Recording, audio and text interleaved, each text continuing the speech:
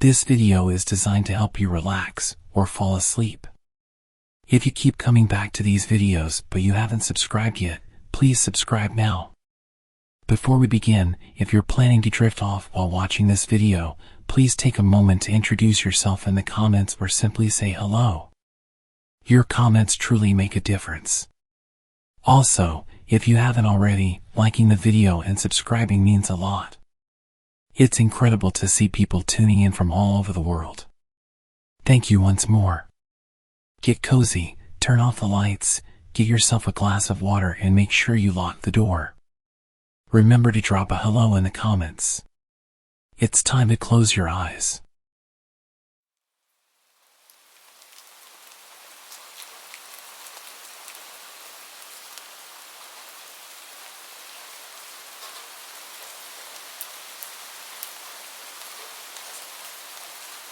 When I left home to attend university in the UK, I knew I was in for a big change.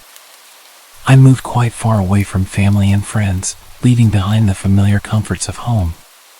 Always a social person, this new environment was a challenge for me. My student studio apartment felt empty, and my course had fewer sociable students than I'd expected. Desperate to make friends, I turned to Tinder and Instagram, hoping to connect with like-minded people. However, luck wasn't on my side. Conversations often fizzled out, and it felt like a struggle to find genuine connections. Then, out of nowhere, a ray of hope emerged. A cute girl, Emily, added me on Instagram. I'd linked my Instagram handle in my Tinder bio, and she must have seen it there. She was stunning, and I couldn't believe my luck. We started chatting, and it seemed like we hit it off. She mentioned wanting to meet up, and without much thought, I gave her my address. The excitement of potentially making a new friend overshadowed any reservations I might have had. However, as we continued chatting, something didn't quite add up. Emily's Instagram photos didn't seem to be taken anywhere near the city I was in. Moreover, she was far too attractive to be interested in a guy like me. I noticed that her comments and followers were predominantly men. Doubt crept in, and I began to suspect that I'd given my details to a random catfish account. My anxiety peaked, and I decided to block her immediately. It was the only sensible thing to do. I hoped I dodged a potential scam. But then, things took an even more unsettling turn. Another strikingly attractive girl, Sarah, began messaging me. The conversation started precisely where I'd left off with Emily, as if it had never stopped. Alarm bells rang in my head, and I knew I'd messed up. They had my personal details, including my address. With a heavy heart, I asked Sarah to leave me alone and blocked her as well. But it didn't stop there. Soon after, yet another attractive girl sent me a friend request. By this point, I was fed up. I stopped replying, thinking it best to protect myself. I double-checked that my studio apartment door was locked and went to bed, hoping for a peaceful night's sleep. However, my rest was short-lived. In the dead of night, I heard someone trying to force their way into my room, shouting my name. Panic surged through me, but I couldn't move. Sleep paralysis gripped me, rendering me helpless. I'd experienced sleep paralysis almost every night since being at my new studio. It always happened when I was someplace new, but I never saw or heard anything. The door eventually creaked open, and a strange man entered my room. He rifled through my belongings as I lay there, unable to stop him. My heart raced, and my mind raced even faster, trying to comprehend the whole thing. After what felt like an eternity, the intruder left, shutting the door behind him. My sleep paralysis gradually released its grip, and I awoke in a cold sweat, scanning my room for signs of the intrusion. Everything appeared normal, and I couldn't be sure if anyone had actually broken in. I reported the incident to university security, but they found no evidence of a break-in. I genuinely didn't know if I'd imagined the whole thing. The next chilling discovery was that both the accounts, Emily's and Sarah's, had disappeared entirely. It felt so real. There was absolutely a man in my room going through my stuff. I saw it with my own eyes. I've had sleep paralysis many times, and I was always able to accurately recount what was going on around me, so why would I be wrong this time? I removed my Instagram from my Tinder bio and made sure to barricade my door every night. My social life was pretty much dead for the rest of the year, and I didn't sleep well at all. I used to be an avid Twitter user. It used to be my go-to app for wasting time, scrolling through tweets, and catching up on the latest memes. Over time, I had grown somewhat immune to the occasional creepy direct message. I had learned to ignore them, to just brush them off as part of the experience. One evening, I received a notification about a new follower. It was a name I didn't recognize, and the profile picture was a little blurry, but nothing immediately sent alarm bells ringing. I followed the account back as I usually would and immediately received a message. I decided to open it, even though I was sure it was spam. Inside the DM was a link to another Twitter profile, Secret Tweets. My curiosity got the better of me, and I clicked on the link.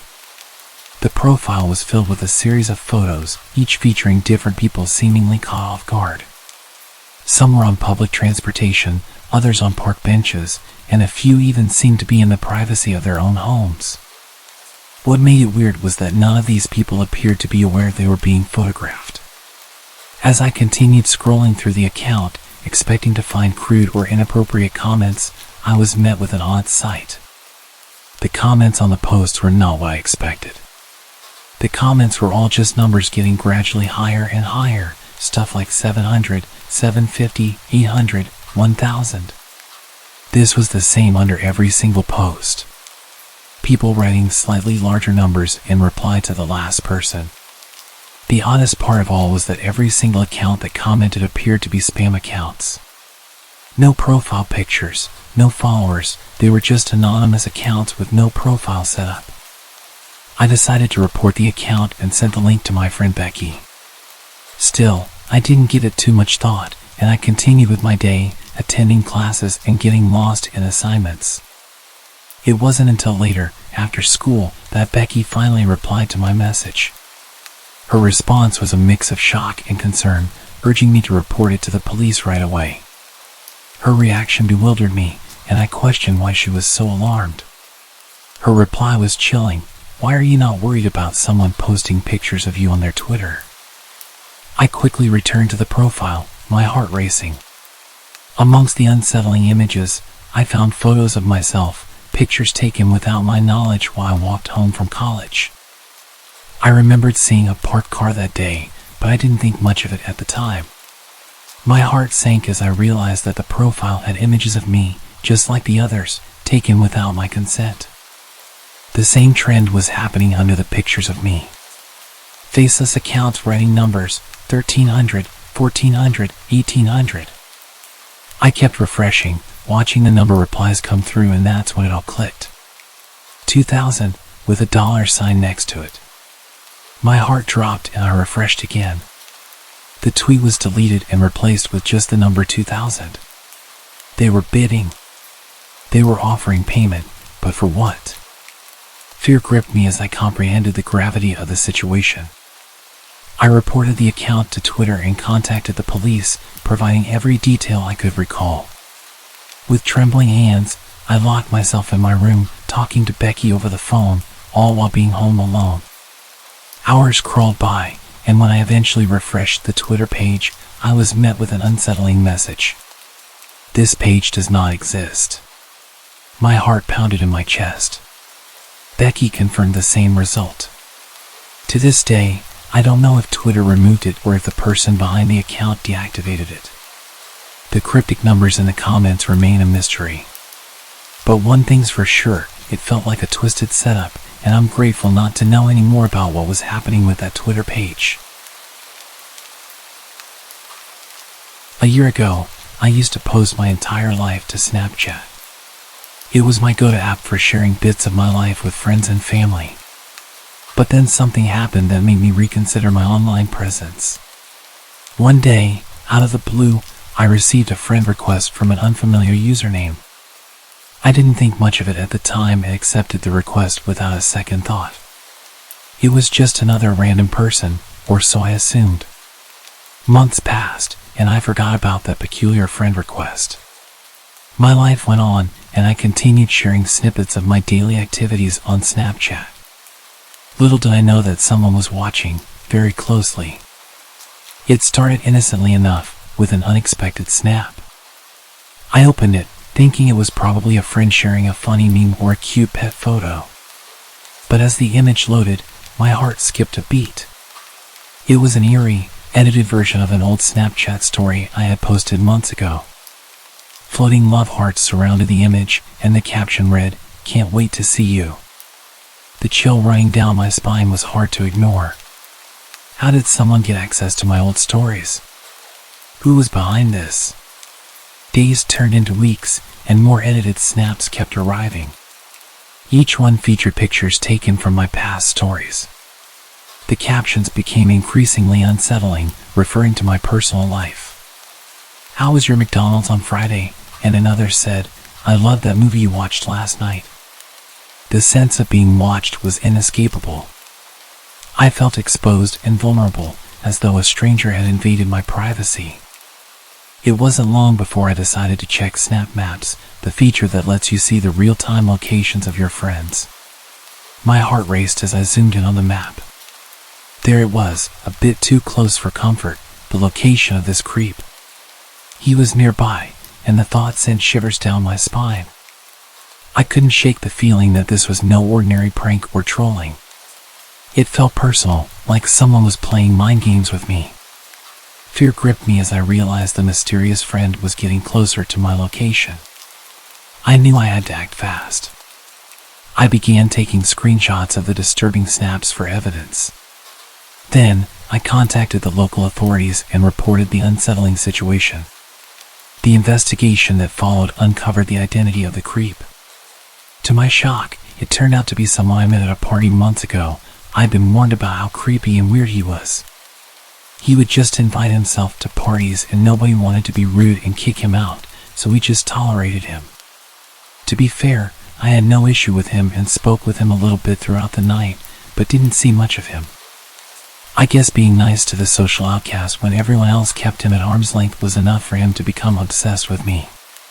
They didn't end up charging him with anything, but they told him to leave me alone and explained to me that I could get a restraining order, but it seemed pointless.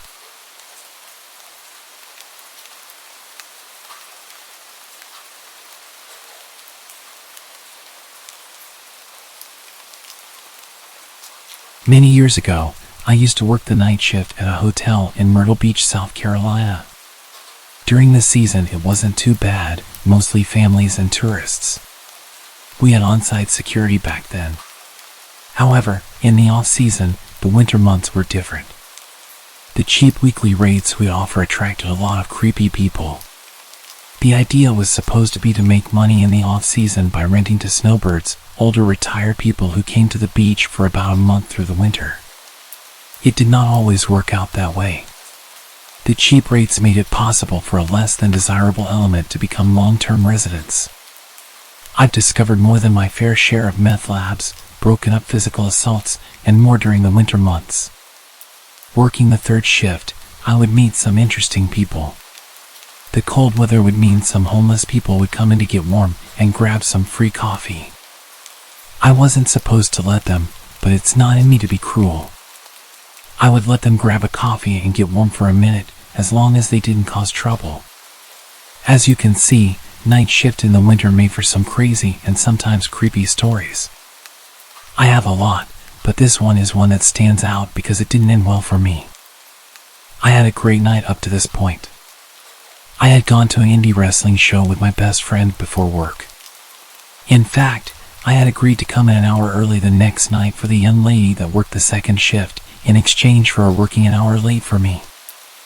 Ironically enough, I met Terry Funk that night, a wrestling legend known for his hardcore matches. Little did I know I was about to experience this kind of violence for real. I was supposed to be there at midnight, due to her working over an hour for me. I normally came in at 11 p.m. I counted the register, and she briefed me on her shift as to what had happened, as per usual. As she was leaving, my friend Andrew arrived. He worked second shift maintenance at this hotel, and the other 2 hotels are company owned. He would regularly stop by after work, go grab us some food, and we would play World of Warcraft on our laptops after eating for a while since business was slow. He was just getting my money for the food, getting ready to leave. I was excited, telling him about how much fun I had at the wrestling show and showing him my Terry Funk t-shirt that I was so proud of. I was just walking into the back office to put the shirt up when I heard the doorbell indicating a customer had entered. It's true what they say, ask not for whom the bell tolls, it tolls for thee. I had turned around when I heard someone say something loudly, but I still couldn't make out what they had said. I had just reached the doorway when I saw Andrew fall down in front of me. The next thing I know, a guy walks around the corner and punches me in the head with a short steel pipe in his hand. It staggered me, and I fell to the ground. Before I could react, he hits me in the head with the pipe. I suddenly heard another guy that I hadn't even noticed. He was panicking because he thought that one of us had ran to get a cop. They left out the door. I was finally able to get to my feet. I tried to call the police from the phone in the back office, but it was having issues. I slammed it in frustration. I was hurting and scared, really freaking out. I realized that they could come back, so I ran and locked the door. I didn't know where Andrew had gone, and that worried me. I called 911 and started to notice the blood pouring down my head. I told the operator I had been attacked and needed an officer and an ambulance. I then called Travis, the manager of the hotel, to tell him what had happened. He thought I was messing with him at first because when we got bored, we would usually prank each other. I finally convinced him I was not joking. So he told me he was heading over straight away. The cops and the ambulance pulled up, and I opened the door. It was at this time I found out that after they sucker punched him and knocked him down, Andrew was able to amazingly jump over the desk and escape. He ran out just as a cop was driving by, which he ran to flag down for help. I ended up in the hospital emergency room where I had to have 10 staples in my scalp, and they gave me morphine for pain. I had no way to get home after being treated, but the doctor and nurses took pity on me and paid for a cab. My plan was to go back to work because this was December and Christmas was coming. I had 3 kids and needed all the hours I could get. When I got back to the hotel, the IT guy Ted was there with his wife Barbara, who also worked at the front desk. She was shocked to see me. She thought I would still be in the hospital. I thought I had only been hit in the head once after being punched. But the video which Ted was pulling for the police showed a different story.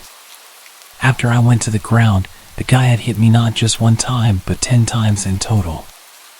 I kept trying to grab the pipe and get up, for some reason. I do not remember that. I guess I was knocked pretty hard. He kept punching me and hitting me with the pipe until his friend told him that Andrew got away and then got the cops. The 2 of them then ran out. I was given a room at the other hotel. And Ted and Barbara gave me a lift there as I was in no condition to drive due to the morphine. They also gave me a paid week off to heal. They switched me over to the other hotel on the night shift for a month, just in case they were after me in particular. We never found out why they chose to attack me. The police thought it might be a failed strong-arm robbery due to Andrew getting away and me not just going down. Not knowing why they attacked me really shook me up. Even though I was at our other hotel when I came back to work the night shift, I was still nervous. I tensed up every time the door chimed. I couldn't afford to quit. As I said, I had 3 kids I was supporting. They never caught the guys as far as I know. A detective stopped by about 2 months later when I was working the second shift. He showed me several mug shots and asked me if any of them looked familiar. I never got a great look at them as it all happened so fast. I had seen the video, which wasn't the best quality. Even so, 2 of them looked very familiar. I pointed them out, and he asked me how sure I was. I told him honestly, like 85%. He then yelled and asked me if I wanted someone to go to jail for attempted murder on 85%. I was stunned into silence. I was the victim. I was attacked for no reason, and he is yelling at me like it's my fault. I was too busy being attacked to get a good look at them. I no longer work at a hotel on the night shift, and I'm glad, because it's just too dangerous in this area. Night shifts at hotels can be risky, and after my terrifying experience, I decided it was time for a change. For a while, the memories of that night haunted me. The feeling of being so vulnerable, the pain from the attack, and the lingering questions about the attacker's motives all weighed heavily on my mind. But over time, I began to heal, both physically and emotionally. I found a new job with better working hours and conditions, which provided me with the opportunity to spend more time with my kids. The sense of safety and security that had been shattered during that fateful night gradually returned. Life moved on, and I left the hotel industry behind. I learned that sometimes it's necessary to prioritize your well-being over financial concerns. My new job allowed me to support my family while maintaining a more stable work-life balance. I never did find out what motivated the attackers that night. They remained at large, leaving behind a trail of questions and unresolved mysteries. However, I chose not to dwell on the past, but to look forward to a brighter future. Though the scars on my scalp served as a physical reminder of that harrowing night, they also symbolize my resilience and ability to overcome adversity. It was a chapter of my life that had come to an end, and I was determined to write a new, safer, and happier story for myself and my family.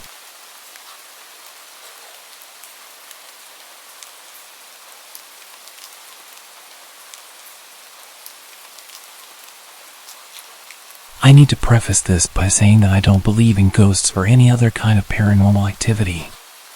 This is not an attempt to convince people of their existence. What I will say is that I have an open mind regarding things that I can't explain using logic or reasoning. I know something happened to me, I just don't know what. And nothing I've heard so far has come anywhere near a satisfactory explanation. But then, that's what had me creeped out about it. If I could just chalk it up to seeing a ghost or witnessing a glitch in the matrix, as I've heard people call it, or any of that, at least I could draw a line under it and move on. But I can't. Because I have no idea what happened that night, and neither does anyone else. I used to work for a security company that contracted overnight work for large office buildings in downtown Houston. Some of the buildings were real nice places, and their security offices had all kinds of amenities that others just didn't have.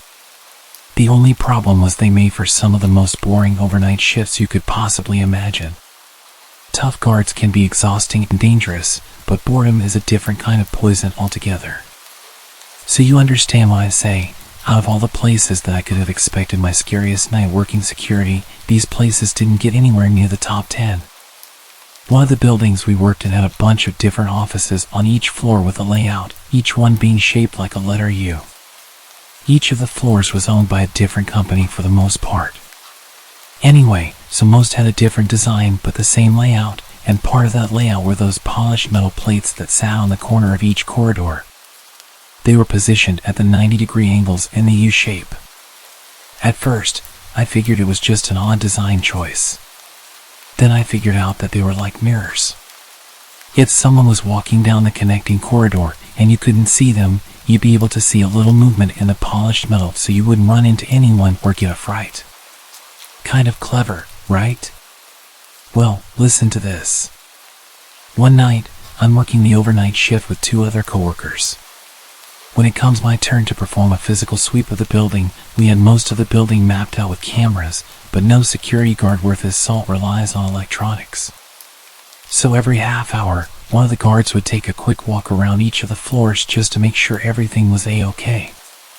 Most of the guys would just take elevators up and down, but it was around this time that I decided to take the stairs a few times a night to get some exercise. I was a few pounds heavier than I wanted to be, and walking up even 5 or 6 flights of stairs sucked. So I took as many flights as I could, then took the elevator the rest of the way.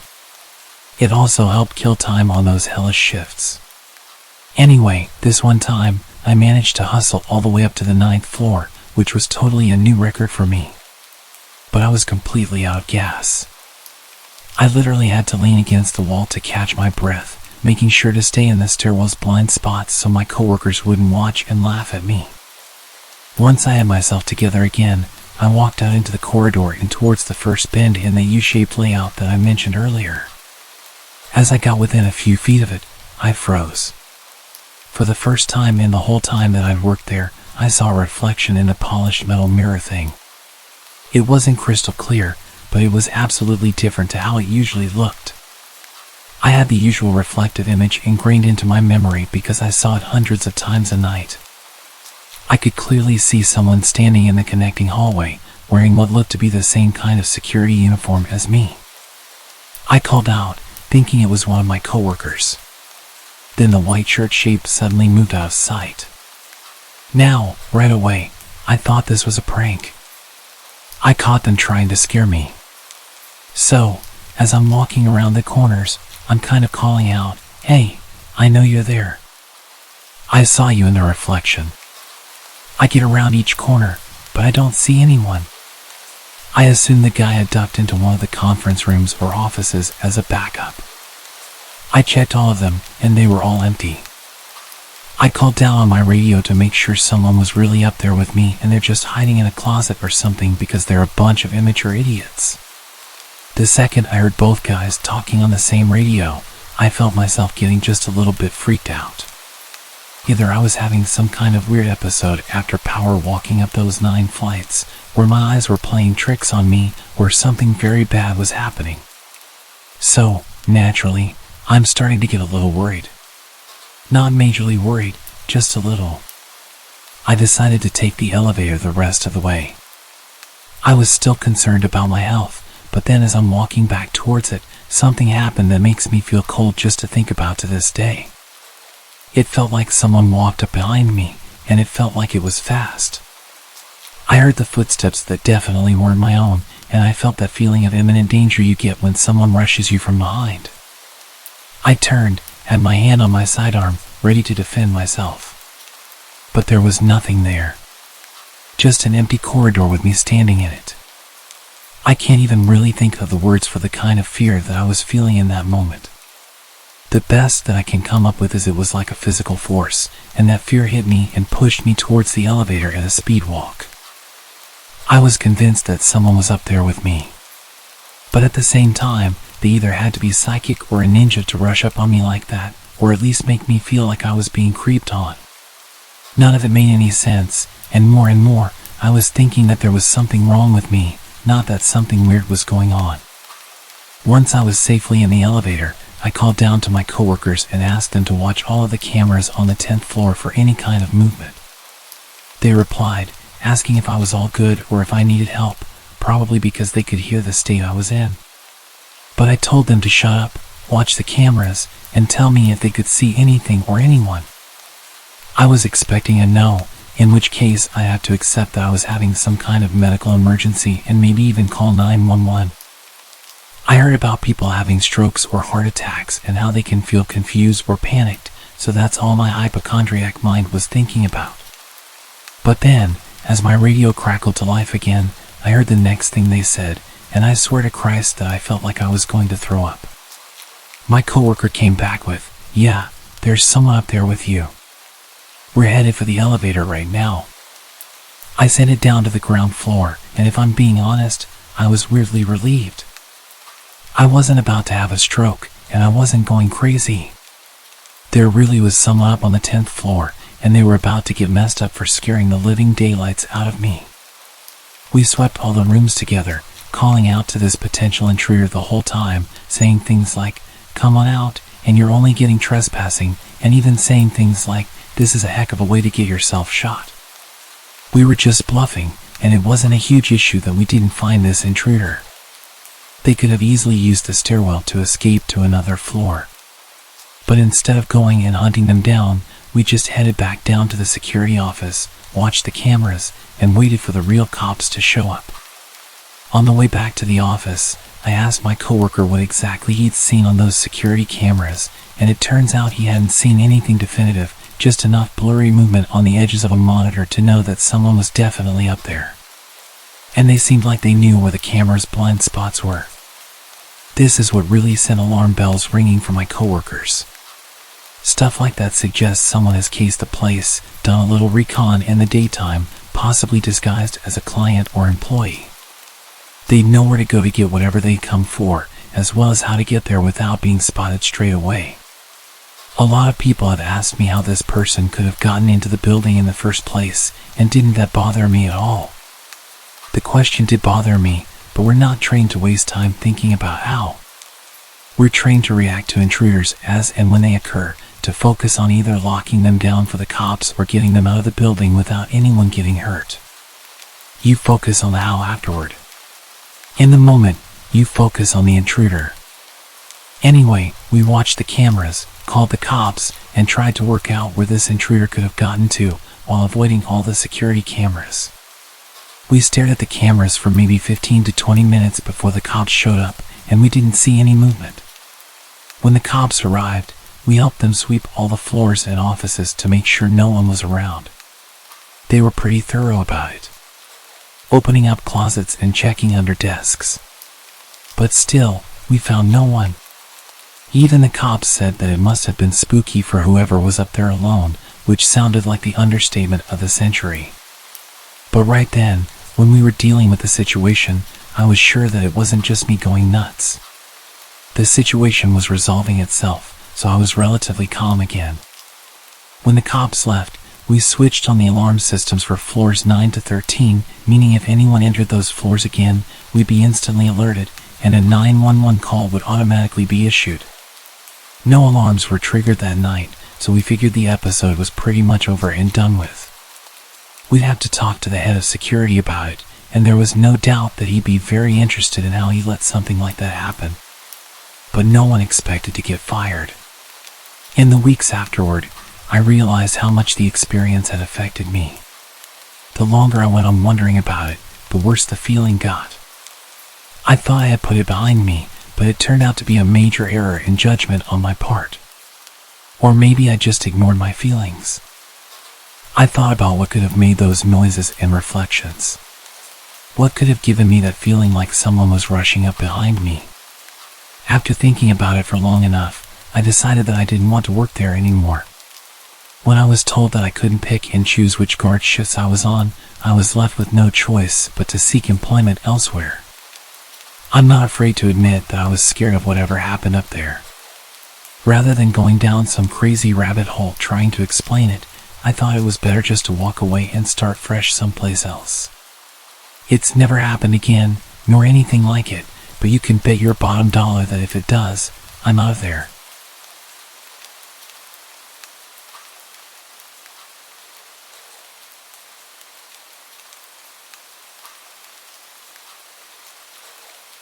A couple of years ago, I was living in Colombo, in Sri Lanka, at a small hostel on the outskirts of the city. The hostel catered to long-term guests, so I got to know everyone who lived there pretty well. Among the residents, there was a guy named Raj, and Raj served as a middleman of sorts in the local casinos. The casinos in the area were incredibly shady places, filled with Russian mobsters and other low-life criminals from China and India. While the casinos were technically illegal, they managed to continue their operations through bribery and government coercion. I visited one of them once, and it was a surreal experience. Now, my friend Raj's job was to take online bets from Indian clients and then place those bets physically in the casino. Essentially, he played with their money and acted as the intermediary, allowing individuals to play from another location. He participated in some high-stakes games, handling large sums of money for some powerful people. It was a recipe for disaster waiting to happen. One night, Raj messed up big time. One of his clients managed to gain access to his online system and stole all the money his other clients had deposited to play with. The amount stolen was significant, with some losing well over $50,000, a fortune in this area. We only found out about the theft after Raj's sudden disappearance, and we discovered a cryptic note left in his bed, saying, "It's sad, don't look for me, I'm leaving." Among other things. The guy had vanished overnight. We filed a police report and waited to hear anything. After a few days, the police returned to the hostel, asking if someone who knew Raj could join them. The locals in the hostel were afraid to go with the police, so I volunteered. They took me to their headquarters, leading me to the back where I was shown photos of a body cut into pieces. It was Raj, brutally dismembered and dumped into the nearby sewer canal by an unknown assailant. They brought me there to identify the body, but they never found out who was responsible for this gruesome act. The images from those photos have haunted me, and I'll never forget them. I left the hostel shortly afterward. Raj might have been involved in some shady activities, but he didn't deserve such a gruesome fate.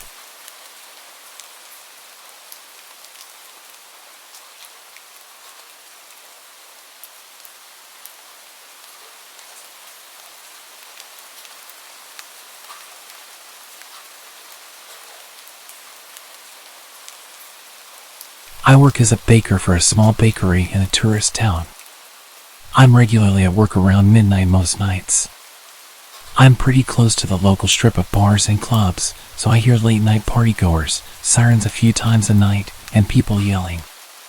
That kind of stuff. The weirdest story, which started out creepy but didn't end that way, was when I opened the door around 4 a.m. to someone knocking. The only reason I opened the door is because my boss had literally just texted me saying we might be getting an early delivery, so I thought it was that. I opened the door, and no one's there.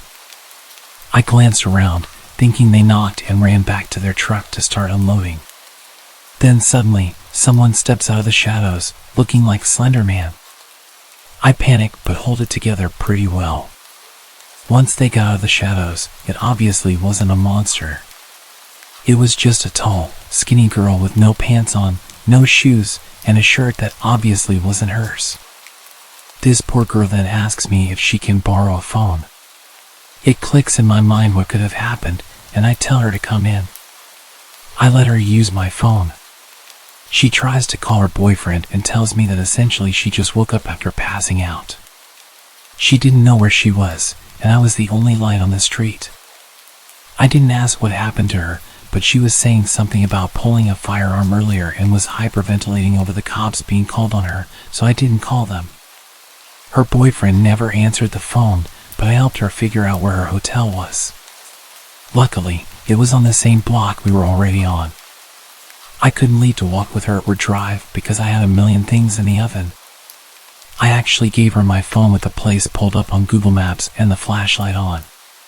She walked there, made it back okay, showered, took a nap, and brought me back my phone later in the morning. She hugged me twice and thanked me profusely, and I'm just sitting there like, damn, I didn't think I was getting my phone back. But I'm glad it worked out okay.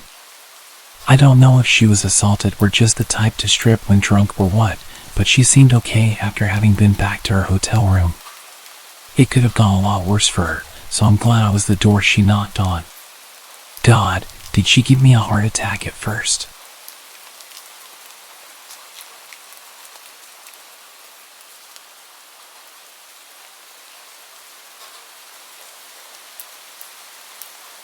A few years back when I was doing any work I could get, I took up this gig at the 24/7 Walmart. It was a bit more rundown than your typical Walmart. Dimly lit aisles, flickering fluorescent lights, and an eeriness that only an empty Walmart at 3 in the morning can provide. So picture this, I'm stocking shelves in the cereal aisle, just trying to keep myself awake with the monotonous routine. And then, out of nowhere, this guy saunters in. He's tall, I mean basketball player tall, with long strides that make him seem like he's on some sort of mission. There's hardly anyone around, and this dude's pacing down the aisles like he owns the place. Kind of weird, but not out of the ordinary Walmart weird. Just a late-night shopper with a peculiar vibe. I'm busy stacking cereal boxes when I catch sight of him again. He's standing at the end of the aisle, staring at me with this grin that could send shivers down your spine. The lighting's wonky, casting these creepy shadows that don't help my nerves. Before I can even process what's happening, he's right there, right in front of me. Close enough that I can smell the alcohol on his breath. He shoots me this look, like he's got the juiciest secret in the world, and then he says, "I've done something very naughty." What the hell? I try to laugh it off, brush it away with a nervous chuckle. but he's not having it. He keeps staring, that grin still plastered on his face. It's late, it's quiet, and the place is kind of creepy already. But this guy, he's turned it up to 10. He starts following me, aisle after aisle. Every time I turn around, there he is, watching and grinning. It's like he's playing a twisted game of hide and seek, and I'm not even a player. More like the unwilling target. I try to go about my work, but I can feel his eyes on me, like they're drilling holes into my back. Then, out of nowhere, he starts humming this tune. It's faint, just under his breath, but it's off-putting as hell. I can't put my finger on where I've heard it before, but it's that famously creepy whistling song. I decide to take a breather and head to the break room. Maybe I can shake him off and catch a few moments of normalcy. My coworker's in there, and we're shooting the breeze about assignments and exams, trying to keep things light. But the whole time, I can't shake the feeling that I'm being watched. And guess what? I was right. I spot him at the entrance to the break room, just standing there, staring right at me. I freeze, and I swear the room got colder in that moment. I point him out to my coworker, and when he turns around, the guy's vanished. I glance at my coworker. I couldn't read his expression. I ask him, "Did you see that?" He looks at me. The confusion is obvious in his eyes. See what? Clearly he saw nothing. I realize that he missed the entire encounter. It was only me who saw him. I run my fingers through my hair, feeling a mixture of paranoia and frustration. "Never mind," I mutter, dismissing the topic. Maybe I'm just letting my imagination get the best of me. It was late and I'd not slept properly in days. My coworker's not as intrigued as I am. He's focused on the task at hand, more interested in getting his work done than in delving into whatever nonsense I was talking about. We head back to our posts, and I'm still rattled. I can't shake the image of that guy's grin. Hours pass, and I try my best to concentrate on my tasks, but the unease is a constant presence in the back of my mind. I keep glancing around, half expecting him to reappear. That creepy grin plastered on his face. And then, out of nowhere, he's back. My heart skips a beat, and my hands tremble. It's like a nightmare come true. He's standing there, that same grin on his face. My breath catches in my throat. Before I can even react, he's sprinting towards me, his steps quick and purposeful. Panic surges through me, and I freeze. What does he want? My mind races, but my body is paralyzed. He grabs me and easily picks me up. He starts shaking me and shouting in my face. And then, as if from a distance, I hear a shout. My coworker's voice cuts through the fear. "Hey, what's going on?" He's running towards us, his footsteps echoing in the aisle. The guy releases his grip on me, his attention shifting to my coworker. And in that split second, I find my voice. I scream as loud as I can and start beating on the guy. My coworker arrives, his presence enough to make the guy hesitate. He turns and bolts, disappearing down the aisle. I'm left shaking, my heart pounding. My coworker rushes to my side. He looks seriously concerned. "Are you okay?" he asks me. I nod, I'm completely out of breath from the screaming. We're both shaken, both trying to make sense of the madness that just unfolded. We call the police, and as we wait for them to arrive, I can't help but replay the encounter in my mind. What was that guy's deal? Why did he attack me? The police arrive and we recount the bizarre events. They search the area, but the guy is long gone. I tell him what happened and try to describe just how creepy and weird he was, and I mention that he said he'd done something naughty that night. Suddenly there's like 4 more cop cars pulling up, and they're taking this real seriously. My manager sent me home for the night and told me I didn't have to come in tomorrow. I checked the news the next day and saw that there had been a hit and run nearby with a suspected drunk driver killing a family of 3. The description of the suspect was almost exactly the same as the guy who attacked me. What the hell was this guy's problem? As far as I know, they never found him. I check the news occasionally just to see if he comes up, but I've not seen anything since.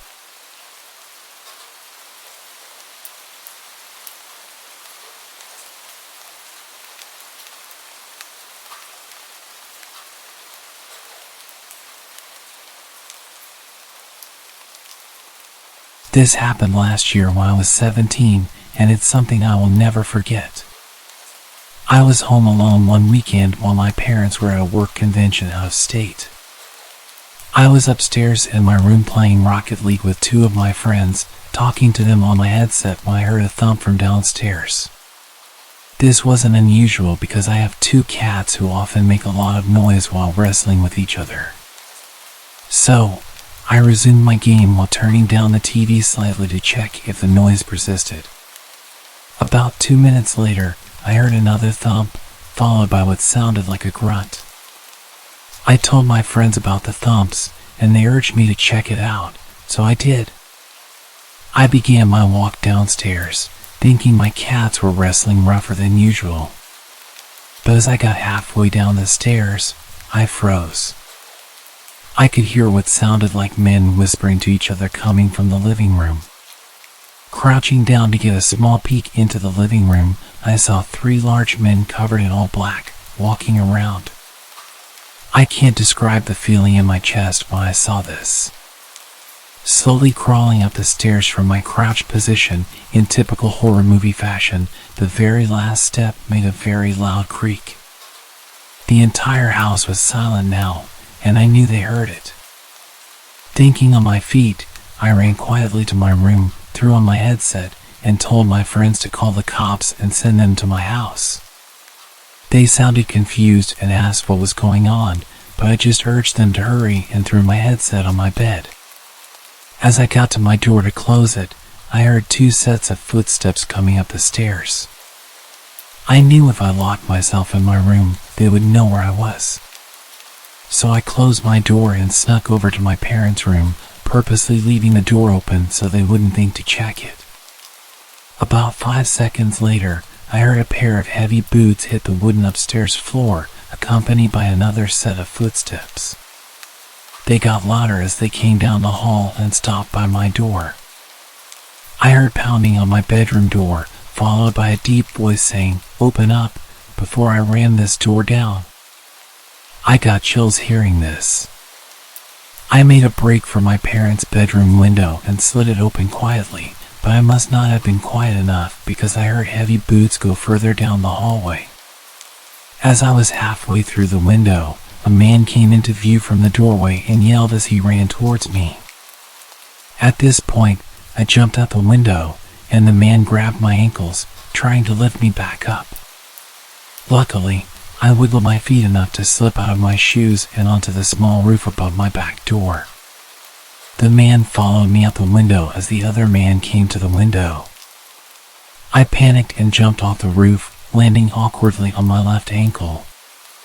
The commotion upstairs caused the third man, still downstairs, to spot me through the porch window and run outside to chase me down. I made it to the backyard gate, limping on one foot, before the man grabbed me and pulled me back into the yard.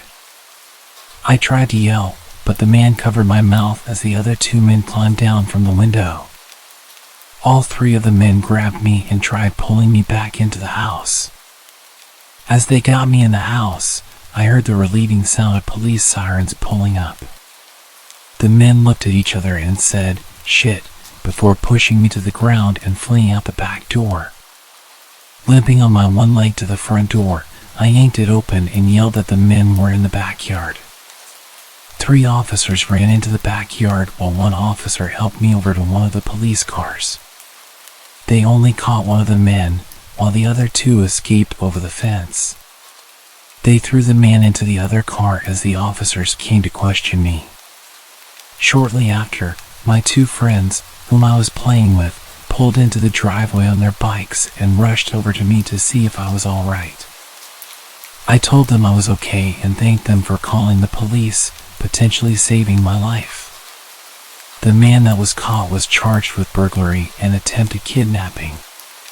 It turns out the men broke in through the basement window. I was thankful to escape with my life and only a sprained ankle that night. My lesson to all is to always follow your gut and never ignore any sound you hear while home alone.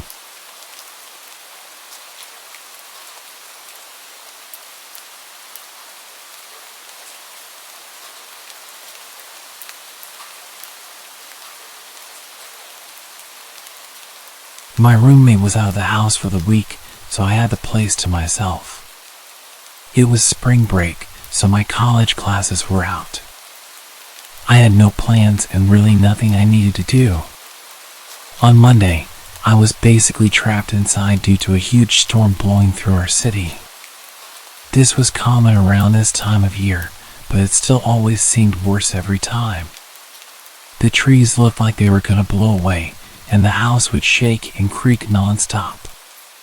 Knowing I wouldn't be able to sleep, I decided to just stay up.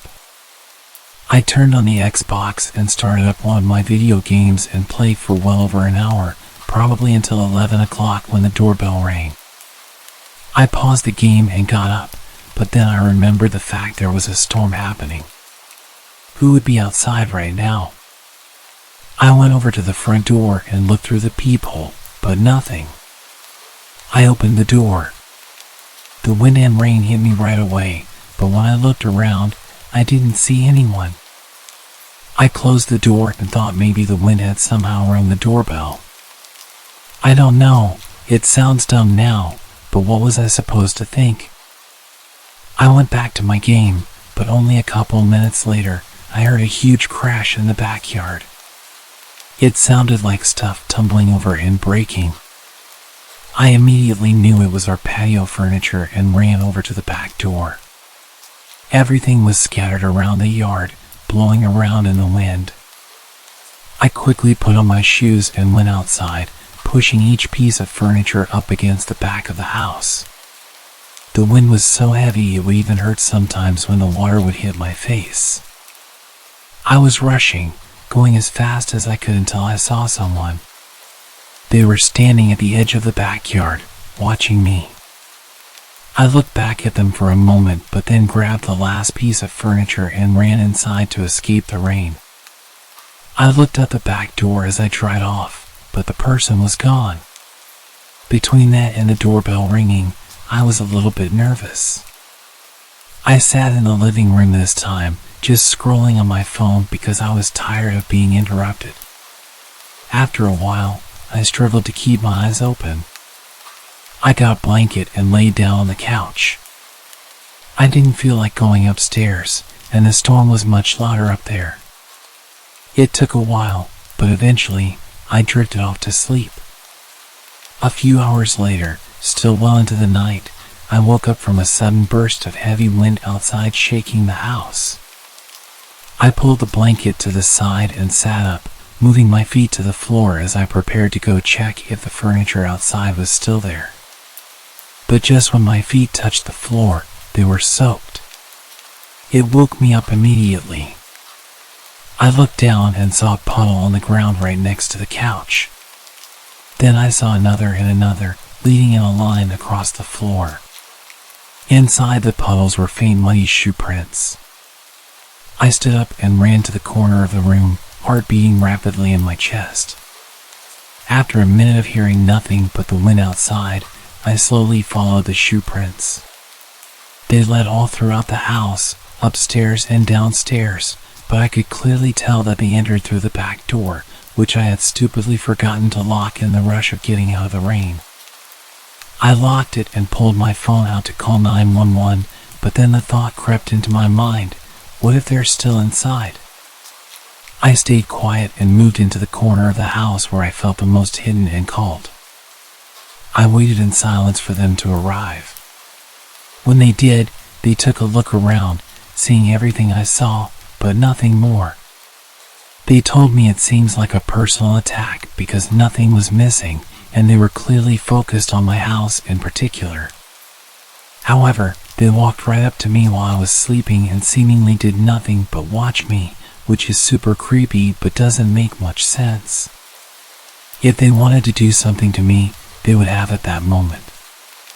After some thought, this had led me to believe that whoever it was had actually come from my roommates. They saw me, then looked around the whole house, and then left, doing absolutely nothing. So if this was a personal attack and my roommate was there, I think things may have gone a lot worse than they had.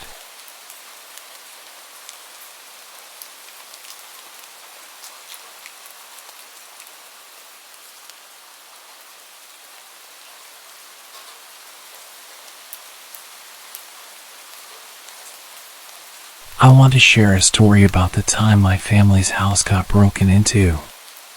It was a really creepy experience. It happened one dark October evening while I was in high school. Back then, whenever I got home from school, I would go up to my room and lie on my bed and read some comics. On the day of the break-in, it was just me in the house. My family had gone shopping, so I shut myself in my room and lost myself in my books. It was great. I needed the toilet though, so I left my room, and that's when I noticed something strange. The smell of tobacco smoke. This was really weird since I don't smoke, and no one in my family does either. I'd never smelled this smell before in my house, so I went in search of the source of the smell. I began my search in my little sister's room as I noticed the door was slightly ajar. I pushed the door open and switched on the light, and in my little sister's room was a full-grown man. There was a stranger in our house. He was holding his shoes in one hand, and he was rummaging through my sister's drawers with his other hand. I guessed that he had taken off his shoes so that he could move around more quietly. My heart stopped, and my skin went as cold as ice. Somehow I managed to ask, "What are you doing in here?" Despite my fear, he started babbling, creating random excuses, none of which were plausible. It was really crazy.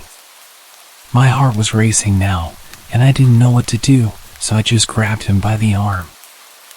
I didn't want him to escape, and he didn't resist or complain. He kept silent.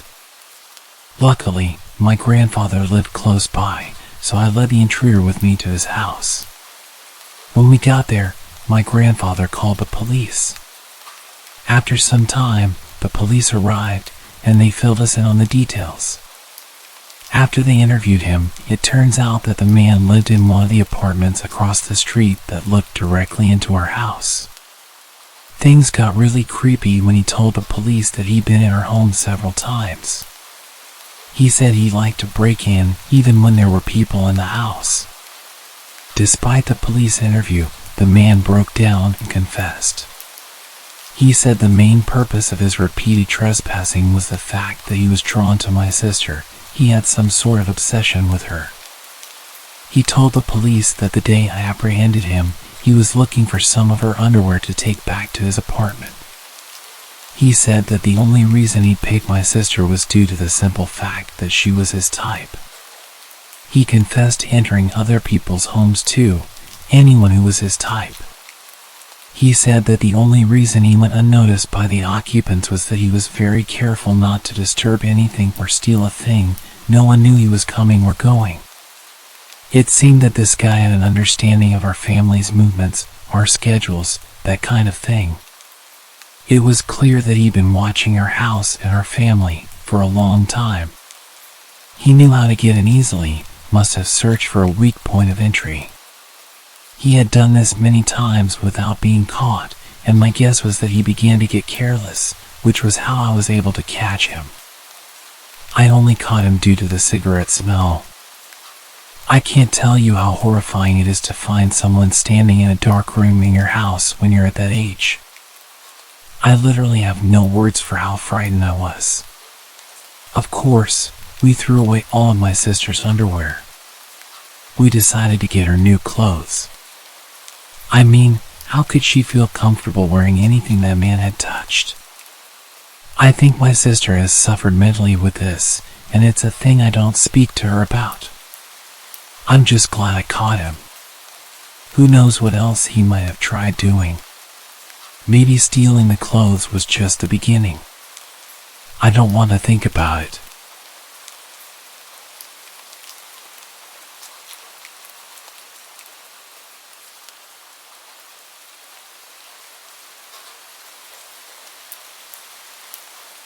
This happened yesterday while both of my parents were at work. For context, my dad's a mailman and my mom is an RV saleswoman. They're always on their feet, so neither can pick up their phone very quickly. I do have an older brother, but he's at college 2 hours away, so he doesn't matter in this story. I was sitting in the living room with my dog when I heard people talking in the hallway.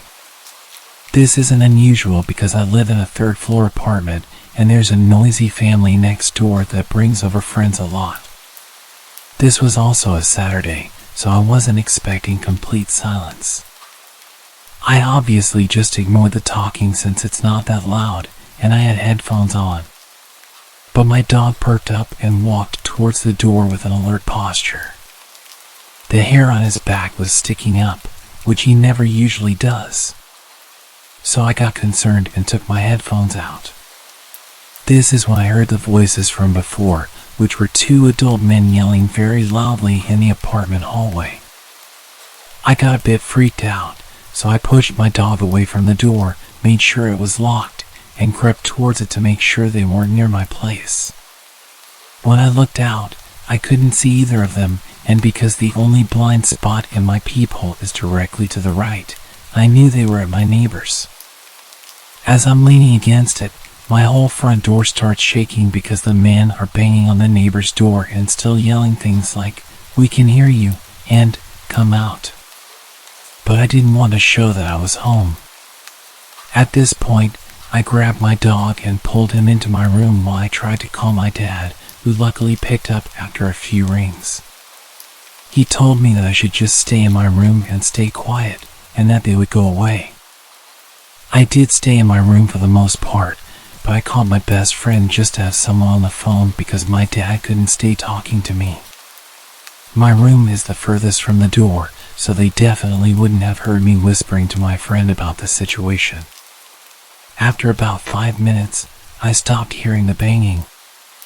I told my friend I was gonna check if I could hear anything. When I got out there, I didn't hear the banging anymore, so I moved closer to listen. I looked out of the peephole and I could see one of them pacing. I freaked out again and started creeping back to my room. That's when I heard one of them say, "Maybe we got the wrong house."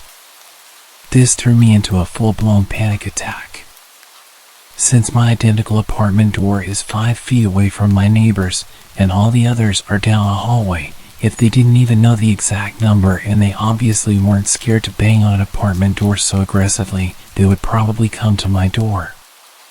So, again, I pulled my dog into my brother's room since it had a lock, and I camped in there. I waited for about 10 minutes before I heard the banging calm down again. I couldn't hear any talking from my position. I was texting my friend, who also lived in the complex, about what was happening. That's when the banging started again, but this time they moved to my door. They went through the same routine, but they were much more aggressive. I could hear them slamming, kicking, and hitting my door, all while yelling for some guy to come out. I called my brother later, and he told me there's no way he could have been involved in this, especially because he's 19, and those men had to have been at least 25. I called my dad again, and in his panic, he told me to go out of the room and tell them there's no guys in the apartment, that I'm just a girl. But I just told him I'm gonna call the cops. I know they weren't just looking to break down a door, and that they were targeting this guy who did them dirty. But I still didn't want to go out there because one, even if they're looking for someone else, I don't know if they have weapons, and in their enraged state, they might just cause harm. But they still have the info on me, which leads me to number 2. I'm a high school freshman girl, 5'4", and less than 100 pounds. Quite frankly, I have no fight in me. For example, I'm terrified of knives, so I brought a bowling pin from my room for protection instead. Plus, I was in the middle of a panic attack. I stood no chance against two adult men at my door, so letting them know I'm a teen girl home alone isn't the best idea. I sat next to my locked bedroom door with my dog as I called the cops. I tried to keep him quiet this whole time, but I didn't want to be suspicious during this situation. I made sure not to talk to my friend while I was out of the room to keep quiet and tiptoe everywhere so they didn't know anyone was home besides the dog. I'm pretty sure they didn't know anyone was home, even though they said, "We know you're in there," during their yells. Because earlier, they were unsure if they even had the right place. I was on the phone with the cops for a few minutes before I heard light knocking at my door, making me realize I wasn't so much in shock that I didn't even know the banging had stopped. The operator said it was the cops, so I ended the call and answered the door. The officers told me the guys took off just before they got there, and they asked me a few questions about male family members and if they could have any correlation with this.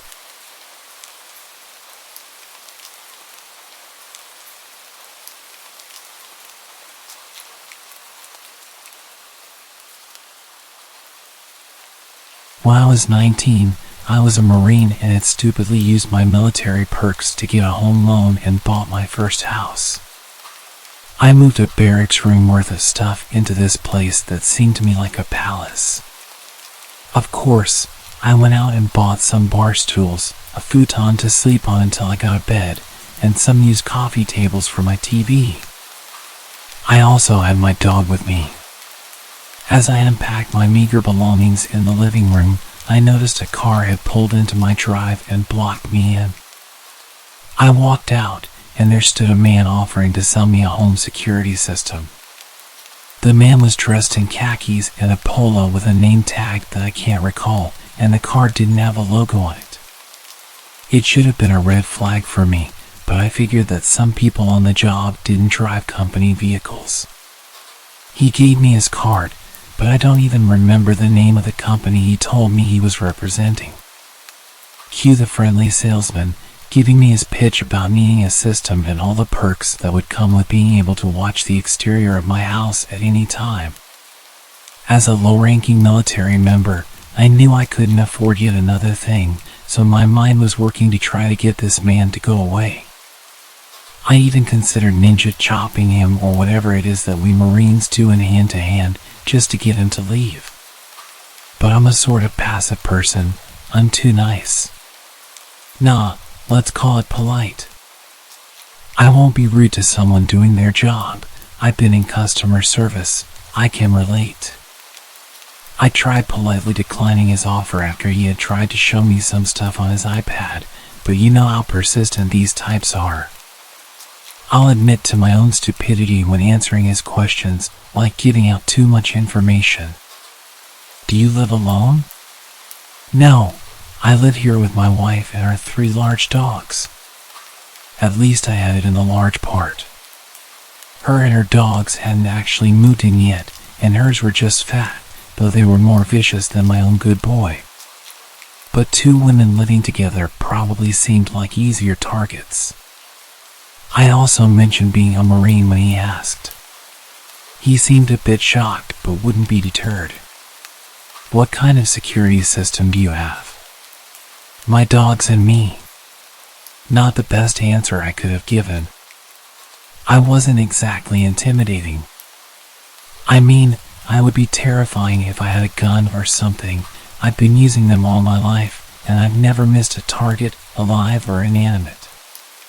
If you would invite me in, I can show you the best places to set up cameras, he mentioned more than a few times. Each time made me more and more creeped out, thinking that he was wanting to potentially rob me, not that there was much to take. Despite being a victim of assault in the past, all I could consider was a possible burglary and made sure we stayed away from my house while we talked. We were outside for about 15 minutes total, me spending most of that time trying to politely get away from him and retreat inside.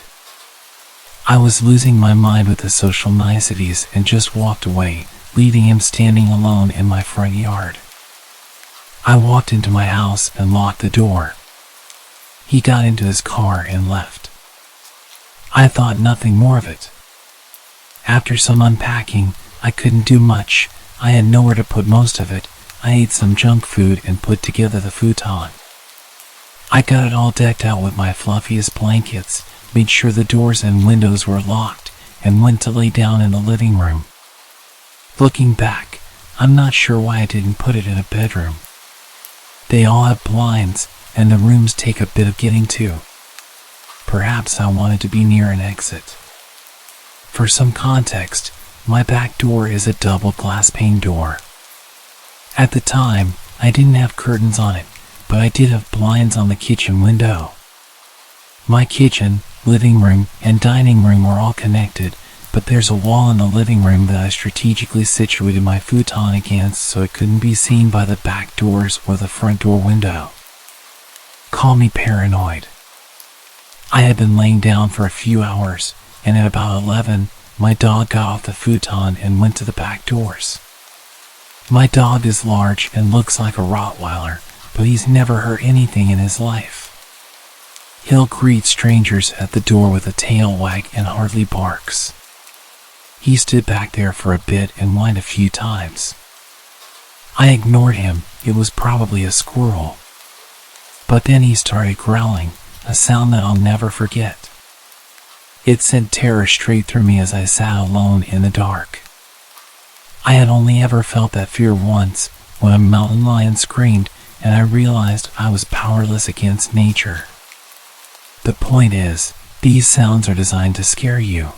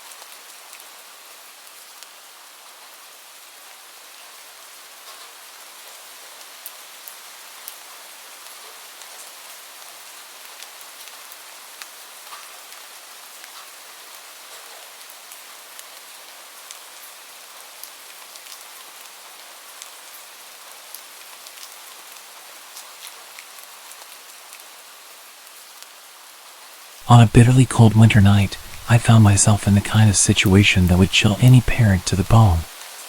My 2 young kids sat shivering in the back seat of our car as I tried to keep my composure. We were stranded on a snow-covered road in the middle of nowhere, far from the nearest town. The car's engine had sputtered and coughed its last breath a while ago, and my phone had no signal. Desperation clung to the cold air as I tried to reassure my children that help was on the way. I had called a tow truck, but it seemed like hours had passed since then, and the icy darkness was unrelenting. Just as I was losing all hope of being rescued, a set of headlights appeared in the distance, slowly growing brighter. Relief washed over me as a man pulled up in a pickup truck. His frosty breath covered his face in the cold night air.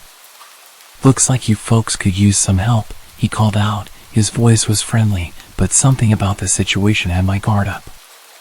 I was hesitant, but the thought of my children suffering in the cold pushed me to accept his offer. "Yes, thank you," I replied, trying to hide my unease. "We've already called a tow truck, but it's taking a while." The man didn't waste any time. He opened the hood of my car and started tinkering with the engine. His hands moved deftly, almost too quickly, and I couldn't shake the feeling that something was off. As the minutes turned into what felt like an eternity, the man turned his attention to my children. "You know, it's pretty darn cold out here," he said, looking towards them with a warm smile. "Why don't you let them sit in my truck? It's nice and toasty in there." I hesitated, glancing at my children. They were practically blue from the cold, their teeth chattering uncontrollably. "No thank you, we're okay," I stammered, trying to muster some courage. But the man was persistent, insisting that it was the best thing for them. "It won't be long, just until I get this fixed up," he said, his smile never faltering. "I've got hot chocolate in the truck, they'll love it." The children began to whine, their tiny voices filled with misery. I felt a lump form in my throat.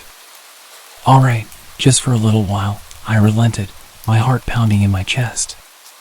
As my son and daughter climbed into the stranger's truck, I watched anxiously from a distance. Minutes turned into what felt like hours as the man continued to work on my car. I couldn't shake the feeling that something was terribly wrong, and my mind raced with dark scenarios. The kids wrapped in the stranger's blankets seemed oblivious to the unsettling atmosphere that had settled around us. They giggled and chatted about how cozy and warm the truck was. My daughter even mentioned how nice it would be to spend the night in a comfy bed instead of the cold car. The stranger, who had been fiddling with my car engine, suddenly looked up and said, "You know, the nearest town is only about a half-hour's drive from here. I'd be more than happy to take your kids there, give them a warm meal and a place to sleep for the night. It's not safe for them to stay out here." My heart raced as my children's faces lit up with excitement. They began pleading with me to let them go, their voices filled with innocence and trust. "Mom, please, it'll be fun," my son exclaimed. Despite the freezing cold that still gripped me, a chill of a different kind ran down my spine. I absolutely hated everything about this situation. I needed to protect my children, but letting them drive away with a stranger obviously wasn't an option. But neither was freezing to death. They weren't helping the situation at all. I hated how naive they were, and I hated how they would ignore my attempts to give them a serious stare when I was trying to communicate to them that we were in a bad situation. The stranger's insistence, coupled with my children's growing enthusiasm, created an agonizing dilemma. I mustered all the politeness I could, and replied, "Thank you so much for your offer, but the tow truck should be here soon, and we'll be on our way. We wouldn't want to trouble you any further." The man's expression changed. His eyes narrowed as he glanced at me with a hint of frustration. "Ma'am, I'm just trying to help. It's not safe for your kids out here in the cold. I promise, I'm a good guy." The standoff continued, my heart pounding in my chest as the tension thickened. The stranger's insistence clashed with my maternal instincts, and I felt a growing urgency to protect my children from whatever threat might be lurking behind his seemingly kind offer. As the minutes passed, the kids continued to shiver despite the warmth of the stranger's truck. I couldn't ignore their discomfort any longer. Trying to sound as composed as possible, I said to them, "It's time to get back into our car. The tow truck should be here soon." The children reluctantly agreed, and we climbed out of the stranger's truck, thanking him for his help. As we made our way back to our car, the man's eyes followed us. He seemed disappointed but didn't insist any further. I hurriedly bundled the kids back into the car, and we locked the doors. Just as we settled in, the distant sound of a tow truck's engine reached our ears. The tow truck arrived, its lights cutting through the darkness like a beacon of hope. The driver, a burly man with a kind face, jumped out and got to work on my car. As he worked, he glanced at me and the stranger. "You're lucky I got here as fast as I did," he said. His tone was serious. "You know, this road isn't safe at night. It's best to stay in your car." The stranger's demeanor changed instantly. His friendly smile vanished, replaced by a look of cold determination. Without a word, he climbed into his truck and sped away into the snowy night, leaving me with a chilling sense of dread. With my kids safely beside me and our car on the road to recovery, the sense of dread that had hung over me earlier began to fade. The late-night drive home, though still chilly, felt considerably less ominous than the creepy encounter we had just experienced. And as we finally drove away from that desolate stretch of road, I couldn't help but wonder what might have happened if we had accepted the stranger's offer to take the kids away in his truck. The thought made me feel sick, and I knew we had narrowly escaped a potentially perilous situation. The worst part about all of it was my children's lack of situational awareness. They were so eager to be taken away by a stranger. I made a very conscious effort to teach them more about dangerous situations, and that when mommy looks at them with a big serious expression and tells them something, that they need to listen and do as they're told.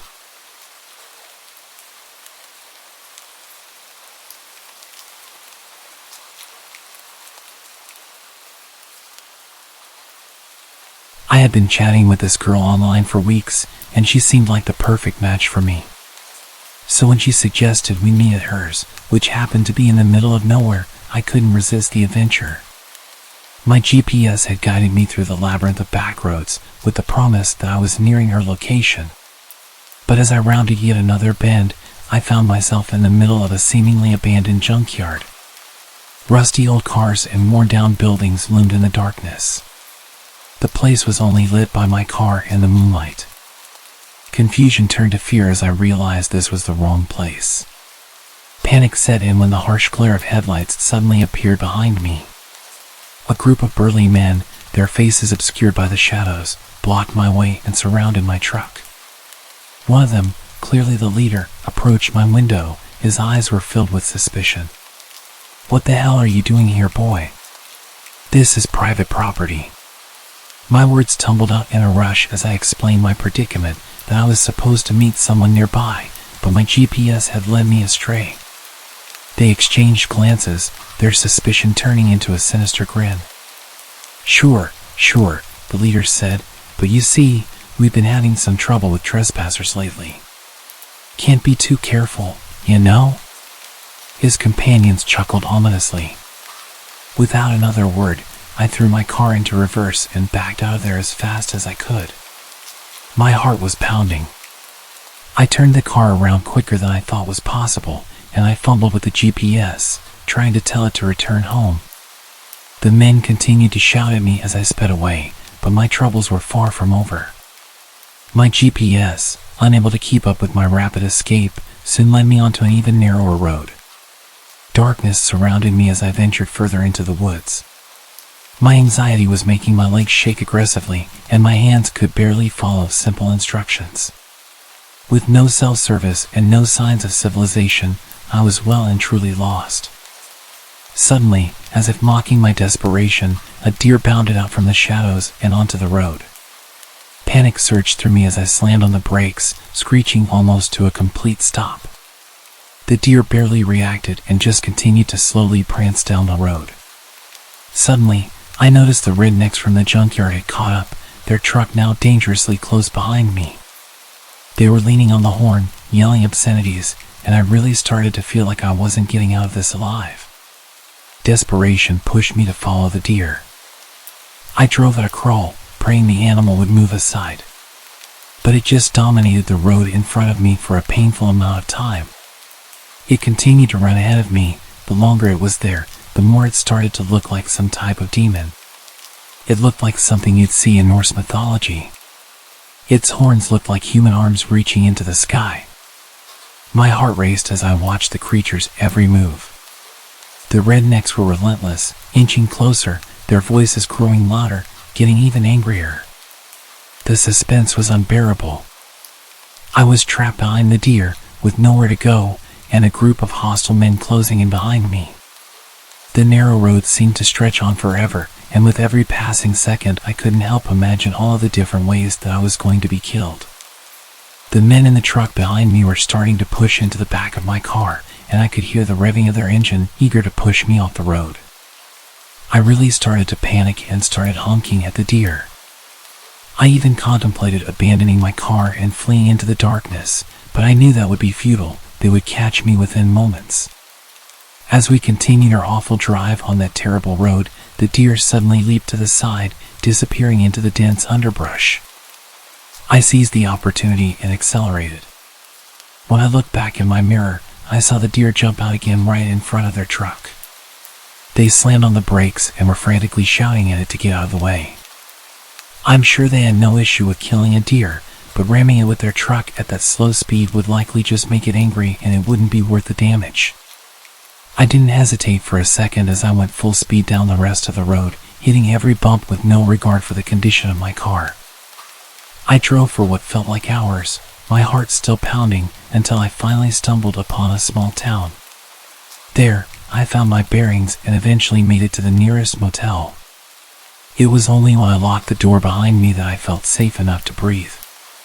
As I lay in bed, trying to process what had happened, I couldn't help wondering about that deer. Was it merely a coincidence, a strange twist of fate? Or did it know what it was doing, sensing my fear, deciding to lead me away from danger and preventing them from chasing me? I'd almost completely forgotten about my date, and when I checked the app to tell her what had happened, she'd unmatched. I have mixed thoughts about the whole thing. Was she a catfish the whole time, luring me into danger? Did she think that I had ghosted her, so she unmatched out of embarrassment? I kind of believe that she set me up, either as a prank or as part of the junkyard group. What their plan was, I'm not sure. But I've given up with dating apps.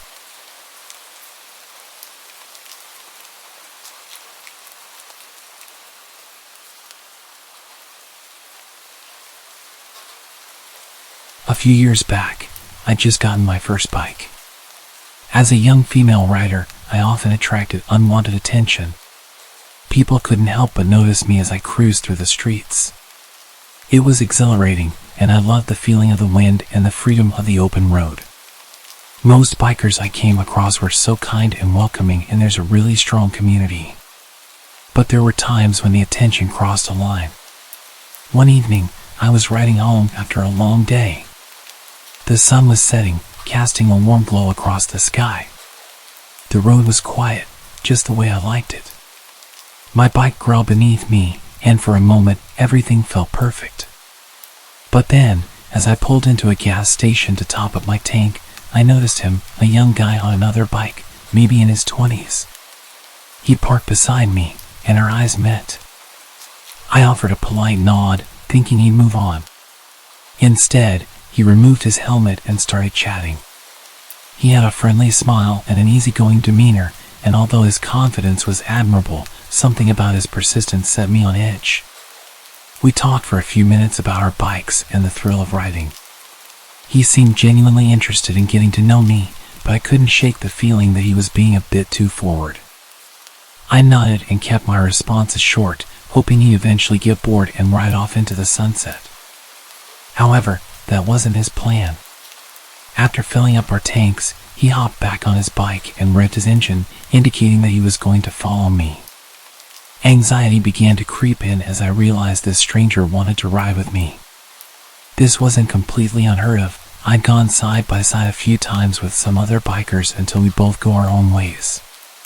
But I was heading home, and I didn't want to be followed. As the miles rolled by, he continued to ride beside me, occasionally trying to impress me with a wheelie or a burst of speed. It wasn't overtly creepy, just persistent. I decided it was time to lose him.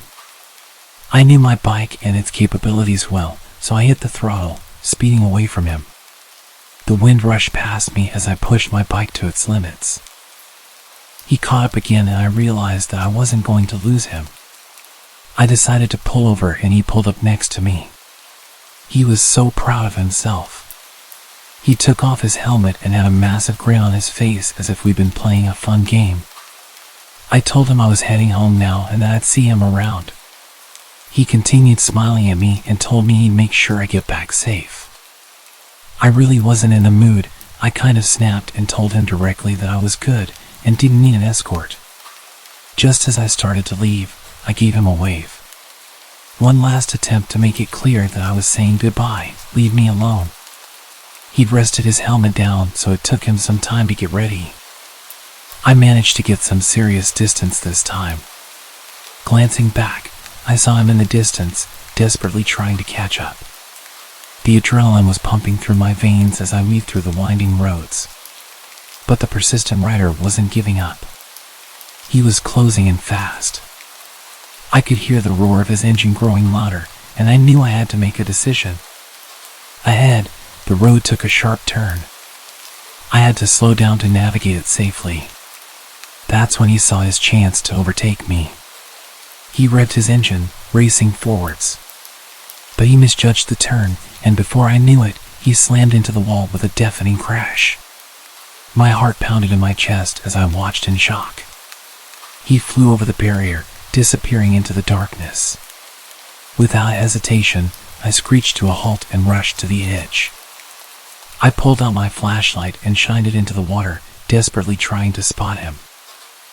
It was almost pitch black and I'd barely even seen how far he went. All I know is that I saw him fly straight ahead. He clearly landed in the river, but it was really wide and visibility was minimal. I shouted for him whilst pulling out my phone to call for help. The river was moving fast. He could have easily been miles downstream by the time help arrived. I stayed there for hours that night, searching for this stranger, desperately hoping that we'd find him. I had this awful feeling of guilt. One moment I was racing away from him, the next, I wanted nothing more than to see him alive and well. I still wrestle with the idea that it was my fault. I didn't even give him a chance to explain why he was going the same way as me. They never did find his body. That river has claimed many lives over the years, and I feel like I contributed to it. About 13 years ago when I was 18 and had just gotten my first computer, I spent a lot of time exploring some pretty disturbing websites. It was different back then. There wasn't much stopping you from ending up on gore websites. It was quite common to be scrolling through forums and suddenly see a video of someone being beheaded or accidentally watching an execution. Admittedly, I sometimes went out of my way to watch this kind of stuff too. Morbid curiosity, I guess. So, as I ventured down the rabbit hole of the dark web one night, I came across a website that claimed to be an interactive adventure. I loved interactive adventure storybooks and thought a digital version could be even better. Upon entering the site, I was immediately struck by its unusual format. Instead of traditional storytelling choices, it presented a series of hyper-realistic photos showcasing various choices. The story started outside what looked like an abandoned factory. You always had two choices. The first one was pretty simple. You had to choose which door to go into. One door had a no entry sign on it, and the other had a big stop sign. I chose the second one because I figured that it'd lead to the more interesting story. Each choice led to a set of photos that portrayed the consequences of your choice. For the first few clicks, it was just navigating the factory. There were all sorts of tools and creepy props all over the place. It looked like a slaughterhouse with what looked like body parts of pigs or some other animal hanging on hooks. The level of realism was shocking, especially back then when the public or some cheap website wouldn't have the funding to make such realistic scenes. The next image had a picture of the woman with her hands clearly chopped off, with only bleeding stumps remaining on her arms. I couldn't believe this game was free. It was so convincing. The two choices now were just save or end. I was not about to end my little journey here, so I clicked save. Again, the website took a few minutes to load and I sat patiently waiting for the next part of the story. I was so numb to gore and this kind of thing after spending enough time on the internet, so I wasn't particularly shocked at the bloody details, just in love with the creativity of this game. The page refreshed and it was an image of the woman again, but this time her hands were bandaged and she's staring right at the camera, absolute terror in her eyes. I thought it was weird that I didn't get to make a choice, but I assumed when you save the game it kind of does a soft reset so that people who made other choices would all lead to that part anyway. I played similar games before, so I knew that often, no matter which choices you make, the game will force you down the path it had planned anyway. Another choice appeared. Man or child. I was a sick little teenager, but I didn't want to see a child getting tortured, even if it was just a game, so I chose the man. A few minutes passed again and then a man appeared in the chair. This time I had the choice between a rope and a baseball bat. I chose the rope, wondering how creative they could get with something so simple. Once again, a short delay between the next image loading, and I maybe started to get a bit bored at this point, but I waited. The next page loaded. The man had the rope around his neck. He was stood on the chair and the rope was attached to a metal beam above. It was crazy how brutal this website was, but part of me loved the intensity. I'd hit another checkpoint asking to save or end. It was at that moment my mom knocked on my bedroom door and I panicked and quickly pressed end. The page went blank just as she walked in. This is where it got seriously creepy. I immediately felt my stomach turn and my heart drop. The picture had loaded. The man who'd been holding the camera the whole time was now looking into a mirror, dressed in some butcher overalls, covered in blood. Leaning against the mirror was the man with the broken neck. His face had some disturbingly realistic details, like his eyes bulging and his face seriously discolored. Two female hands, standing upright on their stubs, were also sitting next to the mirror, both with their thumbs up. It was incredibly morbid, but that wasn't the worst part at all. The worst part was written on the mirror. My name. My address. My mind was racing. I was completely freaking out. I even turned my screen off as if that would do anything. Was this real? Did I just determine the fates of these people? What the hell was going on? How did they have my details? I felt sick. I turned the screen back on and saw the two choices. It said, continue, with yes or no as the options. I immediately clicked no. I was done. I was genuinely so scared. The page started loading again, this time quite a lot faster than usual. The new page was just a zoomed-in image of my name and address, with the option to continue being repeated back at me. This time with save or end as the options. Is that what save meant? Save the woman? And end? Did I choose to end the man? I was drenched in sweat at this point and really panicking. Was this a threat? I have to continue or they'll come for me. Am I choosing to save myself or end myself? I hated everything about this moment. I clicked end and immediately turned the computer off. As you can tell from the fact that I'm telling this story, they never came for me. We did move house a few weeks later for unrelated reasons, so maybe that's why. But I lived in complete fear for at least 3 years after this. Did I really do those things? Was it just a creative game with some clever tricks? It would explain the long loading pages. I don't like to think about it. Well, at least I didn't choose the child.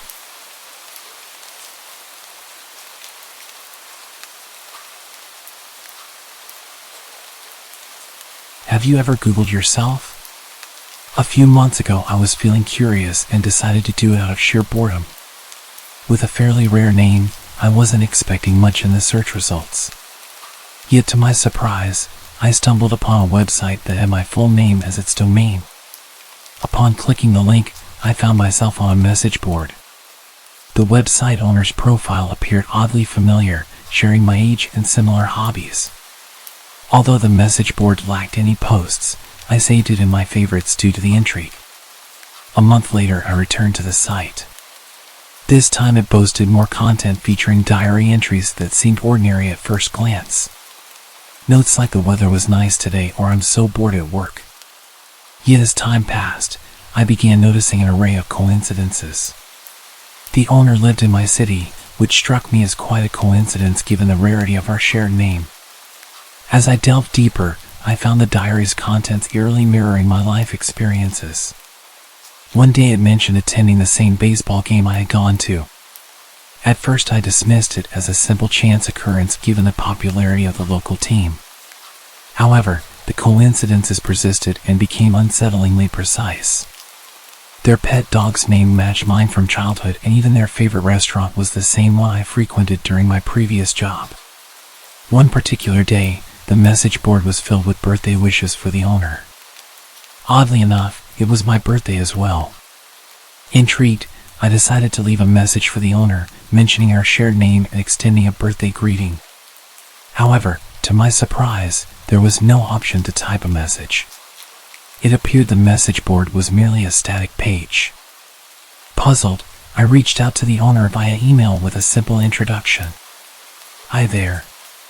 Believe it or not, we share the same name, birthday, and we're in the same city. Nice to meet you. Just a friendly introduction. A few days later, I got curious again and tried showing the website to some buddies, thinking we'd all have a laugh about it. But guess what? The website was gone. Completely vanished. No trace. It wasn't even in my browsing history. That didn't sit well with me.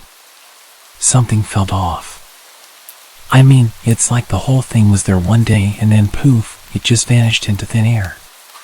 And then I got an email from my own email address. It just said, "Found you." Attached was a picture and, I swear my heart stopped. It was me. Sitting at my computer.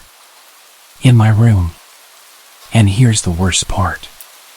The angle of the shot was taken from the corner of my room where the window is. You have to climb the side of my house to get to this window. I zoomed in, squinting at every detail. The hairs on my neck stood up as I realized the angle of the picture didn't match up with the window. It was clearly taken from the very corner of my room where I usually keep my old chair piled with clothes. Someone had been inside. My mind raced. Who could have taken this? How did they get inside? I went through every possible explanation. A prank maybe? But the more I thought about it, the more that email and that picture made me feel like I was being watched. Stalked. I can admit I was freaked out. The whole thing went from curious to seriously messed up real quick. I can't shake the feeling that I'm being watched. Monitored. The thought of someone sneaking around in my personal space snapping a picture while I was totally unaware. It's unsettling, to say the least. I've permanently locked all of my windows now, and I've got this weird paranoia about my room. Like, am I going crazy or was someone actually in here?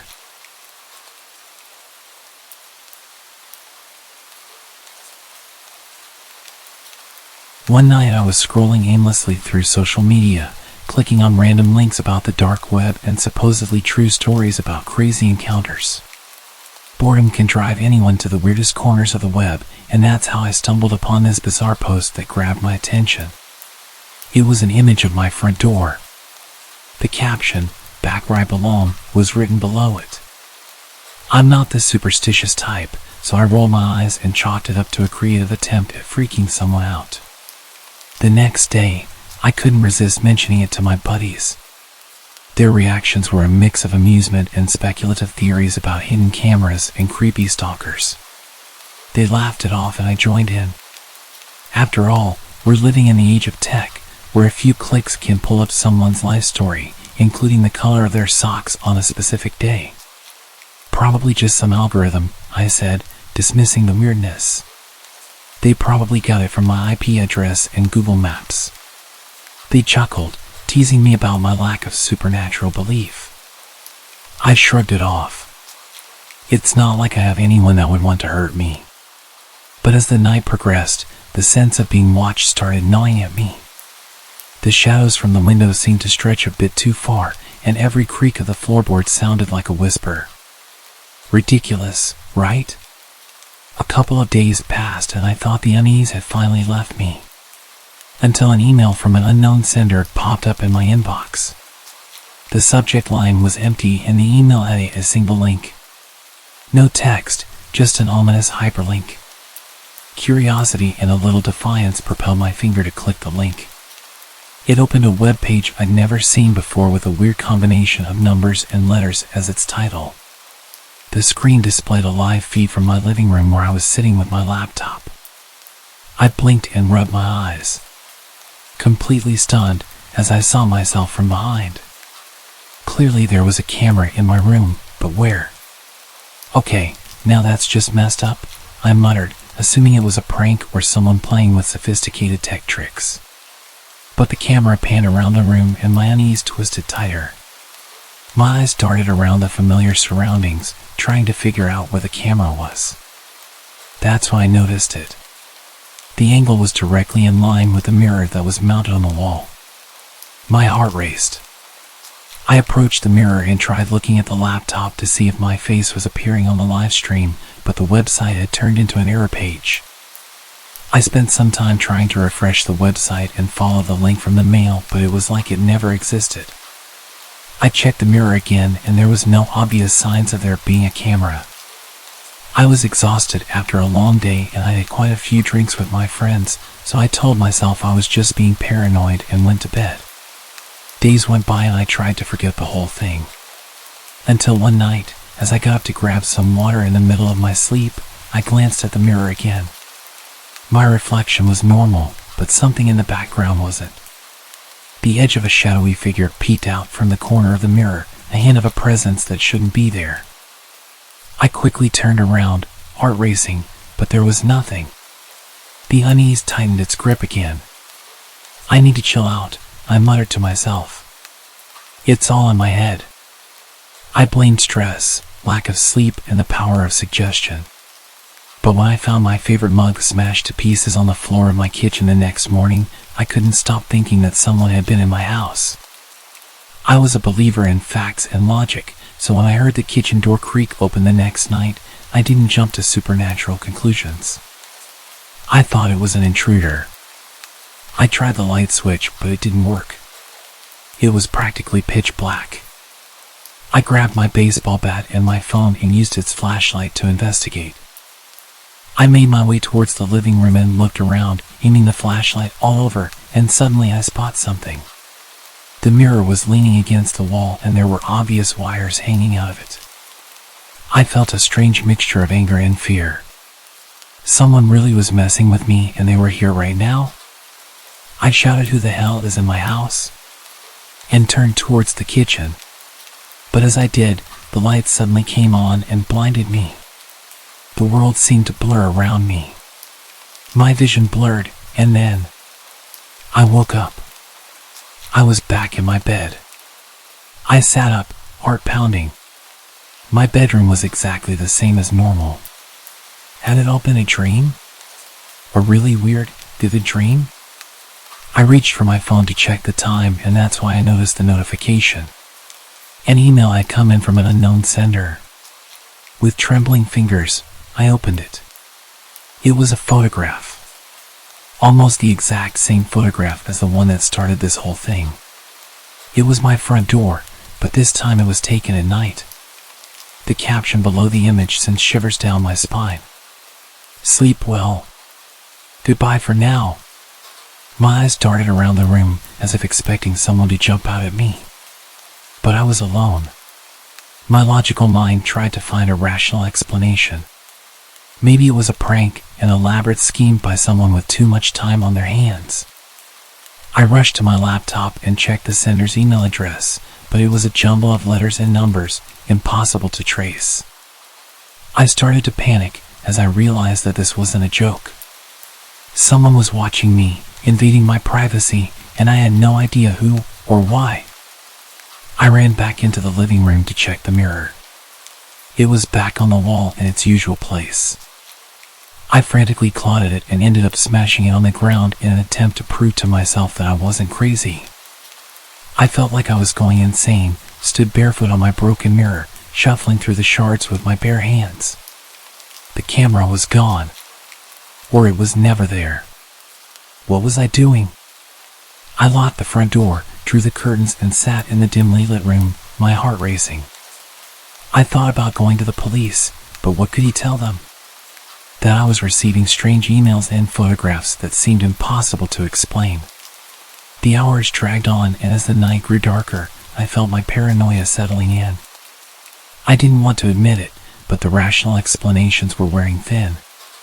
Was it really possible that someone was going this far out of their way to terrorize me? As I gazed at my laptop, its webcam staring back at me, I couldn't shake the feeling that someone, or something, was watching. I closed the laptop and made my way back to bed.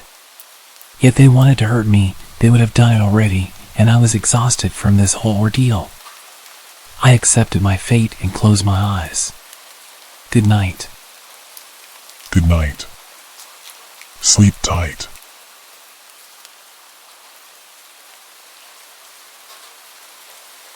I was 13 when this happened to me. I stayed at my friend's house almost every weekend. She had a huge bedroom and I just lived with my mom in a small apartment, so whenever I stayed there it felt like I had a taste of what a real family home felt like. That would be true if it wasn't for the constant arguing that I'd hear from her parents. Her dad was always really nice to me, pretty much treating me like his own daughter. He'd buy us food and DVDs and make sure that we had the best sleepovers every week. Her mom, on the other hand, was always quite cold with me. She wouldn't really even speak to me. Most of the arguments that I could hear were her shouting at him.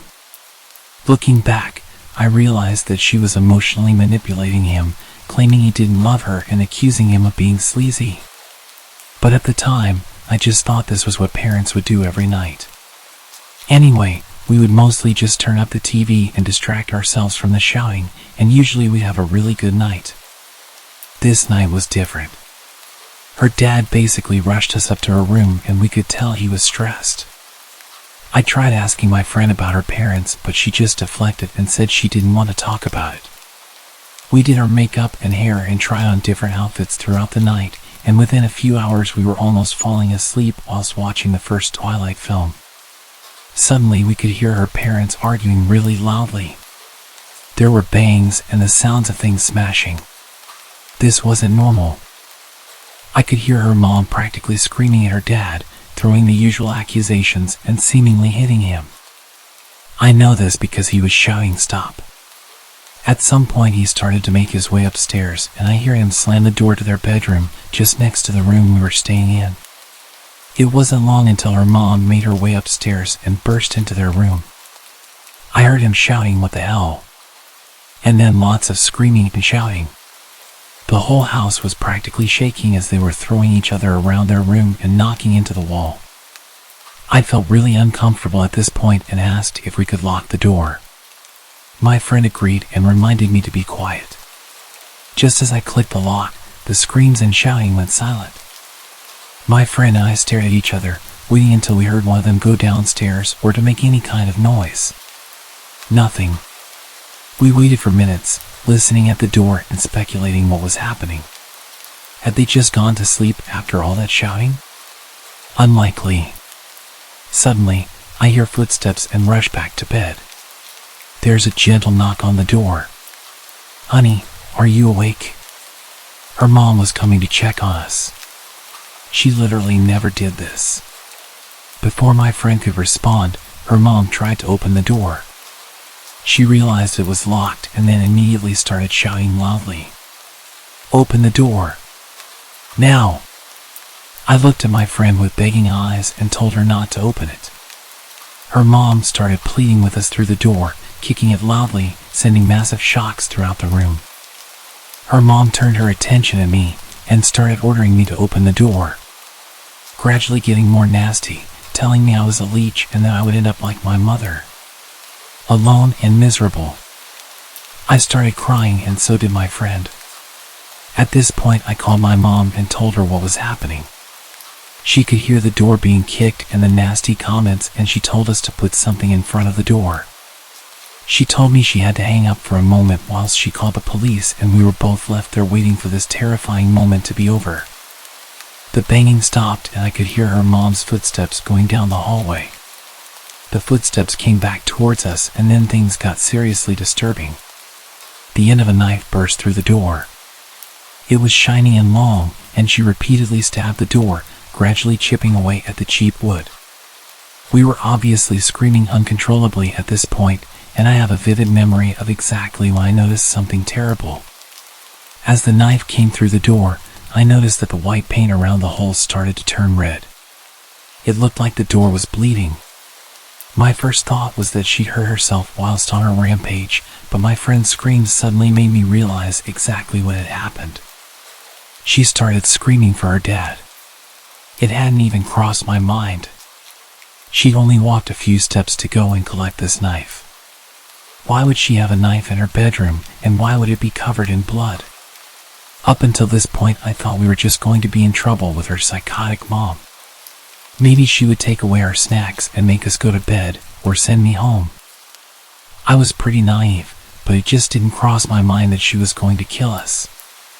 The door was slowly coming apart, and she was just grunting loudly every time she'd stab the door. She was evidently getting tired, but she wasn't giving up. My friend was still screaming for her dad, and I was a complete mess, crying and pleading for her mom to stop. She started trying to reach her hand through one of the cracks she'd made, but she couldn't reach the lock. At this point, when she'd reached for the lock through the smashed door, she was ripping her skin along her forearm, desperately trying to get in. Her arm was flailing around through the hole. We both cuddled up in the corner of the room, exhausted from all the crying. She was going to get through, and there was nothing us small girls could do to stop her. We both hear something that makes us stop sobbing, and we look directly into each other's eyes. Police sirens. The cops were here, and we were going to be saved. Her mom clearly heard them as well, because she started going feral on this door. She was screaming and smashing at it with both hands, occasionally stabbing wildly at the hole she'd made. We'd thrown a small bedside table and a chair next to the door, which lined up perfectly with her wardrobe, creating a line of furniture that perfectly blocked the door from opening, even if it was unlocked. The cops started banging on the front door, and she made the choice to violently shove her arm through the hole, ripping open her arm.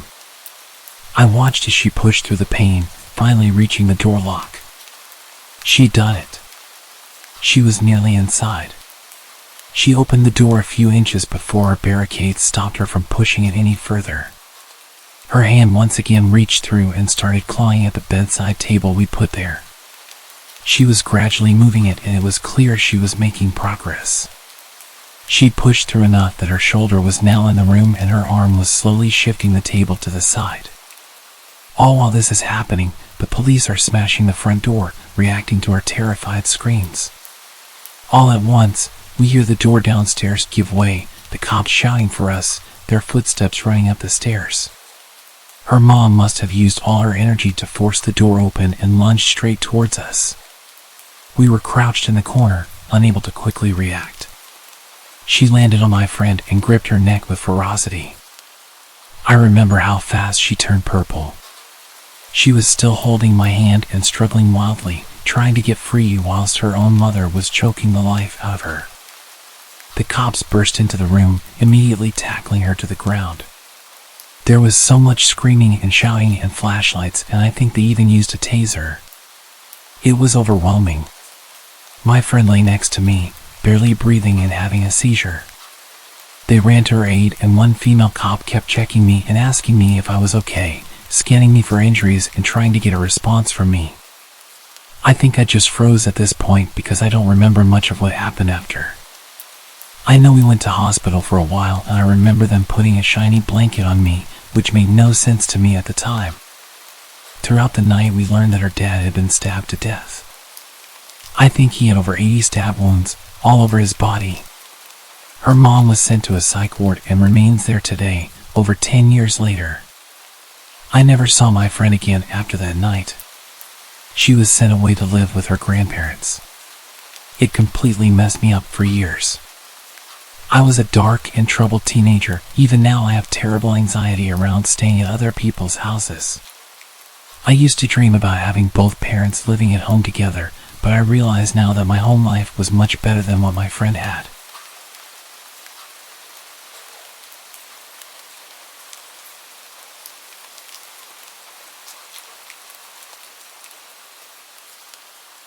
Even though this happened 12 years ago, I still remember it very vividly. When I was 14, I was visiting a friend I hadn't seen in a few years, and we were pretty excited to hang out again. His parents always treated me like I was their own son, so I was pretty stoked. He lived on a 20-acre ranch with 2 dogs and a cat. We were watching horror movies with all the lights off in his family's camper out on their driveway, while the family was inside. We went inside to get pizza, popcorn, and other junk food at around 12. My friend fell asleep pretty early, going to bed at 2 a.m. I was playing GTA when I heard the dogs barking very loudly. I brushed it off, thinking one of the ducks or chickens was messing with the dogs, or maybe even a deer or a coyote. Fast forward about 20 to 30 minutes, I needed to take a piss, so I went out, and I will never forget the face that looked back at me. The person ran off into the dark toward the entrance to the ranch. Sure, I was alarmed, but I still had to take a piss. I finished my business and went back inside, making sure to lock the camper door before returning to what I was doing. About another 20 to 30 minutes later, I heard the dogs barking again. This time, I woke up my friend and told him everything. He was skeptical at first, but then he looked out the blinds of the camper, and I will never forget the look on his face when he looked back at me. We called his parents, and his dad answered. He told him everything, but he thought we were trying to pull a prank. He laughed, saying, "Y'all boys aren't gonna get me." Nice try though. I started to confirm that we were being honest, and when he heard the panic in my voice he realized we were being serious. He quickly rushed out with his gun and threatened to shoot whoever was on their property. We heard all this from inside the camper, and we were terrified. We heard a blood-curdling scream, and then 3 gunshots went off. We went outside, and we saw a guy on the ground. My friend's mom called the cops while all this unfolded. They lived out in the country, so it took about 25 to 30 minutes for the cops to show up. Now the entire family was outside, terrified. The youngest of them all, whom we'll call Jacqueline, was crying. Not just because of the dead man about 20 feet ahead of her, but because the man had killed one of the dogs, maybe because it was very loud. Then the cops showed up, and it turns out the man was a prison escapee from just 15 miles away from my friend's house. We don't know why exactly the guy was there, but he was put behind bars for killing 2 people. Still to this day, we don't know if he was there to kill us.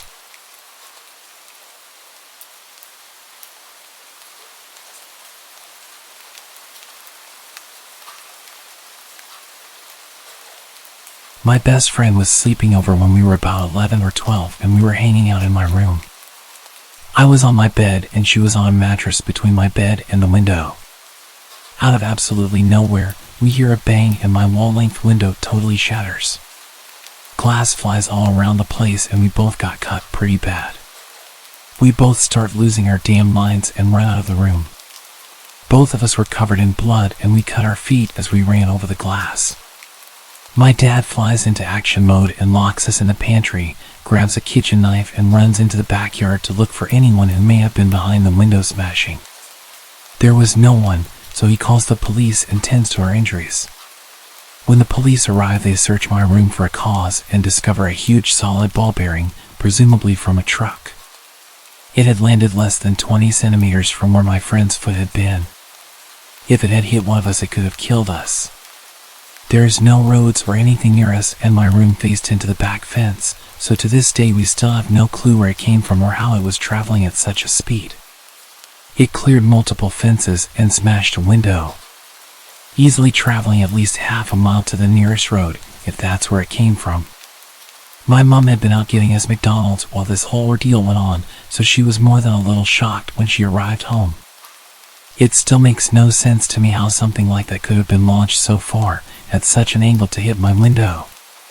My dad thinks it fell off a plane, but what are the odds of it landing on us? I lived with my older brother for about 4 years after I finished school. We shared rent on an apartment together since neither of us could afford anything on our own. But during the 4th year, my brother started making better money, and he planned to move out once the lease came to an end. I wasn't making a lot, so I knew I couldn't afford to pay for the apartment alone. I looked around online for a roommate for a few months, but decided to move out as well and find a cheaper place. I searched until the last month of our lease at the apartment. My brother had basically moved everything out already, and there was a lot of pressure on me to find somewhere quick. But with my extremely low budget, it was hard. Eventually, I stumbled across a listing posted by a homeowner renting out a room in their house. The man's name was Evan. I sent him a text to let him know I was interested, then kept searching. He responded within a few minutes. We scheduled a time to call later in the day, and when we did, he explained all the details. He said he lived alone in the house and was renting out his spare bedroom, but I'd be able to use all the other rooms in the house. It sounded great to me, so I agreed to it. A couple of weeks later, I packed everything in a U-Haul and drove down to the house.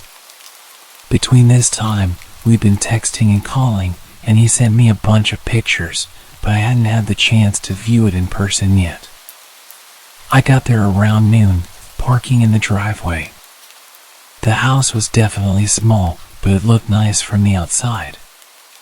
Evan was standing in the garage, waving me over. He gave me a quick tour, then helped me unload all of my stuff into my room. Evan seemed like a regular man in his mid-30s, which was almost 10 years older than myself, but I didn't really mind. He didn't hold conversations very well, and was somewhat shy. Anyway, we finished moving everything inside, and I dropped the U-Haul off. I Ubered back to the house, and by then, it was almost 8 p.m., and I was really tired. Evan was on the couch, watching TV, so I told him I was going to bed early, and I went to my room. All in all, it seemed like a decent place, and I was happy with it. I unpacked some more, then set up my bed, and by 9 o'clock, I was finally ready to sleep. I walked over to my door to lock it and turn off the lights. But as I reached my hand out, I saw the knob on the door was empty. As in, there was no lock on it. Confused, I opened the door. The lock was on the outside of the door. I stepped into the living room and asked Evan why the bedroom door locked from the outside. He looked confused and said he never noticed that, but he would switch it around tomorrow. I shrugged and said okay, then went back to my room. I was tired and not too worried about it, but it was definitely an odd find. I got in bed and fell asleep. In the middle of the night, I woke up. I heard someone moving around in the kitchen, which I assumed was just Evan getting water or something. I closed my eyes again. A minute later, I heard him walking back down the hallway, but as he was passing my room, he stopped. I opened my eyes and looked at the door. He was standing out there quietly for maybe 15 seconds before I heard a click. He locked my door. My stomach dropped, and I felt my face go cold as Evan walked down to his room. As soon as I heard his bedroom door shut, I got up quietly and went over to the door. I tried the handle, and it wouldn't budge. I stood in shock for a few seconds, coming to the reality that this man I just met has now locked me in a room. My fear started to turn into anger, and I called out for Evan, telling him to open the door. It only took a second before I heard Evan run out of his room and over to my door. I heard him place his hand on the door, but he paused for a few seconds before he unlocked it. I swung the door open right away. What the hell was that? I confronted him. Evan was stumbling over his words, saying he just wanted to make sure he was safe because he didn't know me well enough. I understood that concern, but locking someone in a room was not a smart way to go about it. I told him that I was going to pack up and leave in the morning. I stayed up all night on the couch in the living room, waiting for the U-Haul store to open at 9 o'clock. I looked into the hallway, seeing Evan's bedroom door was still closed, hopefully meaning he was still asleep. Then I drove straight there and drove the U-Haul back to the house. When I went inside, Evan's bedroom door was open. "Evan?" I called out. I walked over to his room and peeked my head inside. His room was empty. I moved my eyes around the room in disbelief, seeing as things were only getting weirder. I backed out and got straight to moving my stuff. I powered through 2 hours of moving boxes and taking apart my bed.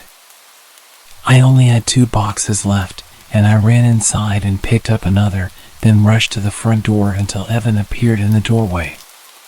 "Move," I said. He stared at me emotionless. After a few seconds, he stepped aside. I hurried past him and shoved the box in the U-Haul. The last box was half full of random food I kept from my old pantry at the apartment. I decided to just leave it. Evan was freaking me out, and I wanted to get away from him as soon as possible. I started closing the back of the U-Haul before Evan interrupted. "You forgot this." He held out the last box. "Oh yeah, thanks." I grabbed it from him and climbed back into the truck. I felt him watching me as I stacked the box, and when I turned, he had his hand on the door. He started pulling it down, trying to close me in. I was able to stop him before the door was even halfway down. I shoved him to the ground, but he got up and ran.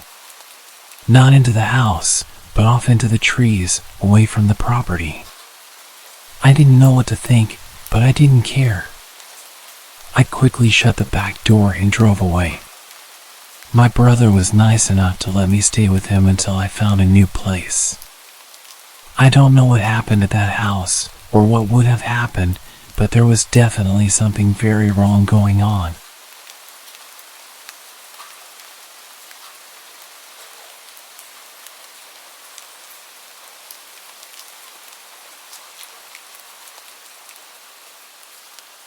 This all happened roughly around 4 years ago, but the experience has haunted me almost every single day since it happened.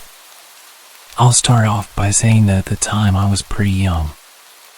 I was single and very keen to have my first experience with someone. I spent a while looking through dating apps, talking to a few people, until I finally came across a guy who seemed interesting. We had a lot of things in common, so I thought it would be a good idea to meet up with him since we had been talking for almost a month. Now, even though I was only young, I wasn't naive or stupid. I was, and still am, a very cautious and paranoid person. But for some reason, I made what possibly could have been one of the worst decisions of my life. I invited him to come spend the night at my place. My parents were away for the weekend and I had the place to myself, so it seemed like the perfect opportunity for him to come over. He lived around 3 hours away from my place, yet he was eager and almost desperate to visit. So he set off as soon as he finished work, which was around 11 a.m. The whole time he was driving to my place, I had the sickening sense of impending doom. Almost as if something was going to go very, very wrong. I almost texted him multiple times to tell him that I wasn't interested anymore, but I hesitated as he was only 10 minutes away by this point. I jumped up as I heard his car pull up, and I expected to be greeted by a smile once I opened the door. But he pushed his way through, and continued to stare at me blankly, all whilst my 2 French bulldogs snarled and growled at him, which they never do to anyone. Things instantly seemed extremely odd. He followed me quickly to my bedroom and didn't waste any time in aggressively undressing me. I hesitantly went along with it, as this was my first experience with someone. He was almost 6 years older than me, so I was pretty tense. Fast forward to a couple of hours later, he suddenly asked me if he could sleep in my room, which confused me as it was only 5 p.m. But I told him it was fine, and I would continue to watch movies by myself downstairs. After about an hour, I heard what sounded like furniture being moved around and the sound of him talking. So I made my way upstairs and opened my door, only to find him crouching in the middle of my room and breathing extremely heavily. When I asked if he was okay, he motioned for me to get on the bed. He sat me on his lap and proceeded to place a blindfold over my eyes, putting his hands around my neck lightly. I was already feeling extremely uncomfortable, and it worsened as he tightened his grip around my throat. He asked, "Does anyone know I'm here? Do your friends know who I am and what I look like?" I instantly answered, saying that my sister and friends knew he was here. This was a complete lie because I don't have a sister, and my friends were unaware, but something inside of me forced me to say it. After minutes of awkward silence, he stood up to gather his things. I noticed that in his backpack, he had tape, rope, and handcuffs. At first, it didn't concern me as I knew he was into that stuff, but looking back, I think it was intended for something much worse. All of a sudden he said, "I think I'm going to head home. I have a long drive, and I'm rather tired." I didn't hesitate to let him out of my door because I was already extremely uncomfortable. As he left, he failed to even look at me or say goodbye. He raced off down the street as soon as he got into his car. I ran back to my room to see if he had left anything, because he'd left in a hurry. I found a note on my desk with the words, "Being nice is what saved you." At the time, I had no idea what the note meant. Now that I think about it, I seriously think that he had very ill intentions toward me. I'm still angry at myself for letting a stranger into my home, which was obviously a big mistake. I immediately blocked him on all of my social media. I am just so lucky that I made it out alive. All I know is that he is now somewhere back in America. I don't really know why he was living in the UK at the time that I met him, but all I can say now is that I am glad that he is many miles away from me.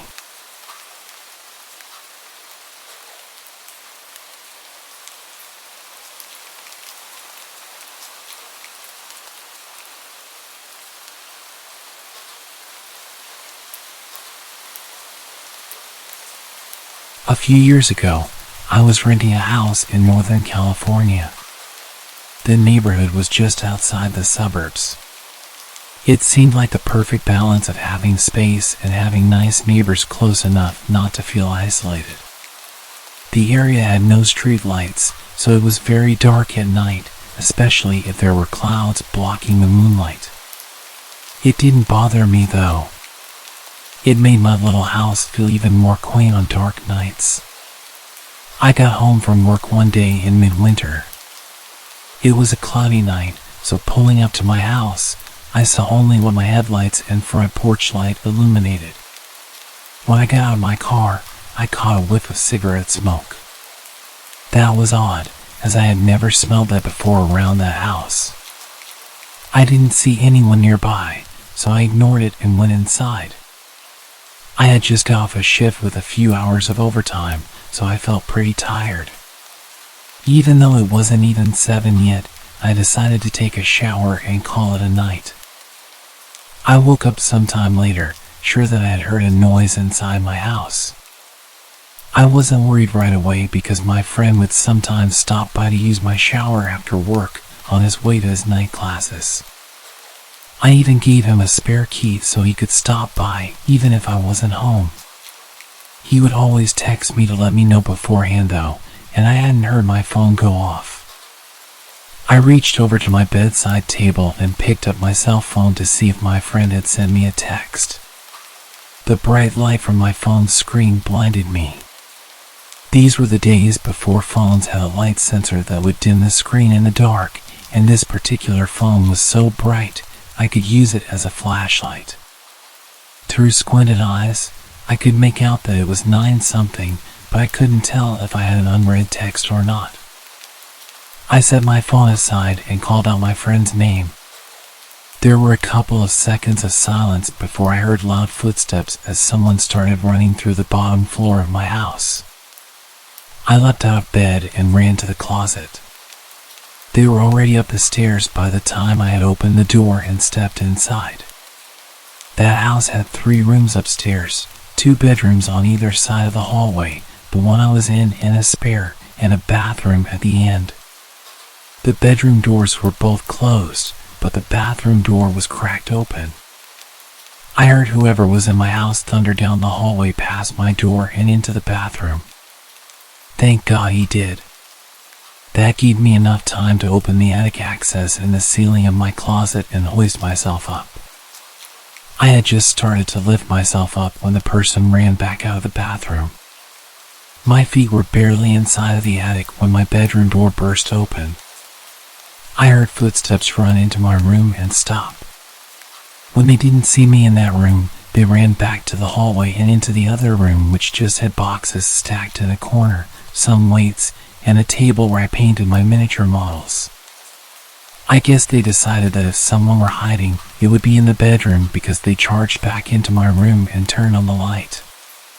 A moment later, the closet door was ripped open. I was crouched in my attic just a foot or so away from the access, so I could try to stop them if they started to climb up. From my vantage point, all I could see was from about their knee down. They were wearing dirty blue jeans with frayed cuffs and work boots. After a few seconds of looking in the closet, they stepped away and I heard a loud crash come from my room, followed by a scream of frustration and anger. That scream was the most unnerving part of the incident for me. It reminded me far too much of my stepfather, who would scream in a similar way when he lost his temper. He would eventually be placed in a mental hospital for several mental disorders that resulted in erratic and violent tendencies. The man in my house ran back down the stairs. I heard crashes and clatters as things were thrown around and furniture was knocked over. I stayed crouched in the attic. I had left my cell phone when I ran for the closet, and I wasn't certain I could climb down without him hearing. After some time, the noises stopped. I started counting slowly. When I reached 1,000, I decided it was safe enough to climb down and call the police. The first thing I noticed when I exited the closet was the intruder had flipped my bed over. I assumed in an attempt to find me. That was the loud noise I had heard after he stepped away from the closet. I couldn't find my cell phone, so I went to the landline by the bed and called the police. I waited in my room until I heard them call out from downstairs. The first floor was a mess, but I had expected that. Chairs had been knocked over, the sofa had been flipped. All the books, pictures, and knickknacks I had on my shelves were strewn across the floor. The cupboards in the kitchen had been opened and all the boxed and canned foods had been thrown to the ground. As far as I could tell, though, the only thing missing was a single knife out of the wooden block in my kitchen. The police checked the house from top to bottom. They found that the side door had been forced open by something like a crowbar. They also found a few cigarette butts along my fence line, along with some foil and an empty pen, which the police said people often use to smoke meth, so they think he had been watching my house for a while. I realized that he must have been up there smoking a cigarette when I got home. They collected up the evidence and told me I should stay with family or friends that night and get that door fixed as soon as possible. I opted to just not sleep. I moved a shelf over to block the broken door and spent the next couple hours cleaning things up. I would often go to the window with a flashlight and shine it along the fence line where the police found the cigarette butts and foil, but I didn't see anything. The next day I called to have the door fixed, and get motion lights installed at the back and sides of my house. I ran a phone cable up into the attic and added a landline. I never wanted to be stuck up there without a phone again. Nothing else happened at that house though. I lived there another 3 years without incident. One more precaution I took was practicing getting out of my bed, going to my closet and climbing into the attic as quickly and quietly as possible. I even practiced doing that at my new place, except now I go to a crawl space at the back of the closet instead of the attic. I try not to think about what would have happened if I had been a bit slower getting to the attic or if he hadn't gone into the bathroom at the end of the hall first.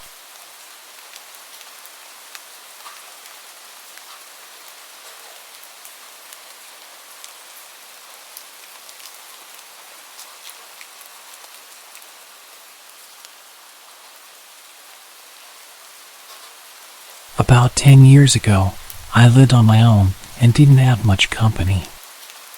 I was quite depressed at the time after losing my girlfriend to a drunk driver. I was enjoying a beer and watching the sunset on the back porch when I saw a large, scruffy man emerging from the tree line. My heart skipped a beat as he stumbled towards my house in a menacing way. Living alone, I often used my backyard for target practice. And at that moment, I was immensely grateful for it. Instinctively, I rushed to bolt all the doors while frantically dialing the police.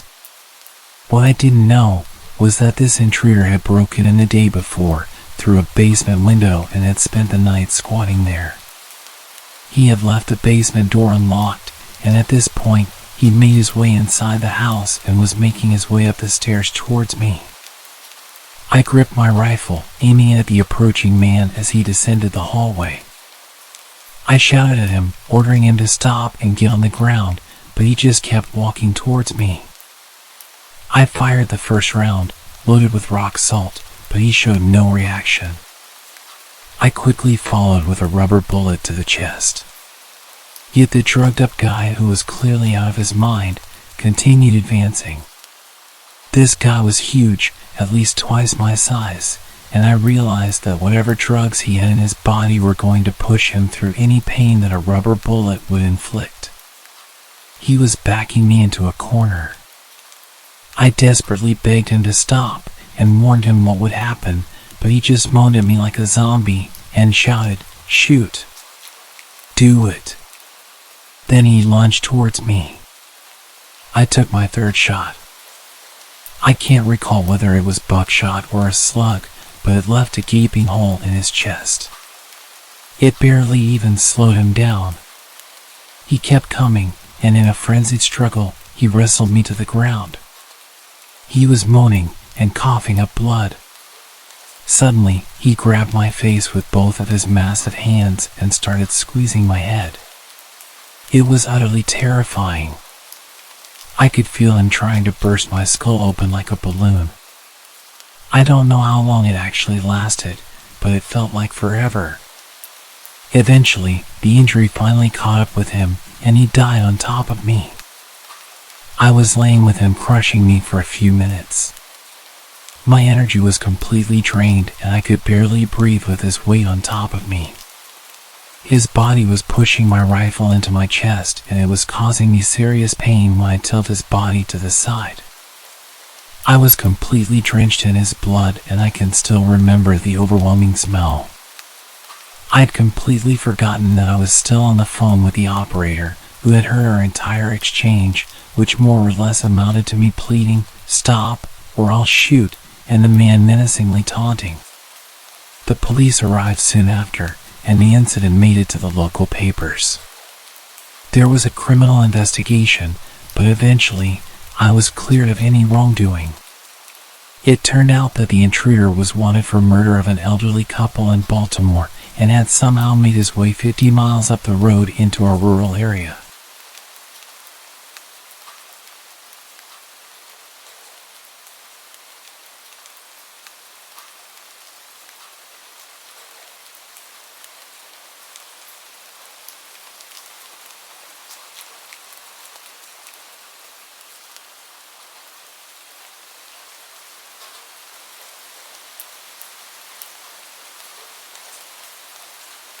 My roommate was out of the house for the week, so I had the place to myself. It was spring break, so my college classes were out. I had no plans and really nothing I needed to do. On Monday, I was basically trapped inside due to a huge storm blowing through our city. This was common around this time of year, but it still always seemed worse every time. The trees always looked like they were gonna blow away, and the house would shake and creak non-stop. Knowing I wouldn't be able to sleep, I decided to just stay up. I turned on the Xbox and started up one of my video games and played for well over an hour, probably until 11 o'clock when the doorbell rang. I paused the game and got up, but then I remembered the whole storm situation. Who would be outside right now? I went over to the front door and looked through the peephole, but nothing. I opened the door. The wind and water hit me right away, but when I looked around, I didn't see anyone. I closed the door and thought maybe the wind had somehow rung the doorbell. I don't know, it sounds dumb now, but what was I supposed to think? I went back to my game, but only a couple minutes later, I heard a huge crash in the backyard, stuff tumbling over and breaking. I immediately knew it was our patio furniture and ran over to the back door. Everything was scattered around the yard, blowing around in the wind. I quickly put on my shoes and went outside, pushing each piece of furniture up against the back of the house. The wind was so heavy it would even hurt sometimes when the water would hit my face. I was rushing, going as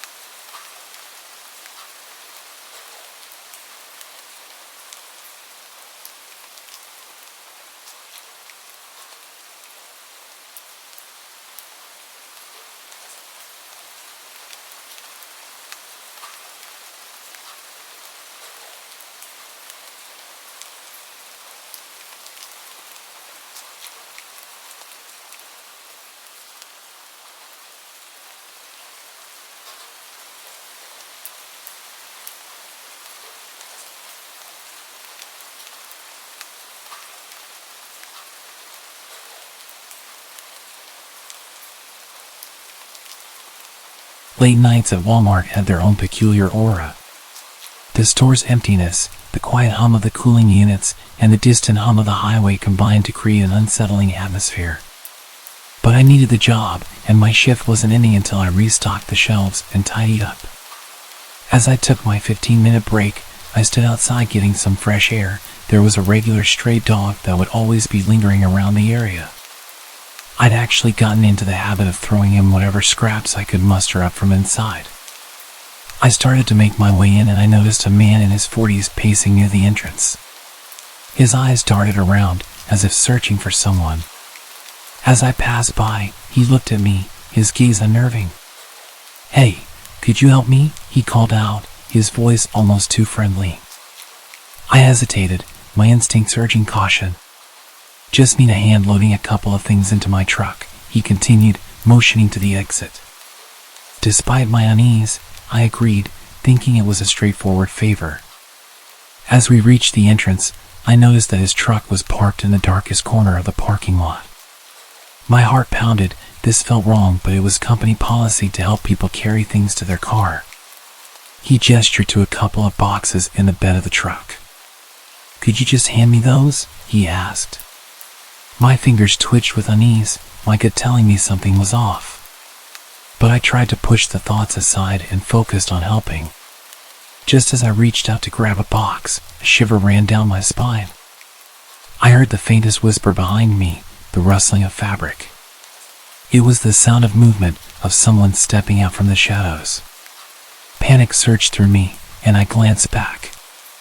And that's when I saw them, two more men, emerging from the darkness, their faces obscured by shadows. My heart raced, my body tensing, and I dropped the box instinctively. My mind screamed at me to run, to get back inside the store, to safety. I turned to bolt, but the man in front of me grabbed my arm, his grip like a vice. "Where do you think you're going?" he sneered, his friendly demeanor now replaced with a menacing grin. Adrenaline surged through me, and I fought to break free. The men were closing in, their intentions unmistakable. I struggled, my heart pounding in my chest, my thoughts a jumbled mess. And then, out of nowhere, a barrage of barks came from the bushes. It was the stray dog that I'd always see around the parking lot. It lunged at the man who had my arm and latched right onto him. I felt so relieved and shocked that I remember I actually let out a smile and a slight giggle. It's weird, but I vividly remember the massive emotional shift from sheer terror to absolute relief when that dog came running out. The grip on my arm loosened, and I wrenched myself free, stumbling back. I started sprinting back to the store, followed only by the sound of the growling, barking, and moans of pain from the man. At this point, my coworker came running out to check on me. I could see the men getting into the truck and driving towards us as I told him what happened. "Get lost," my coworker growled, his voice full of authority. The men hesitated for a moment longer before retreating, disappearing into the darkness. My coworker turned to me, clearly concerned for me. "You okay?" he asked. I nodded, my heart still racing, my mind was still racing, and I was on an adrenaline high. That's when the dog ran over, peaceful as ever, wagging his tail and pushing himself into my legs. I gave him the biggest hug and told him how much of a good boy he was. My coworker and I watched as the men disappeared into the night. "We need to call the police," he said firmly, his eyes focused on where the men had vanished. We retreated back into the store and dialed 911. Within minutes, the police arrived, and I recounted the chilling encounter to them. They assured us they would patrol the area and keep an eye out for any suspicious activity. The dog stayed with me the whole time as the police took our statements. We had narrowly escaped a potentially dangerous situation, and it was a sobering reminder of the risks that came with late-night shifts. In the days that followed, news spread about a group of individuals attempting to lure unsuspecting victims into their trap. The police were investigating, and I felt a mix of relief and gratitude that my new best friend had come to my rescue. Late nights at Walmart would never be the same for me. The unsettling atmosphere was now a haunting reminder of the night I barely escaped danger. A few years back, while I was doing any work I could get, I took up this gig at the 24/7 Walmart. It was a bit more rundown than your typical Walmart. Dimly lit aisles, flickering fluorescent lights, and an eeriness that only an empty Walmart at 3 in the morning can provide. I'm stocking shelves in the cereal aisle, just trying to keep myself awake with the monotonous routine. And then, out of nowhere, this guy saunters in. He's tall. I mean basketball player tall, with long strides that make him seem like he's on some sort of mission. There's hardly anyone around, and this dude's pacing down the aisles like he owns the place. Kind of weird, but not out of the ordinary Walmart weird. Just a late-night shopper with a peculiar vibe. I'm busy stacking cereal boxes when I catch sight of him again. He's standing at the end of the aisle staring at me with this grin that could send shivers down your spine. The lighting is wonky, casting these creepy shadows that don't help my nerves.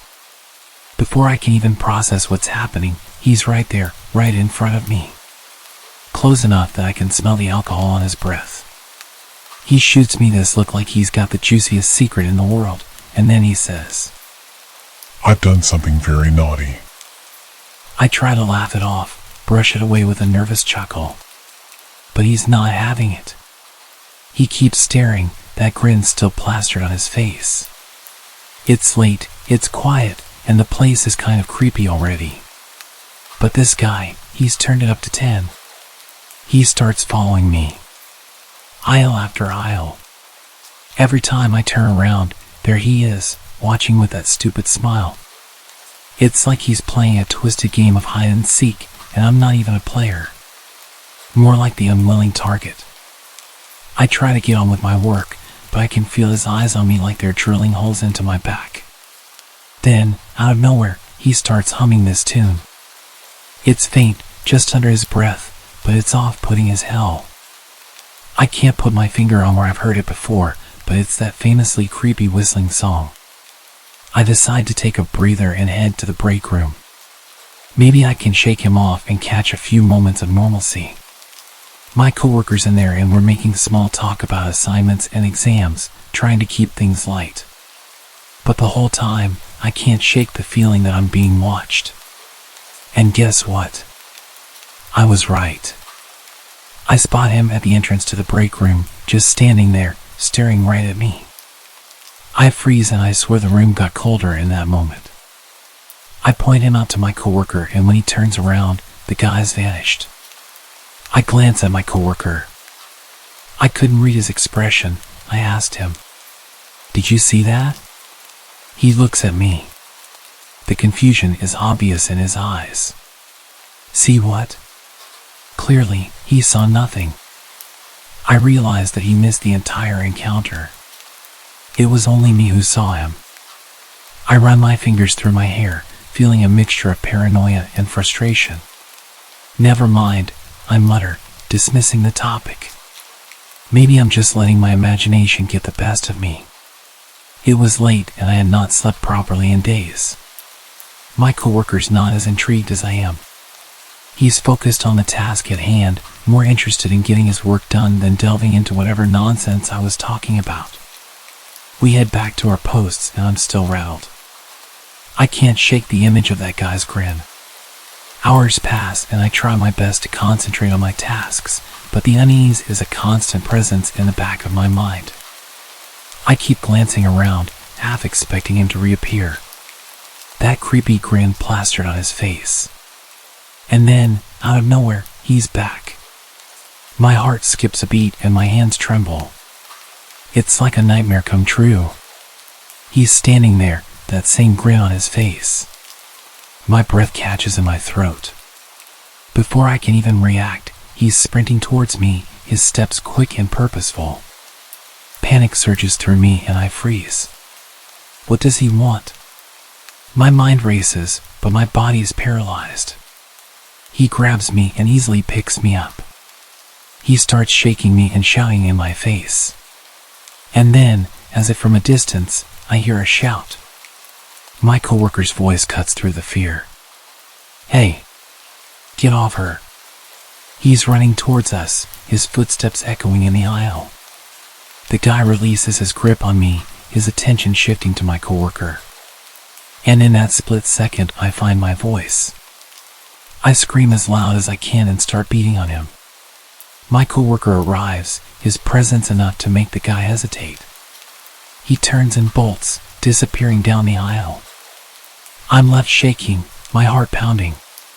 My coworker rushes to my side. He looks seriously concerned. "Are you okay?" he asks me. I nod. I'm completely out of breath from the screaming. We're both shaken, both trying to make sense of the madness that just unfolded.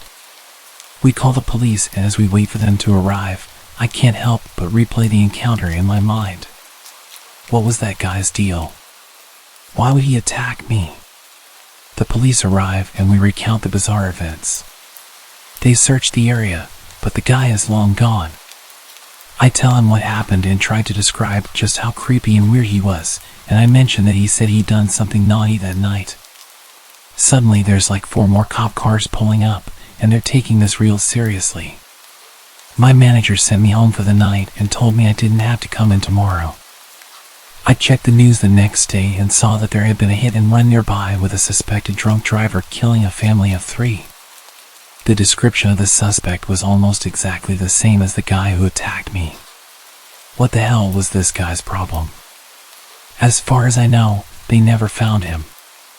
I check the news occasionally just to see if he comes up, but I've not seen anything since.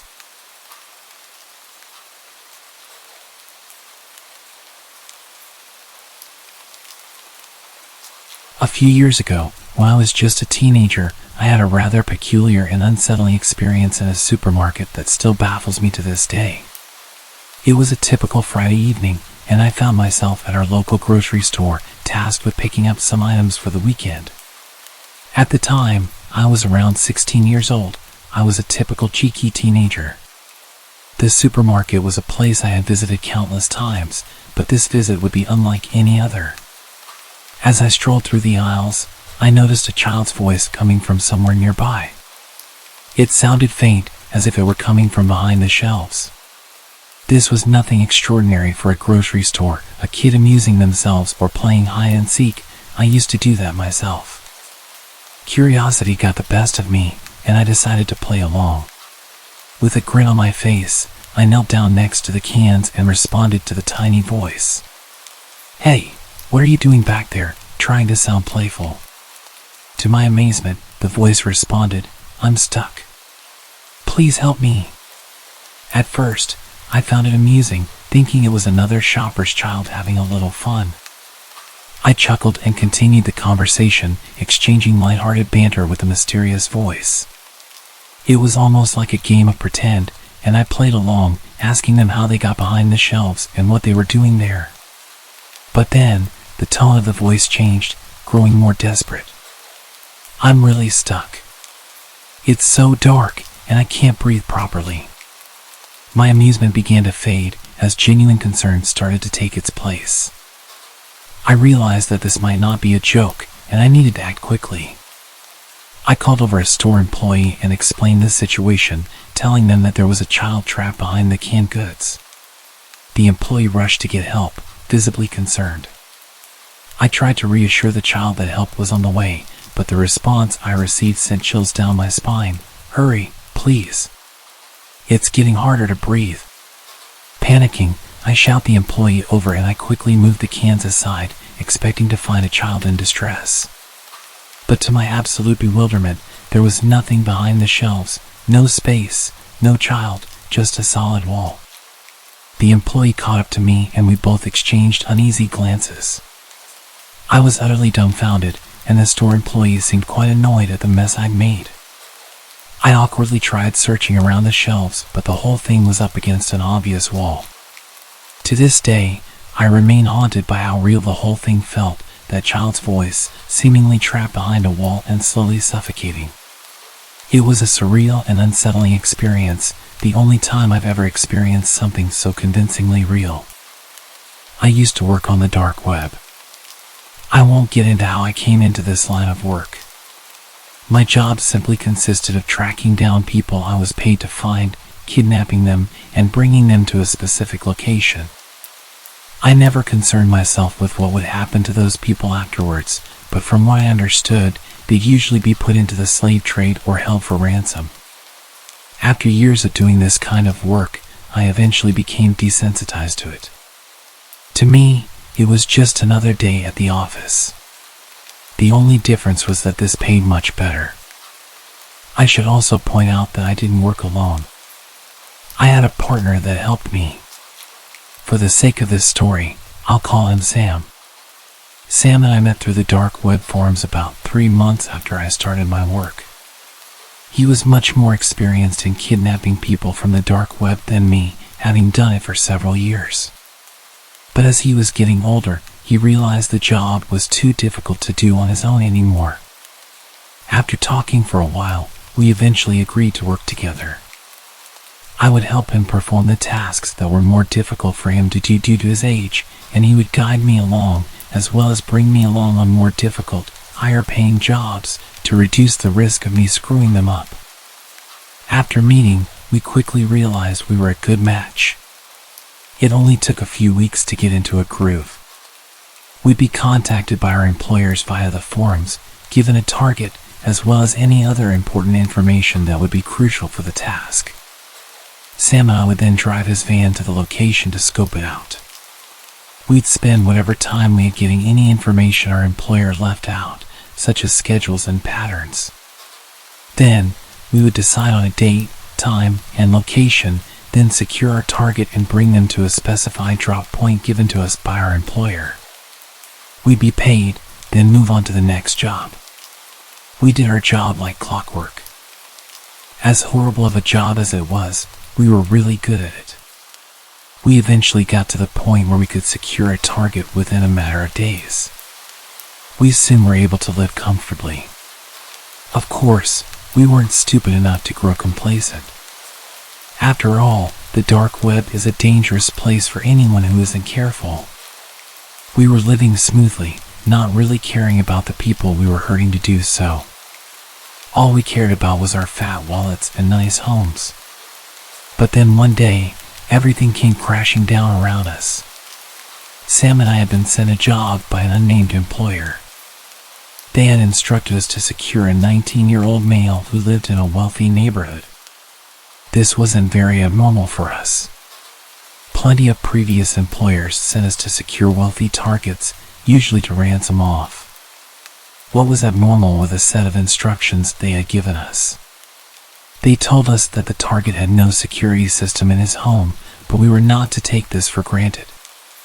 We were to practice extreme caution and vigilance when securing the target, and we were to consider him extremely dangerous. Finally, the strangest instruction they gave us was that we were to administer carfentanil or a similar drug via tranquilizer darts before securing.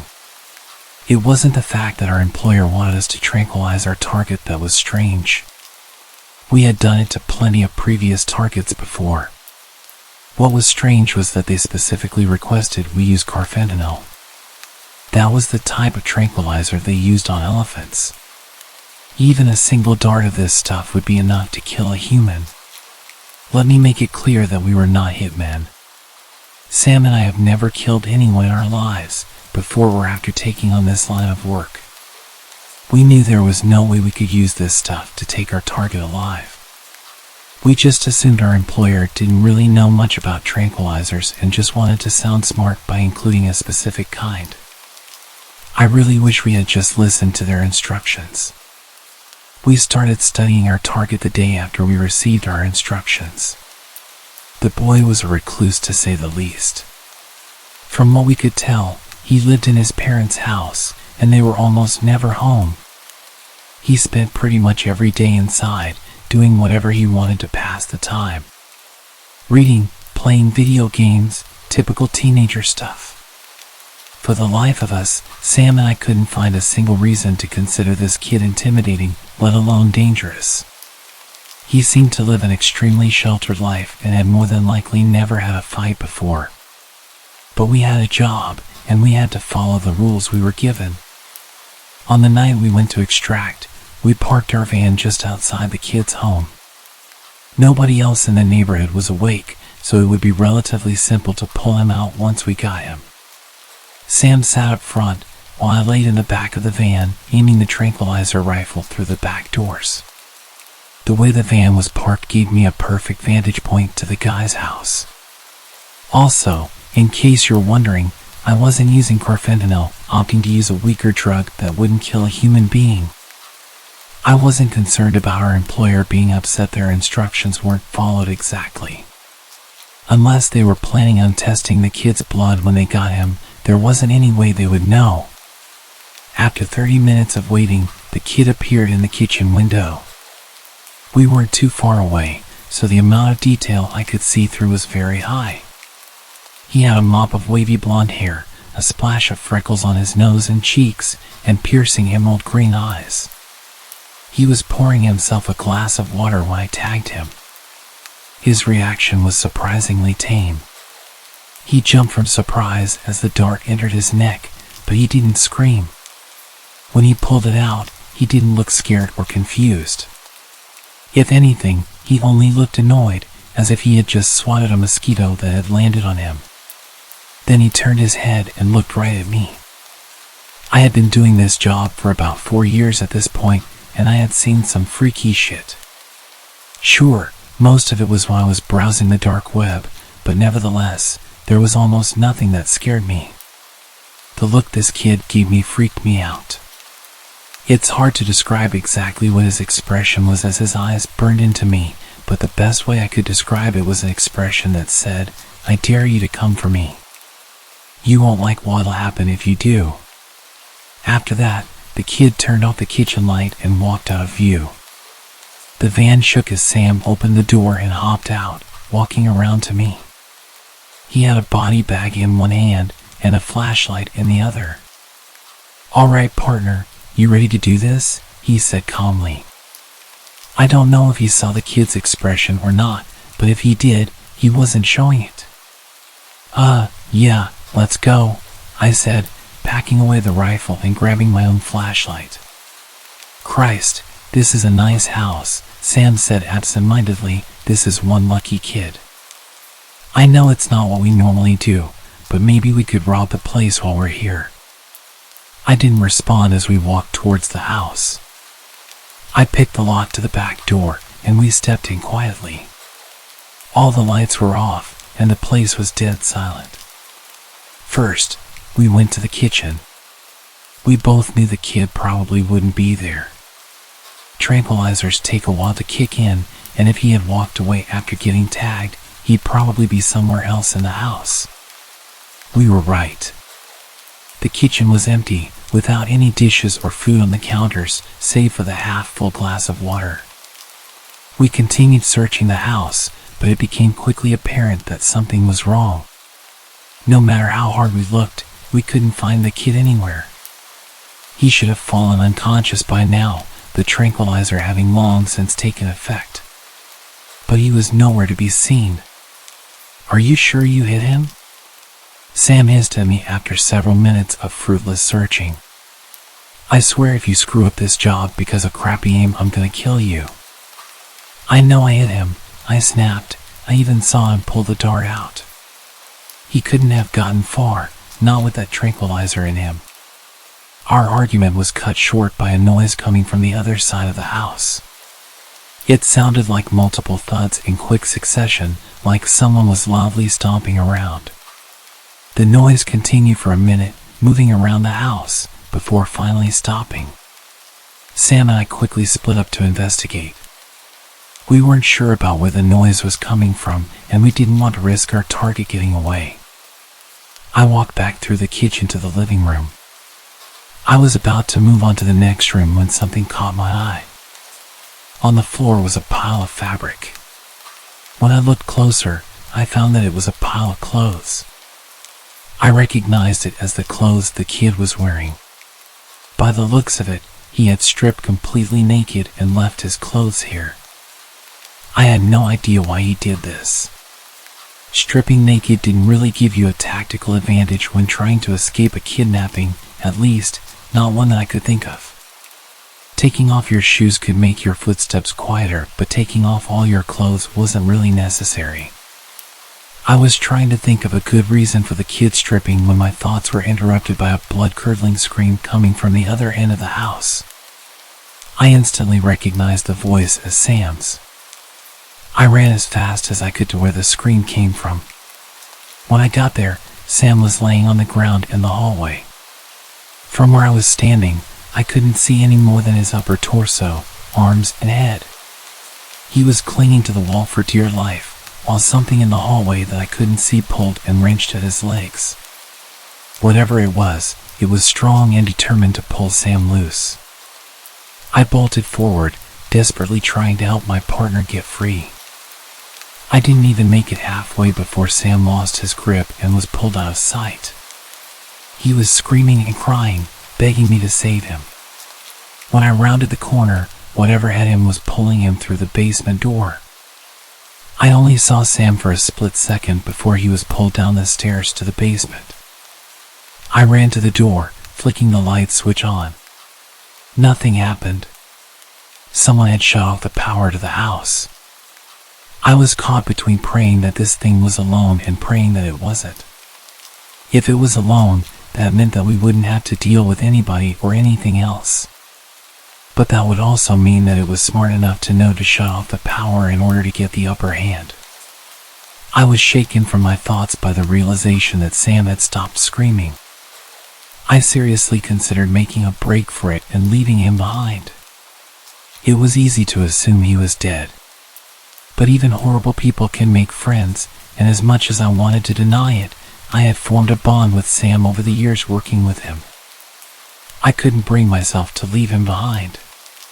So, scolding myself for being stupid, I made my way down the stairs. When I got to the bottom, I expected the basement to be silent. Instead, I heard a distinct crunching noise coming from the other end of the room.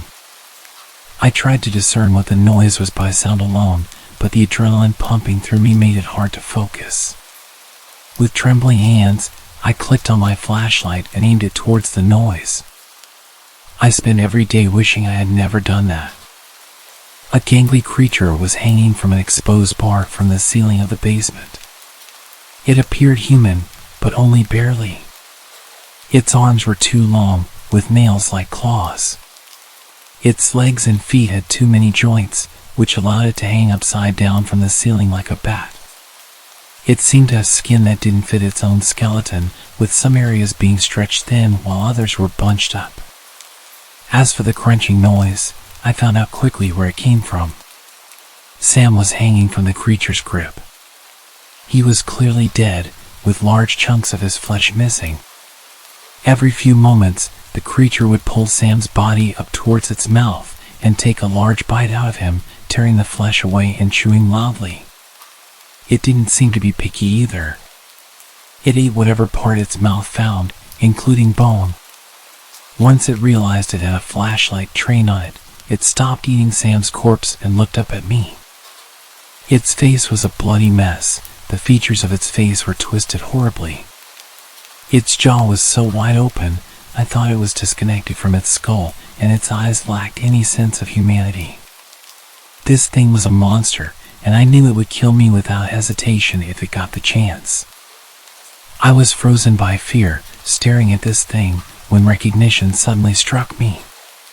The monster had horrifying features, but the blonde hair, freckles, and green eyes made everything fall into place. This thing was our target. It was the kid we had been sent here to capture. His features may have been mangled and warped, but there was no denying that this monstrosity was the kid. I understood why the tranquilizer didn't work, and why our employer instructed us to use the drugs they wanted.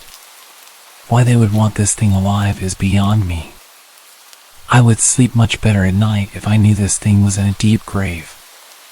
After what seemed like hours of staring at each other, the monster screeched at me. That was enough to send me sprinting up the stairs. I didn't stop running, didn't turn around to see if the thing was chasing me. I kept running until I got to the van, jumped in the driver's seat, and peeled off into the street. I went several miles over the speed limit, but I didn't care. I wouldn't feel safe until I was miles away from that beast. After skipping town, I emptied my savings accounts and liquidized everything I owned. After that, I went through an extensive process to erase any lingering trails.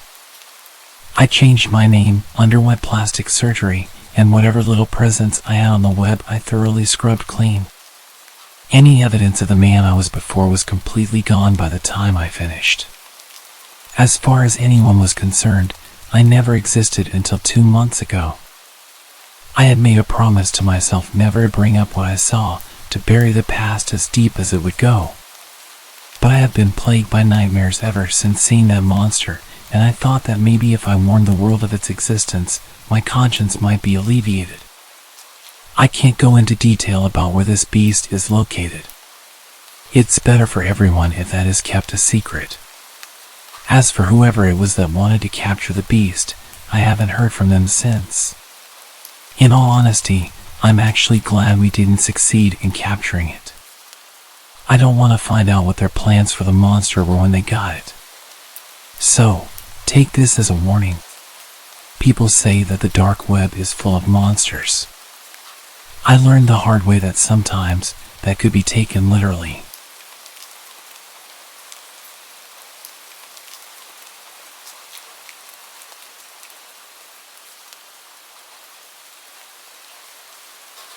To preface this, I love to drive. I've loved to go on drives for hours to nowhere with no destination in mind, just me, my music, and the road ahead of me. Living in Nebraska, I'd often take back roads or lonely highways cutting through the countryside to small towns and eventually cities. And I'd usually take these drives at night since there was less traffic to worry about. I've done it since I'd had my license 5 years ago, and I've never once had any sort of issue, nor have I ever run into any trouble.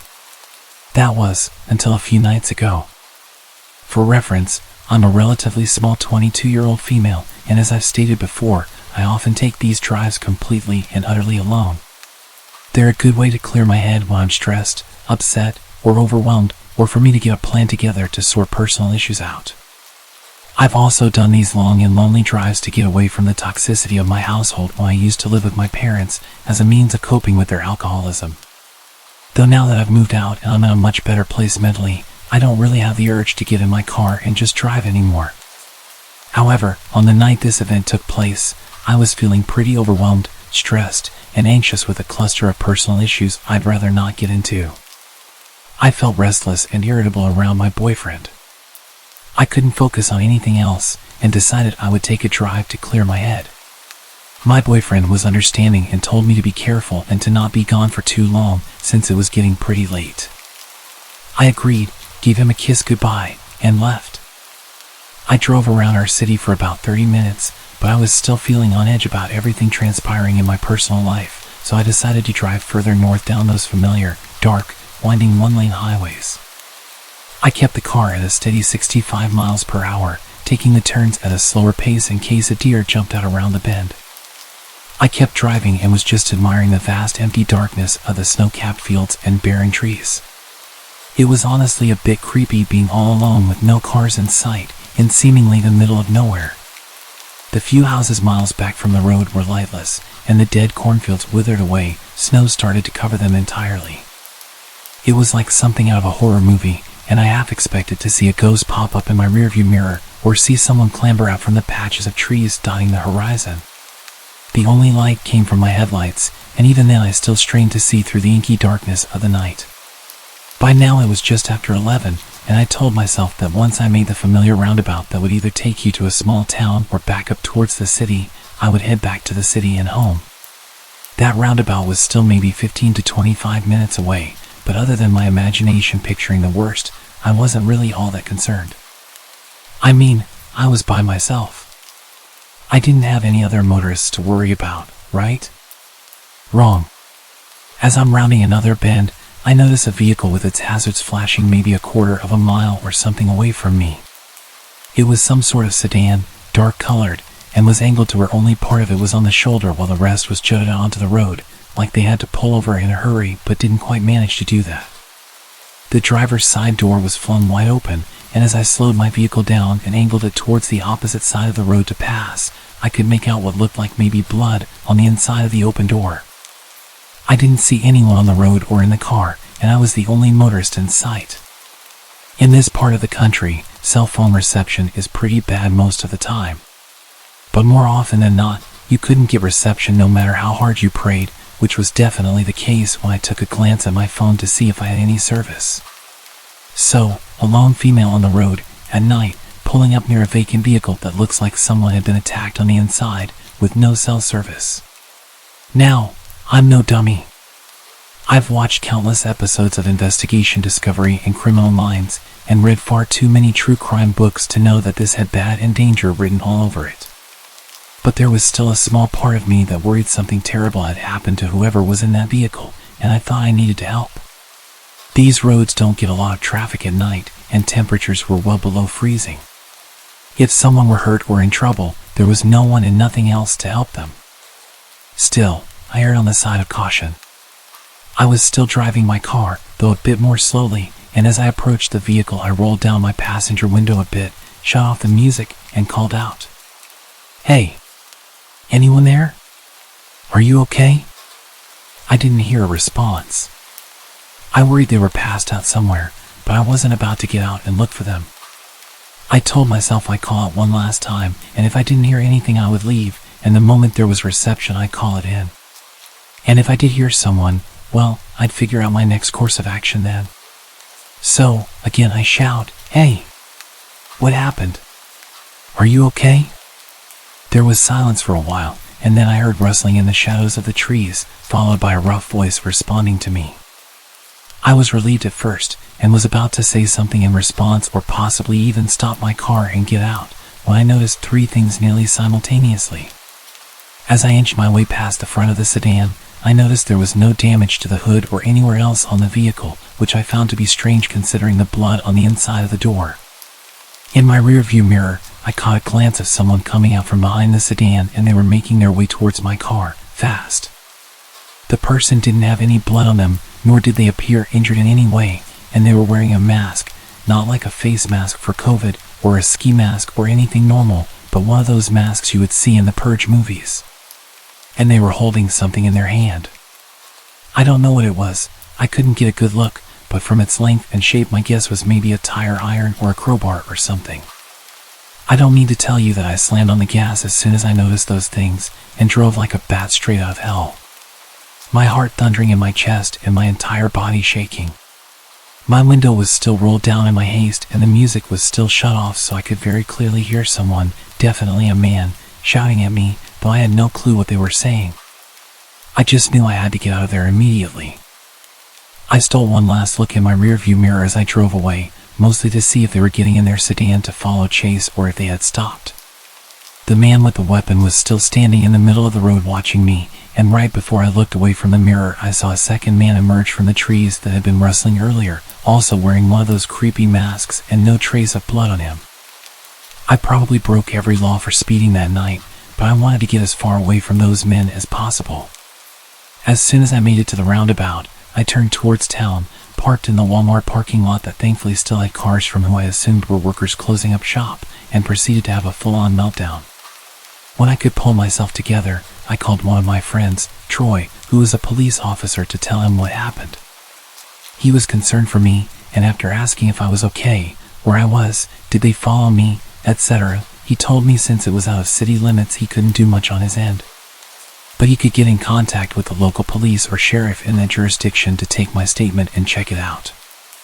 I agreed, thanked him, and while I waited for police to show up, I called my boyfriend. Through my hysterical sobs I managed to tell him what happened, not even 10 minutes ago. He was, as you could imagine, really concerned for my safety, and wanted me to either come home immediately or drive down himself to take me home. I told him the police were on their way to take my statement, so I couldn't leave and that I was okay, but I stayed on the phone with him until I saw the familiar police cruisers pulling into the lot. I gave the police my statement, and they assured me they would go back to the spot to take a look and that they would try to catch the guys who did it.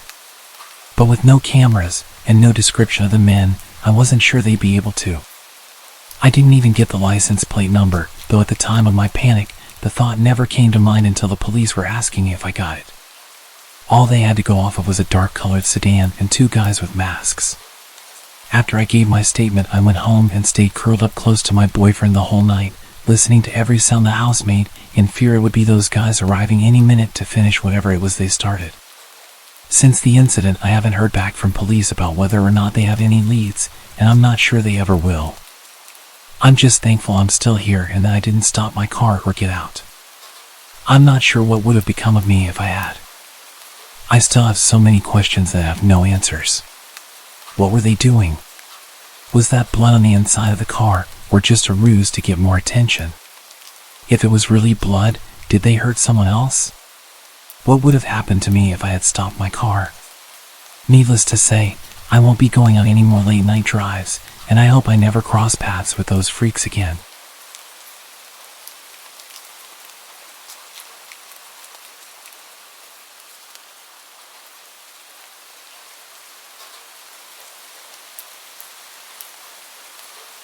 It all started with a normal day at work. I worked at a small grocery store at the time, and my duties consisted of gathering shopping carts in the parking lot and bagging groceries, the usual minimum wage stuff. It was rainy that morning, and of course, I was assigned to carts. About 2 hours into my shift, I saw a man rushing to get his groceries into the car. I ran over to him and started helping him with his bags. Mind if I help you get out of the rain? Yes. Thank you so much. As he was closing his trunk, he looked at me with a very surprised look on his face. He lowered his eyebrows, skinned me from head to toe, and smirked. Are you a new hire? No, I've been here for a couple of months. Oh, you are very pretty, he said in a weirdly sensual tone. Thank you. Have a good day. I shut it down. I was not interested. As I was walking back to the store to hide until he left, I could feel him watching me while I walked away. Nevertheless, I continued to work, not really thinking about it. After my lunch, I was at the register bagging groceries, and I noticed that same man from earlier walk in. I pretended I didn't see him and just kept bagging. He came up to the register and got a single chocolate bar. I didn't give him a bag. He stands towering over me and says, "Are you going to bag my item?" "Oh, sorry. I didn't know you wanted a bag for one thing." I put his chocolate bar in a bag and told him to have a good day. "When are you off work, sweetheart?" "Ah, man, I'm not comfortable giving that information out." He returned with, "That's okay. You've been here, what, 5 hours? You probably get off around 7, right?" He smiled, winked at me, and walked away. Disgusted, I went to my manager and told her what happened. She told me not to work the lot anymore and to ask someone to walk me to my car.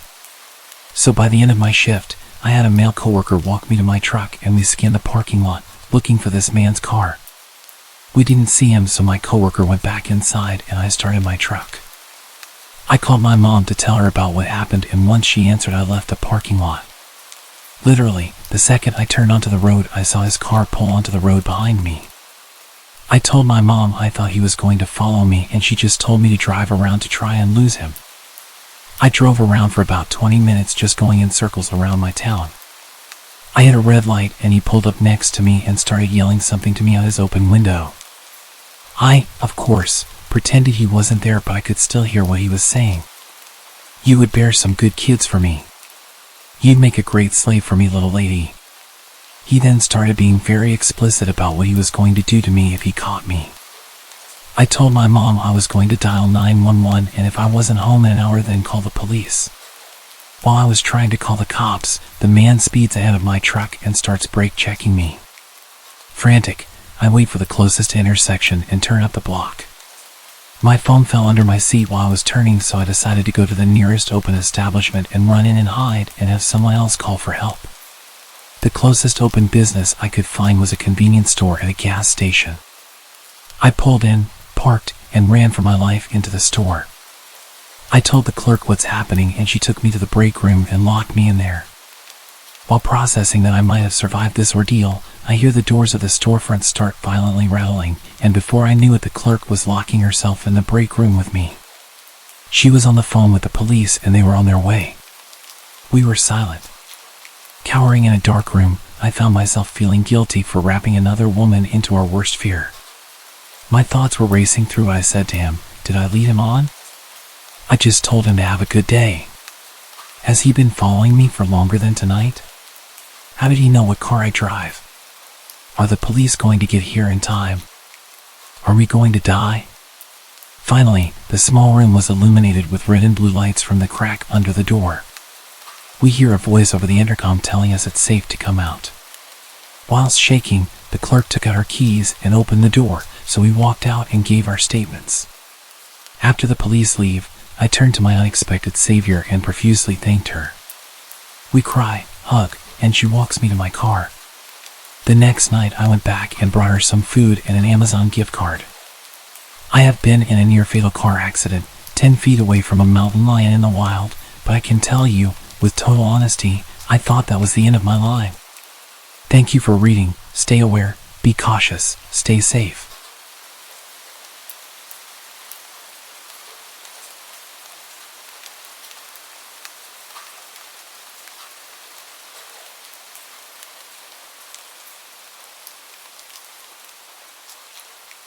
This encounter would have happened a little over 10 years ago.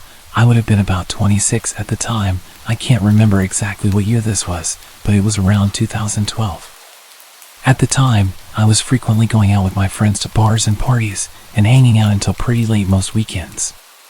The friend's house that I usually hung out at was on a side street just off a main road where a lot of popular and crowded bars and restaurants were. You had to park on the street at his house, and during the weekend when it was busy, it was pretty common to have to park a number of blocks away. The street closer to the bars was pretty nice, but if you went a few blocks in the opposite direction, it got a little sketchier at night. After a night of hanging out, I had to walk back to my car pretty late, which was parked a number of blocks away towards the slightly sketchier area. This was during the winter, so I was wearing some kind of heavy sweater or pullover and beanie hat. This detail is only important as you couldn't really gather much idea about what I looked like from a distance in the dark, aside from my general height and build. There wasn't much through traffic as you got further away from the bars, and the roads were pretty dark without any street lights. As I was walking down the sidewalk, a car started slowly creeping down the street, matching my pace as it pulled up beside me and then stopped.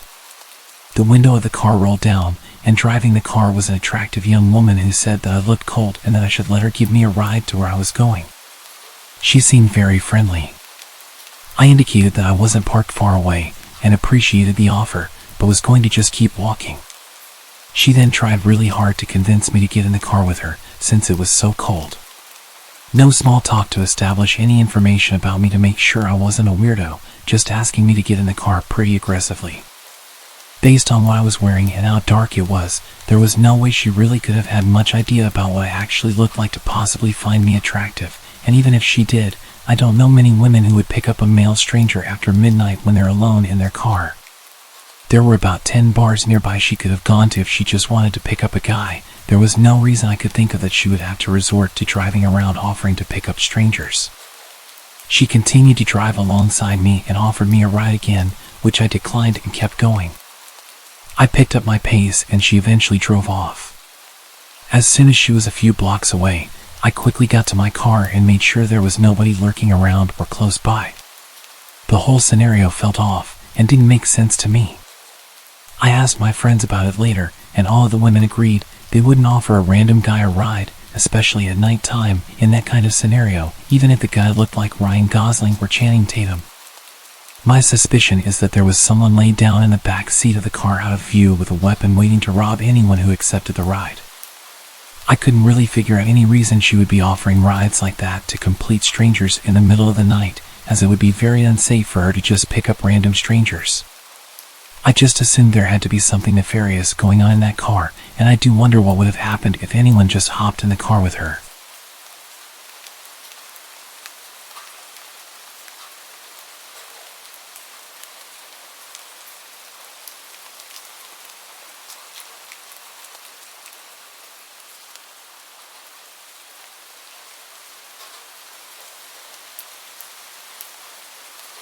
Back when I was 18 years old, I was house-sitting with a girl I was studying with. The family we were house-sitting for went to the same church as her, but I didn't really know them well myself.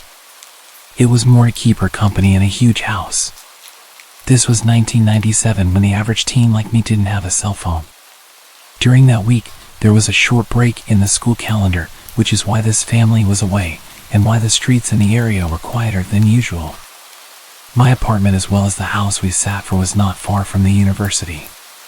My apartment was actually a 3-minute walk from it, and the house a further 5 minutes by car. So being a student neighborhood, it was particularly quiet this week. The first weird thing that happened during the week I was at this house was that I dreamed I was driving through a dark forest on a hilly dirt road with no lights anywhere except for those from my car's headlights. As I started to go down a hill, the headlights suddenly cut out and everything went dark. The car slowed down to a stop and died. I woke up. In the morning, I went out to my car and it wouldn't start. It had been working perfectly the day before. I had to call a guy to come fix it. It was the starter motor. Well, that was the first creepy thing that happened that week. About a day later, it was Friday. I planned on driving back home to my parents, who lived in a smaller town about 45 minutes away. I packed up my stuff at the big house and was going to head over to my apartment to collect whatever else I needed for the weekend. That trip between the house and apartment was, as I mentioned, only 5 minutes or so away. Since it was winter, it was dark by the time I left at around 7 p.m. As I was driving from the house, I noticed in my rear-view mirror the headlights of the car behind me tailing me really close. Whenever I would turn, it would also turn. Back then I was cautious, but not overly so.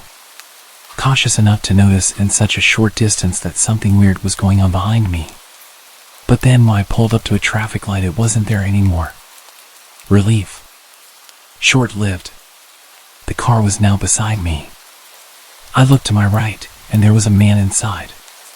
Alone. Smiling at me. Looking like a maniac. For a moment I thought, geez, I should really drive with a beanie on at night so people can't see that I'm a petite 5'2" female with long blonde hair down to my waist. I also thought, well, he's in the lane to turn right, so I'm good. I pulled off, and the headlights were behind me again. What an ass, I thought. Who drives like that? Thank goodness my turn is coming up on the left soon. After another minute or two of this tailgating, I slowed down, strategically didn't indicate, and made a sudden sharp left into my driveway, opened the automatic gates and shot inside. The gates closed behind me. I gave out a sigh of relief, thinking that the drama was over. I gathered a few things from the car to take up with me and noticed on my way over to the stairwell that there was a man at the gate that had just closed behind me. He was still on the other side, and I was at the far end of the parking lot, but I could make out it was the dude from the tailgating car. He was jumping up, shaking the gate with absolute rage. Well, I was safely on this side, so I wasn't completely gripped with fear. And besides, there was a group of students making a noise nearby, arriving for a party or something. I headed to the stairs and started going from ground level to the first floor. Rounding the stairs on the first floor, I noticed someone running across the parking lot towards the staircase. In hindsight, I still can't fathom why I didn't realize what had happened. I guess it's because I subconsciously knew that there was the group being let in through the pedestrian gate. As I was rounding the staircase between the second and third floors, someone suddenly touched me. I spun around. The guy. He had slipped in as part of the small crowd. He said something. I said something sassy back and told him to F off. Then I turned my back on him to continue up the stairs. I lived on the third floor. He grabbed me from behind and held my back against his chest with his left arm around my neck. I felt something being held against my right side. Aw, crap. A knife. He led me down. I remember thinking that the light was broken on the bottom level. This can't end well. But I was calm. I resisted slightly, and he tightened his grip. I felt like I wasn't getting enough oxygen. I started to become a dead weight. He started to drop me. I was groin level. I elbowed. It connected. He dropped me but spun around to face me. He ripped the front of my button-down top. Then he stopped. He looked at someone behind me. Someone taller than him. His eyes went wide. He turned and ran. I screamed. Then I too turned around to see who had come to help.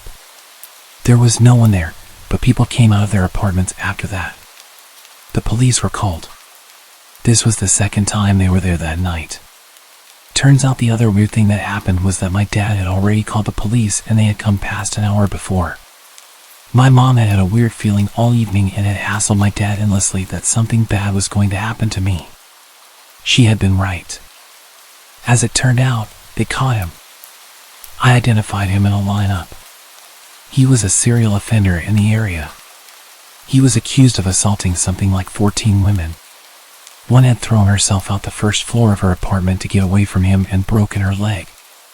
Weeks later, the police called me. Before his trial, his cell door had been left open. He was gone. Apparently an inside job.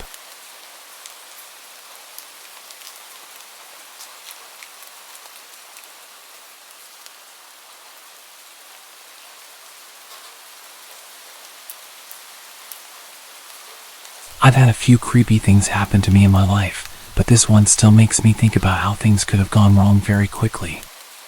I'm a 20-year-old female, and this story takes place back when I used to live in southern Indiana, in a seriously remote area. It was a weekend night, and my best friend and I were heading home after our graveyard shift at a local waffle joint. She decided to pick up her dog from her house so we could spend the night at my place. That's important later. We started heading into the rural countryside where I lived, and to get to my house, you had to travel down a long, narrow dirt road. About a mile in, we spotted a truck's headlights. As we got closer, we realized it was a nice truck, probably from around 2018. I can't say I know much about cars, so cut me some slack. The truck was parked sideways, blocking the entire path. Confused, I got out of the car and asked if the driver was okay. He looked hopeful when he saw me at first and said, "I'm just waiting for a friend to come get me. My truck's stuck." He smiled at me, but I noticed his pupils were nearly completely dilated. He glanced back at my car, saw that I had someone with me, and noticed the dog sticking its head out the window. His smile quickly faded, and he remarked, "Pit bulls are mean and nasty." With that, he turned around and got back in his truck. I returned to my friend and said, "Put this in reverse and use whatever hood race skills you have to get us out of here." We reversed my poor 95 Caddy, which really shouldn't have been driving on a dirt road, and made our way back to the main road, feeling relieved. We took a different route home. But then, to our surprise, the same guy was parked on that road, standing off to the side, smiling and staring into our headlights. We were on the verge of panicking and floored the gas pedal the rest of the way home. I don't know how he got there before us or what his intentions were, but I'm thankful I wasn't alone, being a pretty naive college girl at the time. Even though the presence of the pit bull probably saved us from that man, the dog actually ended up randomly snapping at my friend a few months later, causing her serious injuries. It had been a good dog its entire life, and I know she was a good owner, so I guess it's just an instinct thing with pit bulls. They can snap at any moment.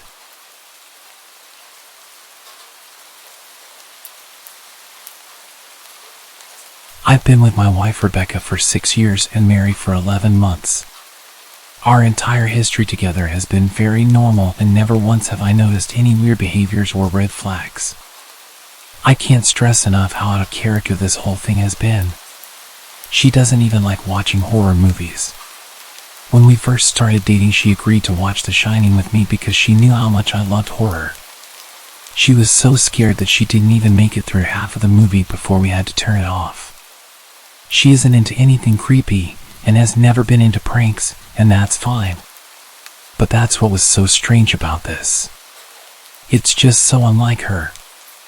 I should also add that she never had any mental health issues, and as far as I'm aware, it doesn't run in her family. I know some people are able to hide their mental health problems, but in the 6 years we've been together, I think I have seen some sort of sign. 2 months ago, I was in the kitchen making myself some coffee. I was running a bit late that morning and knew I wouldn't be able to grab some food on the way to work. I took a sip of my coffee as I hurried down the hall towards the front door when I happened to notice Rebecca peeking at me from around the corner ahead of me. I could only see her eyes and a strand of her long dark hair hanging against the wall. The rest of her body was concealed behind the corner. I nearly spilled my coffee when I saw her. "What the hell, Rebecca?" I said, wiping a few drops of coffee from my pants. You scared the hell out of me. She immediately popped out of view like a little kid that had been caught. I heard her scurry off towards the living room, and by the time I got to the front door, she was out of sight. It was really weird, and just totally out of character for her, like I said. But I also found it kind of funny that she was being more playful and a little less serious. I shouted that I loved her and called her crazy. As I shut the door behind me, I heard her laughing. Her behavior was a bit odd, but it certainly wasn't something to call a priest over. I forgot about it by lunch, and by the time I got home, she was her usual self. I didn't bring it up, and life went on. The next incident happened 3 days later. It was around 2 a.m. and I had woken up to get a drink. I was standing at the kitchen island, glass of orange juice in my hand, when I felt a strong feeling that I was being watched. For whatever reason, I looked down at the floor and saw my wife's smiling face staring back. She was peeking at me from the other side of the island, staring up at me with wide, unblinking eyes, and grinning like the Cheshire Cat. I screamed, I'll admit it. Not out of irritation, but fear. For some reason at that moment I was scared. At the sound of my scream, she scurried backwards out of my view, her hands and feet smacking the tile floor as she hurried out of the kitchen on all fours. I didn't run after her, or even shout. I just stood there frozen in shock, wondering what the hell had possessed her to do that. It took me a little longer than I'd like to admit to go back upstairs, but I eventually did. When I got to our bedroom, Rebecca was lying on her side asleep. Or at least pretending to. I stood there for a while, watching her breathing, to be sure she really was asleep. I had the feeling she might jump out at me the moment I got into bed. I climbed in, and she didn't even move. Her breathing was soft, and I was starting to wonder if I'd dreamt the whole thing.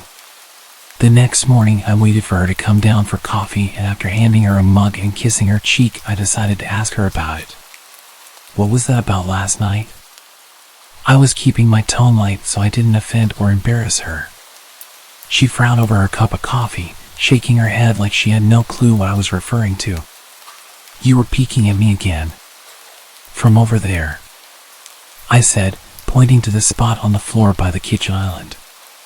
She followed my gaze, and when she looked back at me, she burst out laughing.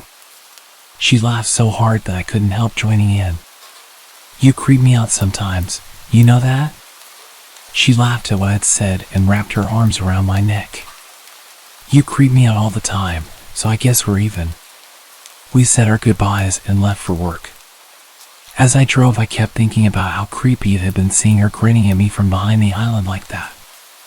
The sounds her hands made on the floor as she crawled away. I told myself she was just trying to be silly.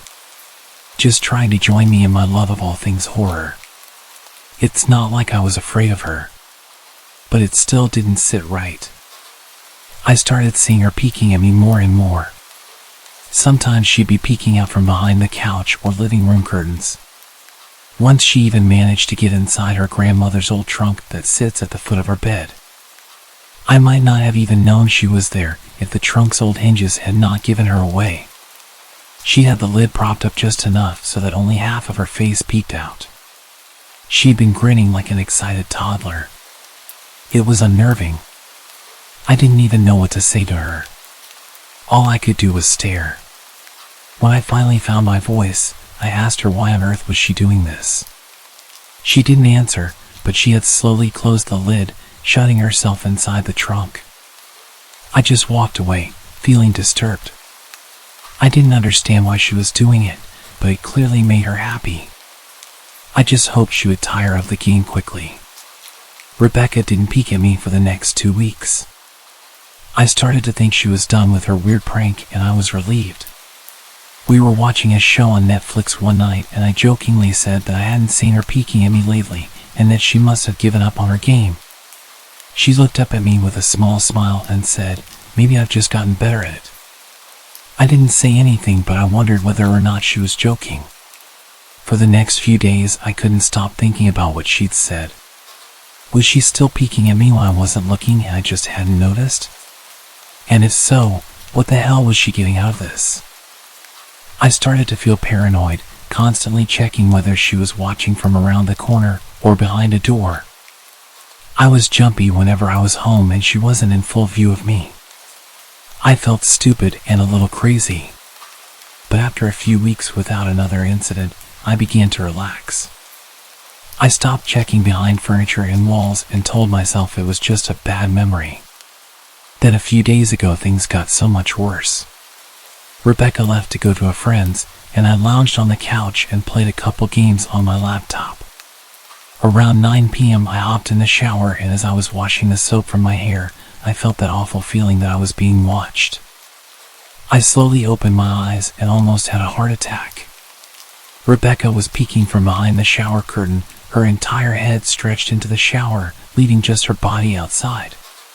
Her long dark hair hung against the curtain, the ends dripping with water.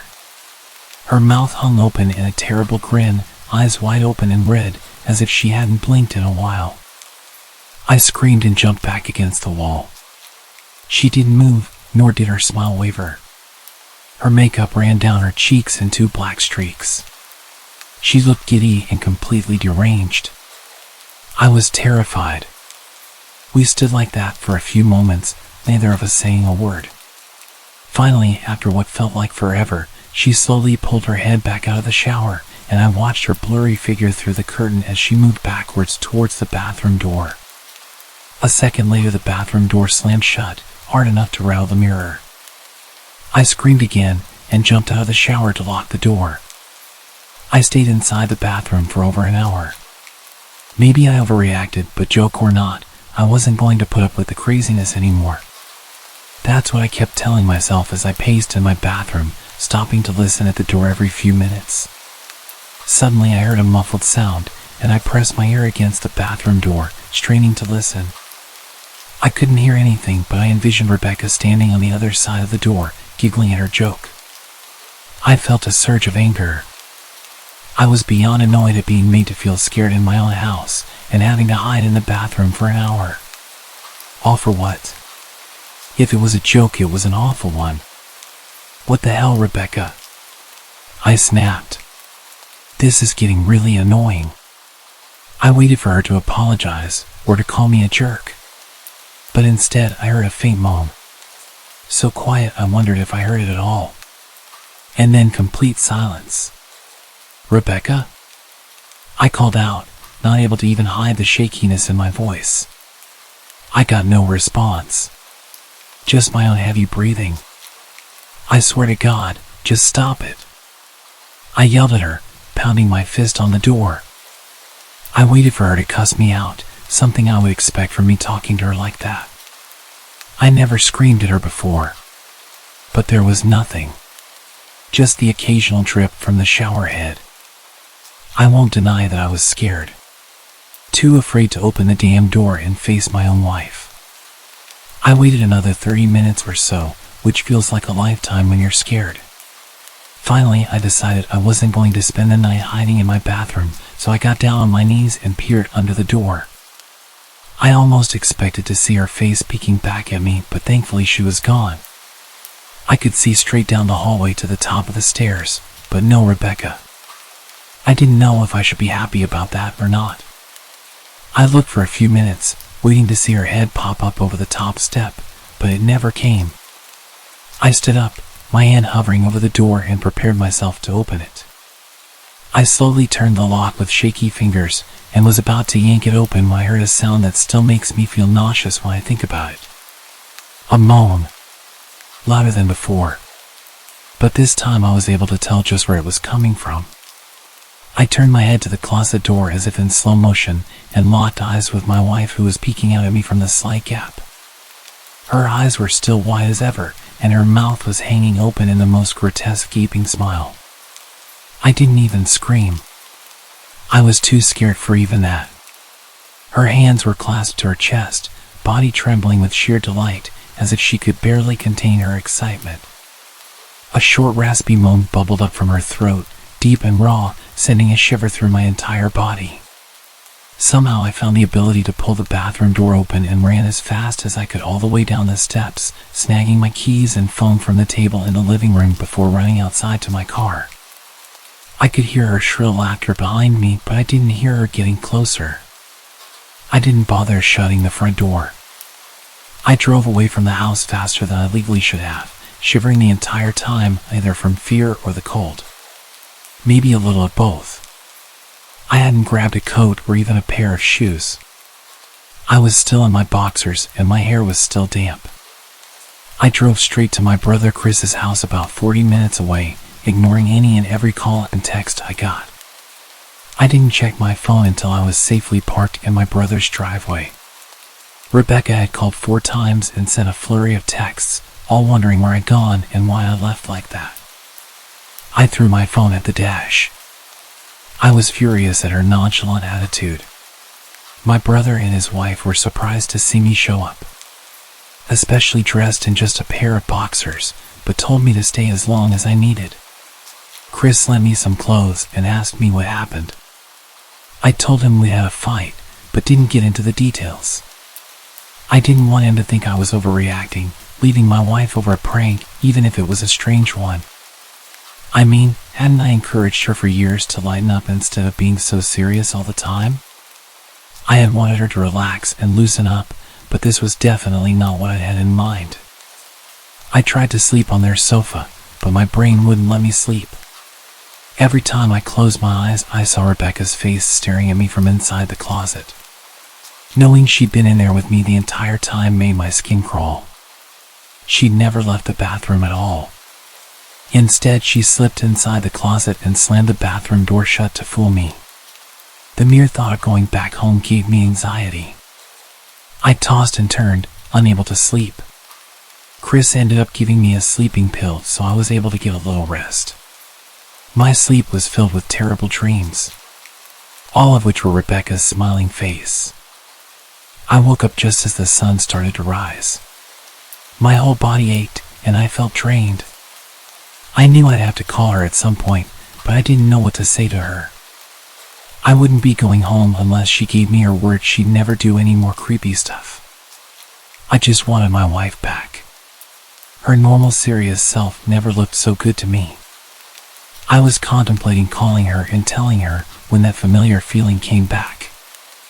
I was being watched.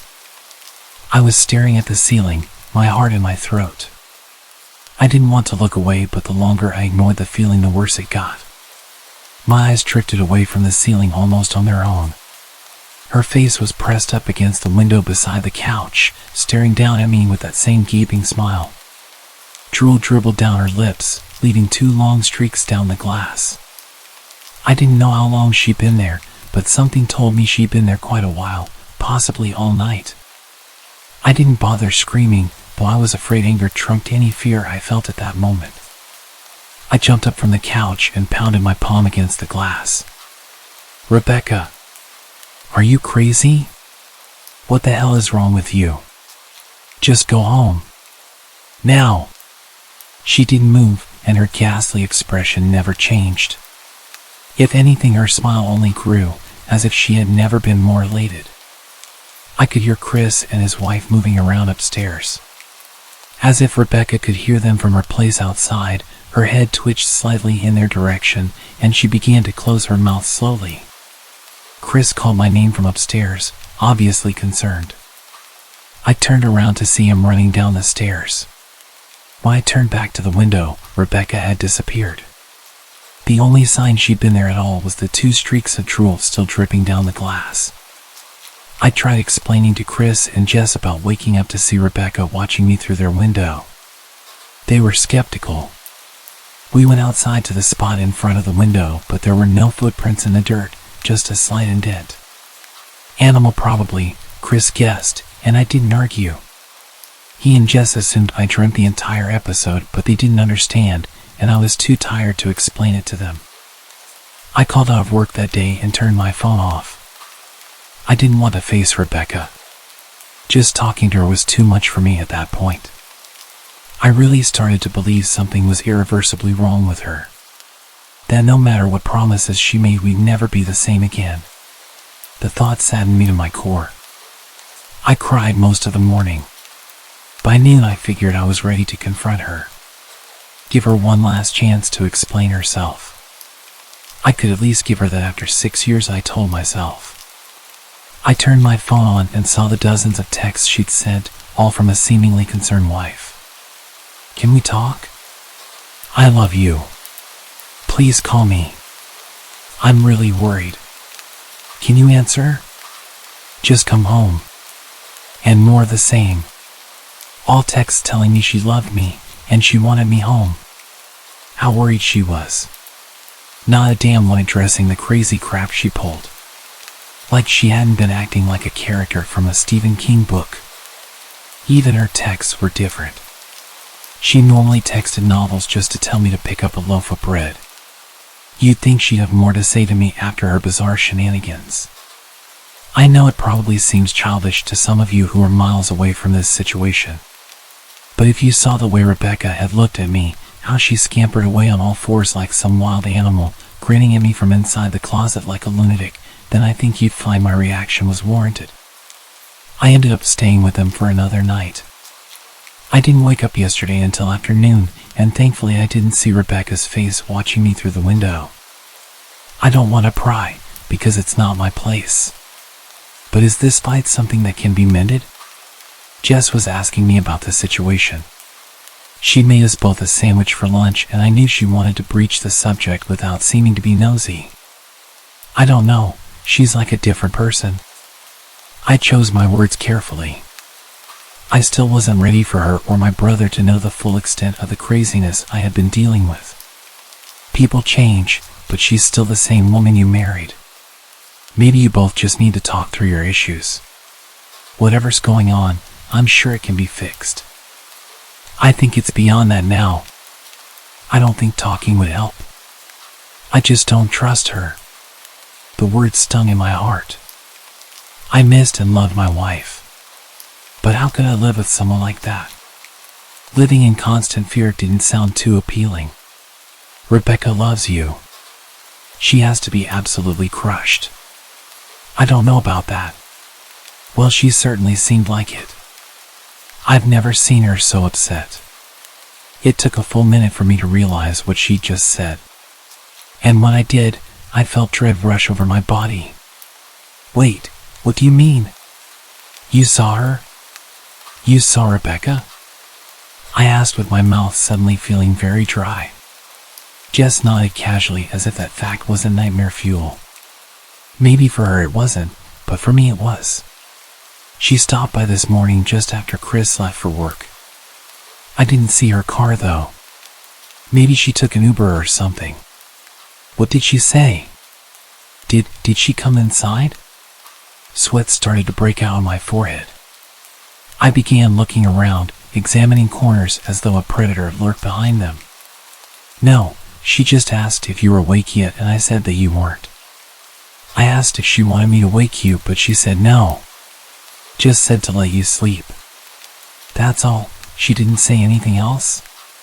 No, she looked awful though. Like she hadn't slept in days. I think you should call her. I got from the table and thanked Jess for lunch. I felt a little bit better at the knowledge that at least she hadn't come inside. Still, I needed to double check that the doors were locked. I sat for a while trying to figure out what to do next. I didn't want to go home, but I felt that I owed it to Rebecca to help her if I could. Hadn't I sworn an oath to love and honor her through sickness and in health? Clearly she was very sick. If she was sick, which I truly believed she was, I had to try and get her the help she needed. But I didn't even know where to start. I didn't want to call the police, and besides, what the hell was I going to tell them? That my wife was peeking at me? That she was being creepy? As bizarre as she'd been, she still hadn't committed any crime. Not yet anyway.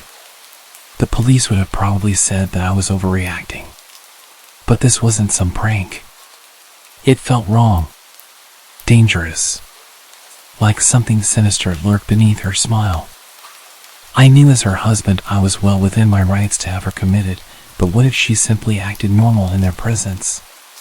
She'd obviously been able to fool Jess into thinking she was just a concerned wife. As long as the doctors didn't find her a danger to herself or others, they'd have no choice but to release her after 72 hours. I felt lost and overwhelmed. So I did what any husband in my position would do. I called her mother. I didn't want to, believe me. We were never on the best of terms. We never fought or anything like that. She just wasn't a very warm person and wasn't very easy to get along with. She hardly ever smiled, and when she did, only her lips would move into a thin-lipped smile, leaving her eyes as blank as before. She gave off this aura that felt like she was permanently on the offensive. I'd only met her twice, and both times were very short. I got the impression she didn't approve of me for her daughter. Rebecca always ushered us out quickly, as she didn't want me to feel uncomfortable, which I was grateful for. Being in her mother's company felt almost unbearable, like walking on glass. I was glad when we moved 3 states away so we didn't have to see her often. I was happy to avoid the woman, but I needed her help. I really didn't want to talk to her, but I had to talk to someone. She was the only person who might know Rebecca better than me. I took a deep breath and picked up the phone. "Yes," she answered, already sounding irritated. "Marianne, it's me, Ben. Do you have a minute to talk?" I could hear her cluck her tongue in irritation. "I'm in the middle of writing some checks, but if you insist, I suppose I can spare a moment." "What is it that you want to discuss?" "It's about Rebecca.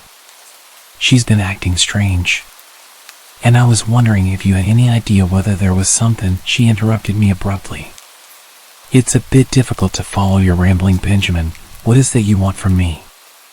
I could almost see her standing there in her thin sweater and slacks, tapping her fingernails impatiently on the table. "I wanted to know if you ever noticed any odd behavior, or possibly any mental health issues." There was a long, uncomfortable pause, maybe because she was just thinking, or something else. Finally, after a few seconds, she spoke. "I'm not sure if this is one of your jokes, Benjamin, but if so, I don't find it very funny. Now I do have business to attend to, as I've said, so if you don't mind, I cut her off before she could get rid of me. Marianne, it's not a joke. I'm sincerely concerned about Rebecca's mental health. Her behavior has been very erratic lately. I'm very worried about her, and I figured as her mother you would be as well." The frustration was evident in my voice. "If you're truly concerned, then I suggest you get the health professionals involved. I don't know what you expect of me," she snapped. I could tell she was seconds away from hanging up, and for some reason I was desperate not to let her. I had the feeling that she knew a lot more than she was letting on. "Please, if not for me, do it for Rebecca." I heard a faint shaky intake of breath, as if she were trying to hold her steely persona together, but failing. "Marianne? Benjamin, I don't know what to tell you. My only advice would be to seek professional help. Do not call here again." I tried to call out to her, but she hung up. I tried to wrap my head around the call and her refusal to help me. Even if she didn't like me, why wouldn't she want to help her own daughter? I couldn't understand that. I tried to replay the conversation, desperate to find something I missed. I almost gave up, until I remembered her last words to me. Seek professional help. She'd said those words with a bit of urgency. I could have just been grasping at straws, but no, I was sure her voice had changed ever so slightly when she'd said that. As if those words were very important. What had she meant? I assumed she'd been referring to medical professionals, but maybe she was referring to someone else. Someone that for some reason she didn't feel comfortable saying directly. Or maybe I was just desperate. I waited for Chris to get home, and after a very long and exhausting conversation, I convinced them that Rebecca truly needed psychiatric help. I didn't tell them everything. I wasn't prepared to go into it yet, but I told them about our last encounter. How she'd hidden in the bathroom, peeking at me from the closet. They were obviously shocked, but thankfully they believed me. They too just wanted to help her. Still, they didn't think it was all that serious. Weird, maybe, but not dangerous. They just kept saying that Rebecca had to be playing some kind of weird joke. Maybe for YouTube? Jess offered, if only half-heartedly. Chris didn't think we should involve the police just yet. He offered instead to go with me, and I readily accepted. He reasoned that calmly talking to her, trying to coax her into going willingly, was the best recourse. I agreed to do it his way. At least I wouldn't be going into that house alone. We drove over this morning, just after breakfast. There was no way I was going at night. When we pulled into the driveway, my stomach began doing somersaults. Her car wasn't there, but I still didn't let my guard down. The front door was ajar, and for a split second I thought we'd see her eyes staring through the gap. I was shaking and starting to sweat. Chris, however, was fine. He waited for me to open the door, his hands in his pockets like he was going on a stroll through the park. I envied his ignorance. I pushed the door open and was immediately hit with the stench of rot. Chris smelled it too, and he walked in the house behind me with his nose scrunched up. My eyes were looking around for any signs of Rebecca. The house was deadly quiet and dark, despite being late in the morning. All the curtains were closed up tight, refusing to allow any sunlight inside. If I hadn't left just 2 days ago, I'd have thought the house to be abandoned. We moved through each room, carefully checking any place that she might hide, occasionally calling her name. "Why the hell are you looking under the couch? Aren't we looking for your wife?" He was looking at me like I was a moron. "Let's just go upstairs." He shook his head but followed me up the stairs to check the bathroom and spare bedroom. On the way up, my shoes crunched over pieces of glass that looked to be littered over a few of the steps. I noticed that one of our wedding portraits that hung on the wall along the staircase had been smashed. The frame hung crookedly, all the glass was removed. I stared at the picture, a lump forming in my throat. We had taken the photo just after leaving the church. She looked so beautiful in her white gown. I looked at her beautiful face. I never dreamed her face would ever be a source of terror for me. We climbed the rest of the steps and checked the spare bedroom, but it looked completely untouched. I was hesitant to go into the bathroom, my fear from that night coming back to me all at once.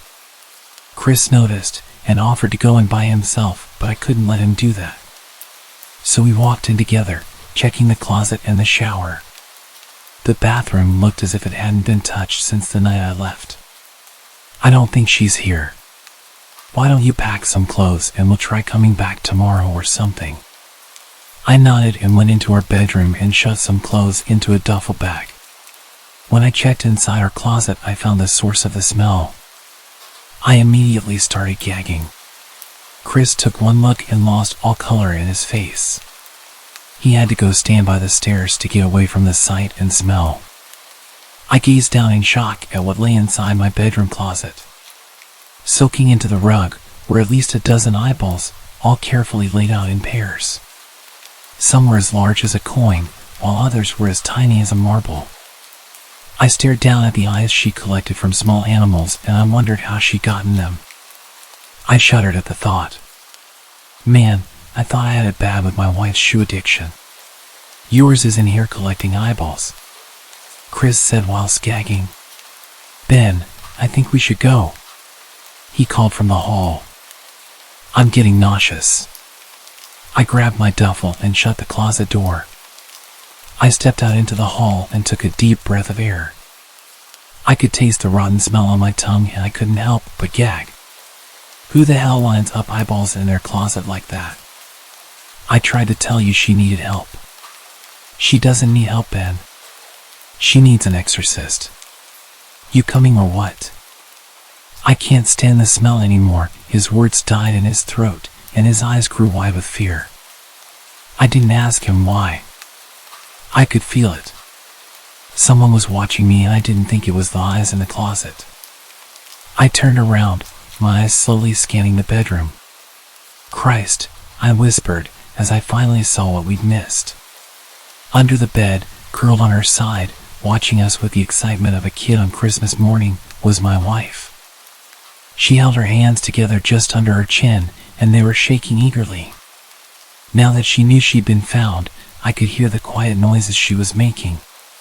A sort of hiccuping sound in her throat, as if the excitement was just too much for her. It was unnerving to say the least. Wide eyes, and that same huge smile. Everything in me told me to run, but I forced it away. This was my wife. No matter how twisted, she was still the woman I married. I had to help her. "Rebecca," I said softly. She didn't respond, but her head bobbed back and forth in two quick little movements as if she were nodding. "Baby, I just want to help, okay? Can you let me do that?" I had taken a single step forward, approaching her like some kind of dangerous animal. "I love you, Rebecca," I said softly, taking another step closer. She let a tiny moan escape her wide-open mouth, and I had to resist the urge to run. Her shoulders were starting to quiver, and her eyes grew as large as saucers. I crouched down so I could see her better, and immediately saw the blood. Her hands were covered in it. They trembled more the closer I got, as if she was barely able to contain herself. "Rebecca, are you hurt? You're bleeding." She bobbed her head again, her bloody fingers moving up and down as if playing an invisible piano. They occasionally grazed her chin, leaving smears of blood on her skin. I wanted to recoil in disgust. The smell that was coming off of her was revolting. I could feel the vomit trying to climb up my throat. Her lips were dry and stretched thin, blood seeping between the cracks. I knew she wouldn't come on her own, but I didn't want to leave her in the state she was in. I scooted closer and reached out to her. The excited hiccuping sounds got louder and her hands shook, fingers flexing. It was then that I could see the blood oozing from in between her fingers. "Oh my God, you're bleeding." Instinctively I reached out to take her hand, but before I could even touch her, her hand sprang out towards me. A sharp pain shot through my arm, and I fell back on my ass. My arm burned, and I could see the blood dripping down onto the carpet. I looked back at her in shock and saw her grinning madly, her fingers clutching a large shard of glass. "You all right in there?" Chris asked from behind me. I turned my head slightly and nodded to him, cradling my arm to my chest.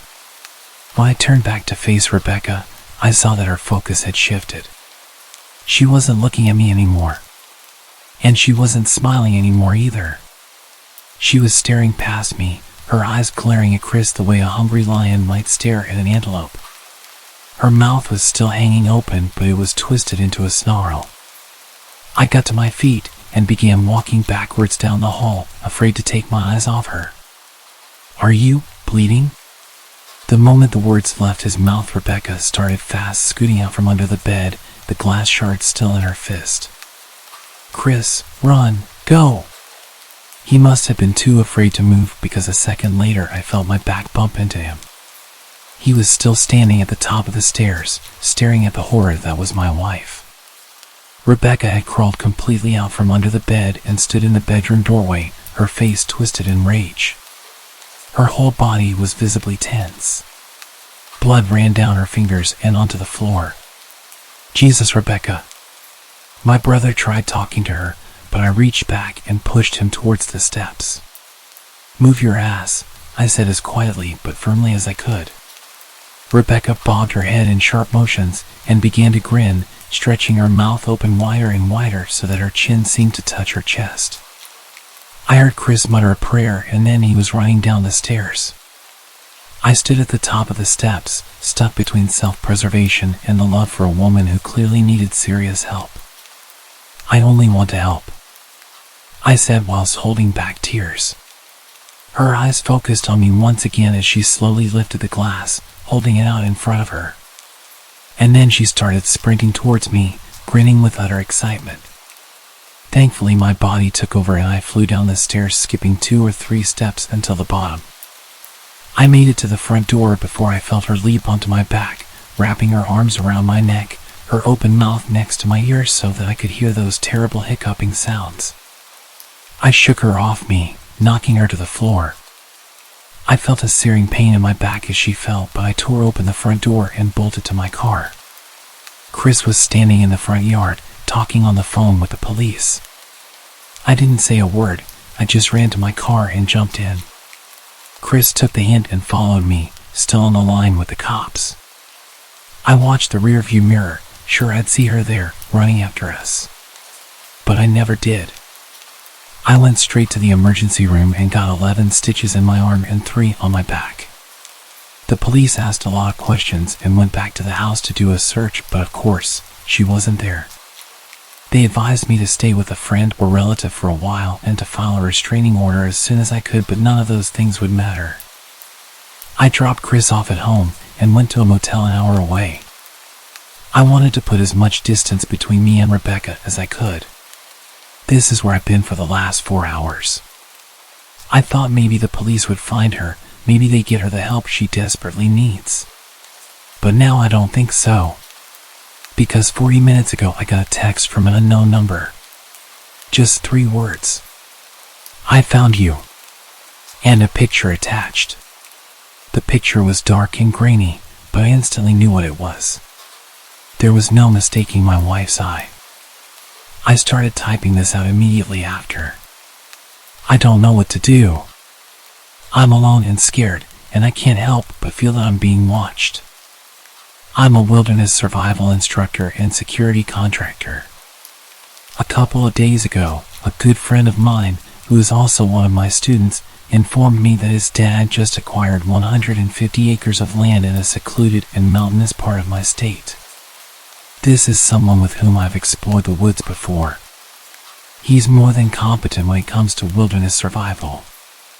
The property, largely unexplored except for 100 yards that his dad had used for his horses, who are currently roaming freely, seemed intriguing. According to my friend, his dad got an incredible deal on the land. Given my friend, now a father of 3, doesn't get out into the woods often, I agreed to join him for what seemed like a fun outing and much needed break. We share interests in our indigenous roots, cars, wilderness survival, and various other activities, ensuring lively conversations while in the woods. However, his dad cautioned us against exploring the woods without a gun, citing the presence of coyotes. But being natives of this area, we know coyotes rarely pose a threat to people.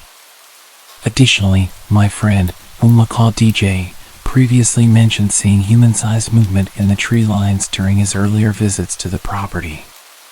Yet, due to his poor eyesight, he couldn't confirm what he had seen. For our exploration, I brought along my AR and a small flint napping kit, mainly for amusement. And off we went onto the property.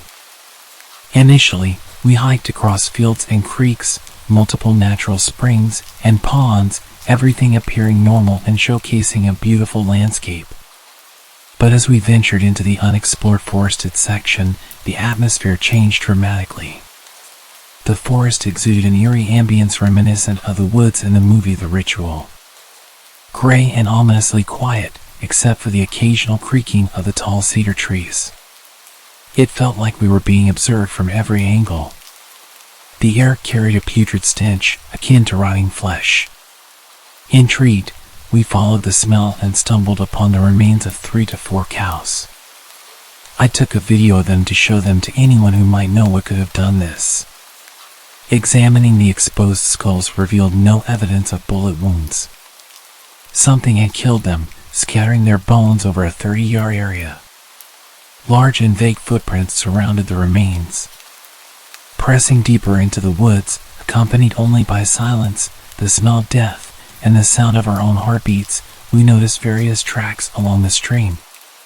There were large coyote prints and something else, also large, intentionally avoiding the sand. Continuing, we encountered trees bent over and pinned behind others while still alive. An occurrence impossible in nature.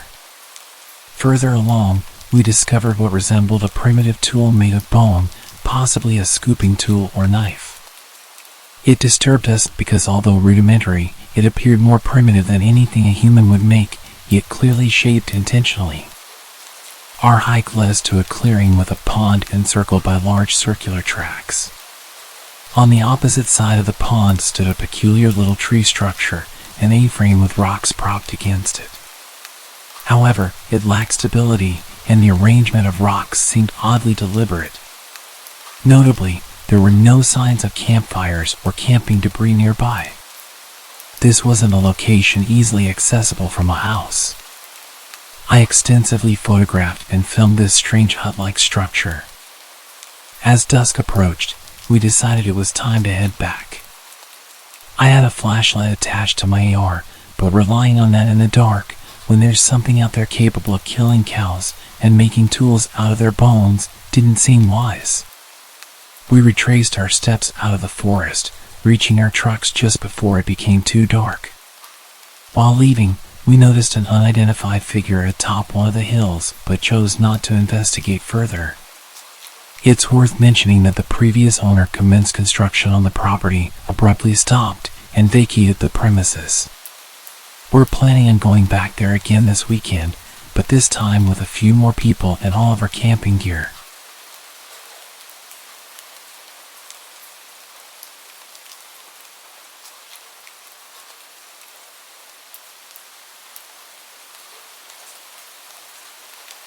I grew up in these woods and usually feel comfortable there. However, I stumbled into a few unsettling situations that would stick in my mind forever. This was one such occasion. I was 18 at the time. One evening, my two friends, Mike and Paul, and I decided to go camping. Well, camping might not be the right word since we didn't plan to spend the night, just chill and have some fun around the campfire for a while.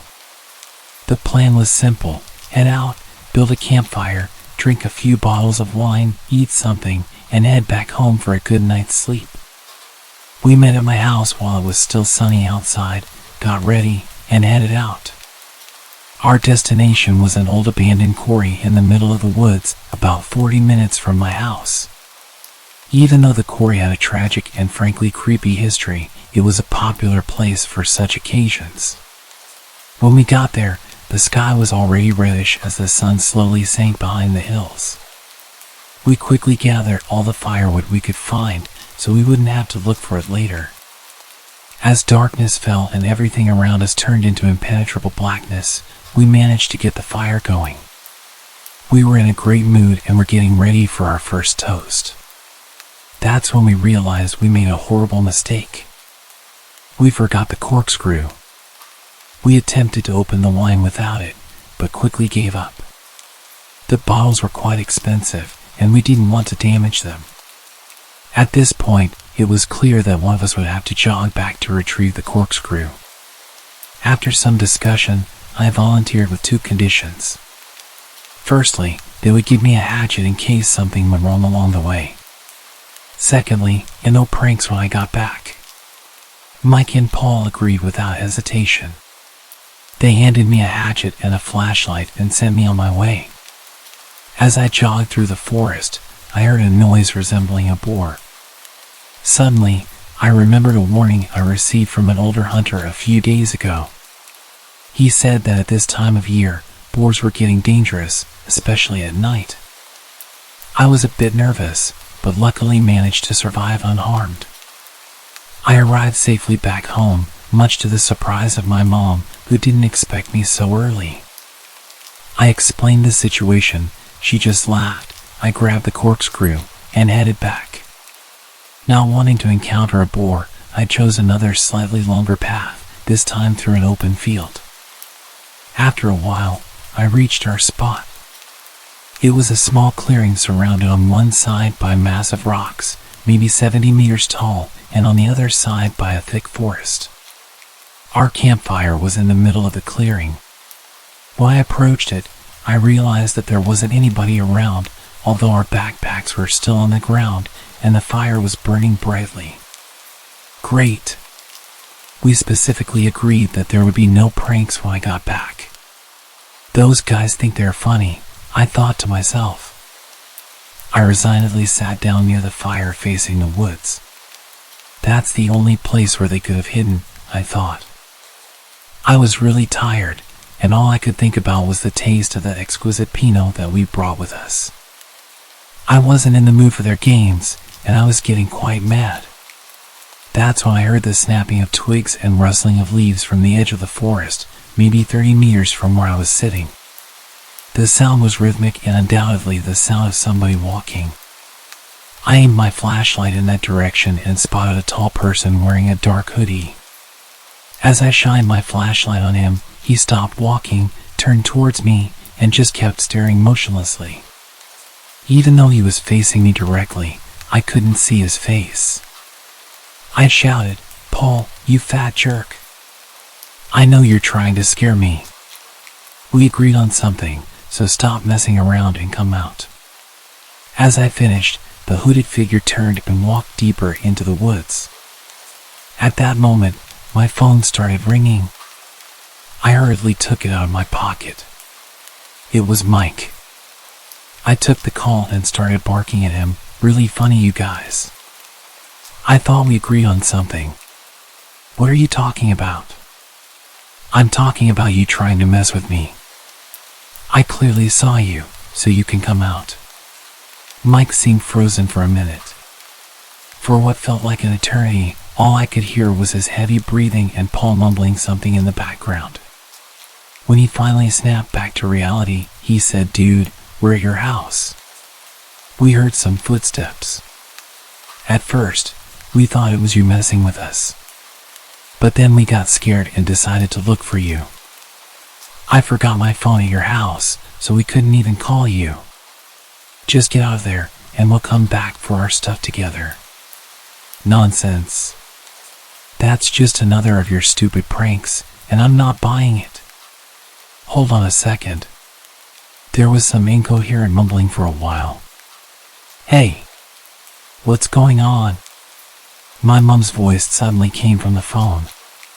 My head spun, and my heart skipped a beat as I realized they weren't kidding. Suddenly, a wave of fear ran through my body. However, I managed to convince my mom that everything was fine and that she shouldn't worry. She gave the phone back to Mike. "Just leave everything and come back. We're heading over right now. We'll meet you halfway there. I'm not going anywhere alone again. You better get here quick. I'm waiting for you." I hung up. I didn't want to make any more noise than I already did. I quickly turned off my flashlight and backed off from the light of the fire. I moved all the way to the huge wall of rocks, figuring that if I had my back covered, it would eliminate one possible approach for the unwanted visitor. I stood there in complete darkness, trying not to make a sound while tightly clutching my hatchet, which would be my best friend for the next half an hour. I had to convince myself not to curl into a ball in fear. Even my own body started to betray me as my hearing worsened due to my wildly beating heart. I tried to calm myself, but in the worst-case scenario, every bit of adrenaline would help. After what seemed like an eternity, I spotted 2 weak light beams coming from the forest. I heard Paul shout my name. I'd never been so relieved. I finally ran out of my hiding spot to greet my friends. For quite some time, we just stood there, laughing from relief. We even got a bit cocky and considered staying. After all, there was just one, supposedly, creep lurking between the trees, and there were 3 of us. Funny. Minutes earlier, I was terrified, and suddenly I was full of tough bravado, thinking, what could possibly happen? In the end, good judgment prevailed, and we decided to leave. We packed our things, extinguished the fire, and left. We took our wine bottles to enjoy somewhere else. Somewhere well-lit and safe.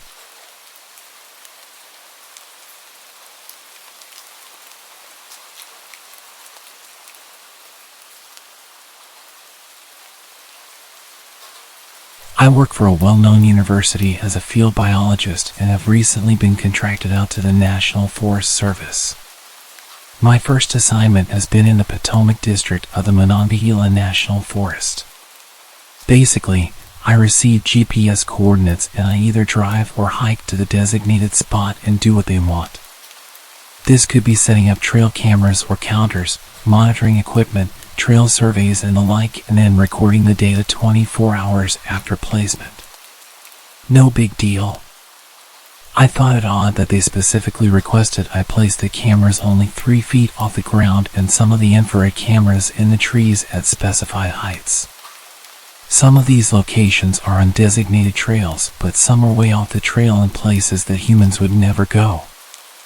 Sometimes, there isn't a hotel or lodging close enough. These are the remote mountains in West Virginia, and the Forest Service has outfitted me in some pretty dank camping gear on the occasions I might have to camp. I am an experienced hiker and camper and have spent many nights alone out in the field due to my career choice. I am a woman, about 5 feet 6 inches and 130 pounds, but not really afraid of anything. Again, the Forest Service has outfitted me well, and I wear an emergency beacon that will send every law enforcement officer in the area to my location in no time. So I have been assigned to this district for a few months now and have really enjoyed my work. West Virginia is very remote and unspoiled, and that's why I enjoy my work. I get to see things most people would never see in their lives, and I have had so many positive and almost spiritual moments up until a few nights ago. I was working up near Spruce Knob, which is the highest point in West Virginia. It's essentially a complex system of trails, wilderness areas, camping, that kind of thing. It has also been snowing with howling winds and ice storms. I was camping up there to complete my work, and while the conditions were rough, I was almost enjoying it. My first night in the woods was pretty peaceful. I made dinner, set up camp and drank some whiskey and smoked some really good bud. I snuggled down in my sleeping bag and slept like a rock. It was very cold, but I wore this turtle fur face mask thing and didn't feel the cold too much. I woke up at dawn and went about building my fire back up, and I was starting some coffee when I noticed all this churned up snow around my campsite. Not tracks, just churned up snow like someone or something had kicked it all around. Weird, but whatever. I had a 15-mile hike to set some cameras and didn't have time to really wonder about it. I set off on my hike, did what I had to do, and started back to camp. I never wear headphones or anything like that, because hearing is one of the most important senses in the wilderness. I want to be able to hear any animals, people, etc. before I see them. It was already past dark when I made it back to camp, and I was too tired to do anything except strip down to my base layer, get in my sleeping bag, and pass out. Around 2 a.m., I woke up because I could hear people talking. People. I was about 30 miles up a gravel road that was locked with Forest Service gates and about 10 miles from where my truck was parked, and I could hear voices. I completely lost it. I have a firearm, and I quietly retrieved it from my pack and got back in my sleeping bag and cocked it and waited. I was on high alert, all my senses going wild. Eventually the voices faded and I couldn't hear them anymore, but I never went back to sleep. At daylight, I emerged from my tent to more churned up snow and my 2 trail cameras hanging from a tree about 5 feet from my tent. These were cameras that I had placed 15 miles out from my campsite. I packed my stuff as fast as I could and practically ran back to my truck. Along the way, I saw a lot of footprints all around my site, and when I reached my truck, I discovered it had been broken into and my computer and other equipment had been stolen. I am currently in a luxury log cabin at some resort, too scared to retrieve my other equipment and too embarrassed to tell my superiors how scared I am. The Forest Service brought me a new truck while my other one is getting the window replaced, and I did make a report about the theft, but there is absolutely no way that I'm ever going back to that site. I don't know if this means I will be fired or sent to work a desk, but out of all the years I have been doing this in national forests around the country, this is the most terrified I have ever been. I am not scared of the animals, and I have many stories to share about my encounters with them. I am scared of the people.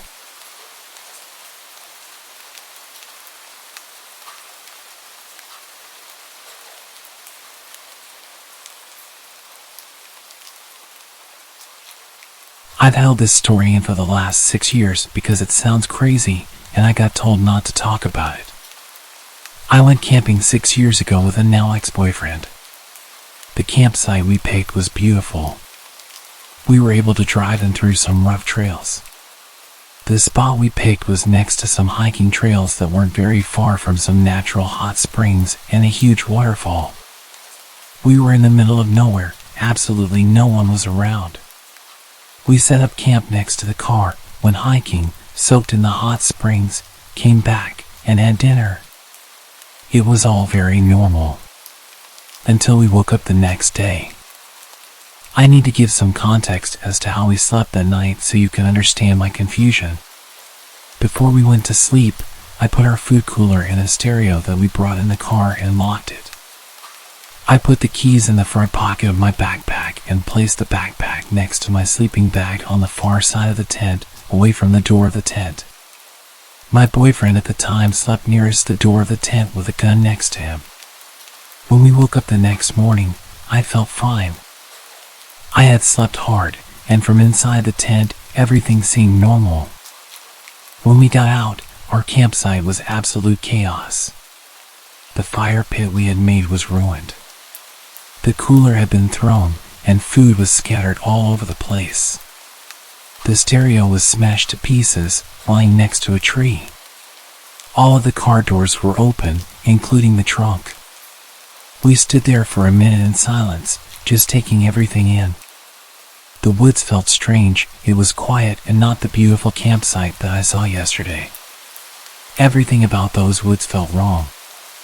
My ex accused me of not locking the car and said that an animal got into our stuff. I promised that I had locked it and went into the tent to grab the keys from my backpack, but they weren't there. I found them later on the ground right next to the car. We quickly threw everything in the trunk and left. My boyfriend was quiet and wouldn't talk to me about what had just happened. He finally spoke up when we were almost home and told me that he had a dream about something kneeling over him in the tent, holding his gun, and just staring at him. When I tried to ask him more questions, he got quiet again and said he didn't want to talk about it and that I shouldn't talk about it anymore either. I've tried to forget about it, but I just can't. Something really wrong happened to us in the woods that night.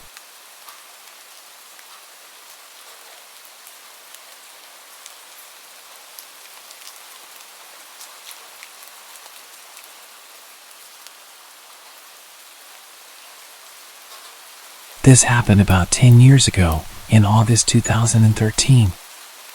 I was camping in far north Queensland, Australia, in a place called Barron Falls. I'm a 21-year-old girl, and I was camping with my 2 male friends who were backpacking from Estonia, Theo and Charlie. Where we set up camp was not an official campsite. Instead, we walked along the tourist path, climbed over a railing, followed a train track for a few kilometers, and eventually veered off into the dense forest, downhill to the river. It certainly wasn't easy to get to this area, and there wasn't any mobile phone service, but Theo knew about it from friends who had shown it to him previously. The site was beautiful. We were surrounded by a tropical forest and were only a short walk upstream from the waterfall. After setting up camp, we walked to the waterfall where both Theo and Charlie plunged from the cliff into the water below. I decided not to follow. I was, and still am, scared of heights and the possibility of hurting myself. I sat and watched them for a while before eventually deciding to return to camp and read my book. I was totally relaxed, enjoying the serenity, taking in the beauty around me. What had been an exciting, adventurous day was then interrupted by a deep, sinister laughter coming from the forest surrounding our campsite. Instantly alerted, I felt chills run through my body as I scanned the forest trying to detect where the laughter had come from. There was nothing. I tried to forget about it, convincing myself that my mind was playing tricks on me. Theo and Charlie returned and told me that they had forgotten fire lighters for the campfire. They said that they need to travel to the nearest store to buy some and that I should wait at camp. I told them that I didn't feel comfortable staying at camp, but didn't mention the laughter I'd heard before. I didn't want them to think I was stupid And for context, at the time I had quite a large crush on Charlie. Stupidly, I wanted him to think I was cool. They told me it would be fine, that they would be back before dark. Reluctantly, I agreed and they made their way to the store. It was about 4 p.m. and I continued reading my book. I began to think about it, and I realized that the walk back to the car was about 20 to 30 minutes, so they would be gone for well over an hour. At this time of year, dusk would be at 5:30 p.m. or so, and I would therefore likely be alone in this remote area in the dark. I distracted myself with my book, but as dusk began to settle, I struggled to read the pages, and fear began to set in. After about an hour, I started to hear footsteps in the forest. My first thought was that Theo and Charlie had returned, and I was instantly relieved that I was no longer alone. I listened for their voices, but heard nothing. My heart dropped. It dawned on me that it may be someone else, and I started panicking. Then came the laughter. The same deep, sinister laughter I'd heard before, only this time it seemed much closer. I sprung to my feet and surveyed the forest. That's when I saw him. He was standing on the other side of a stream, which was connected to the river. Standing on a log, what I saw was absolutely bizarre. He was wearing an immaculate tuxedo, with a top hat and all. I remember being puzzled as to how he was able to get to this area in such clean formal clothes, and I at first thought he may be an apparition or that I was hallucinating. I did a double take, and I was not.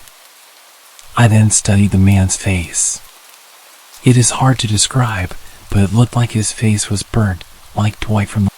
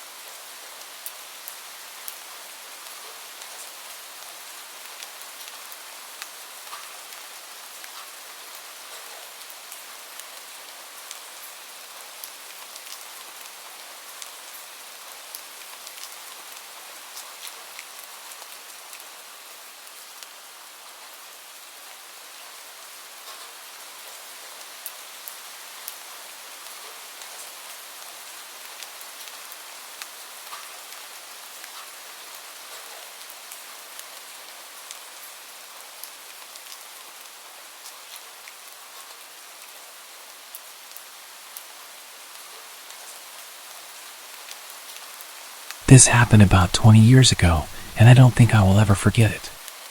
Back in those days, I was an apprentice hairdresser for one of the top 5 ranked stylists in Japan.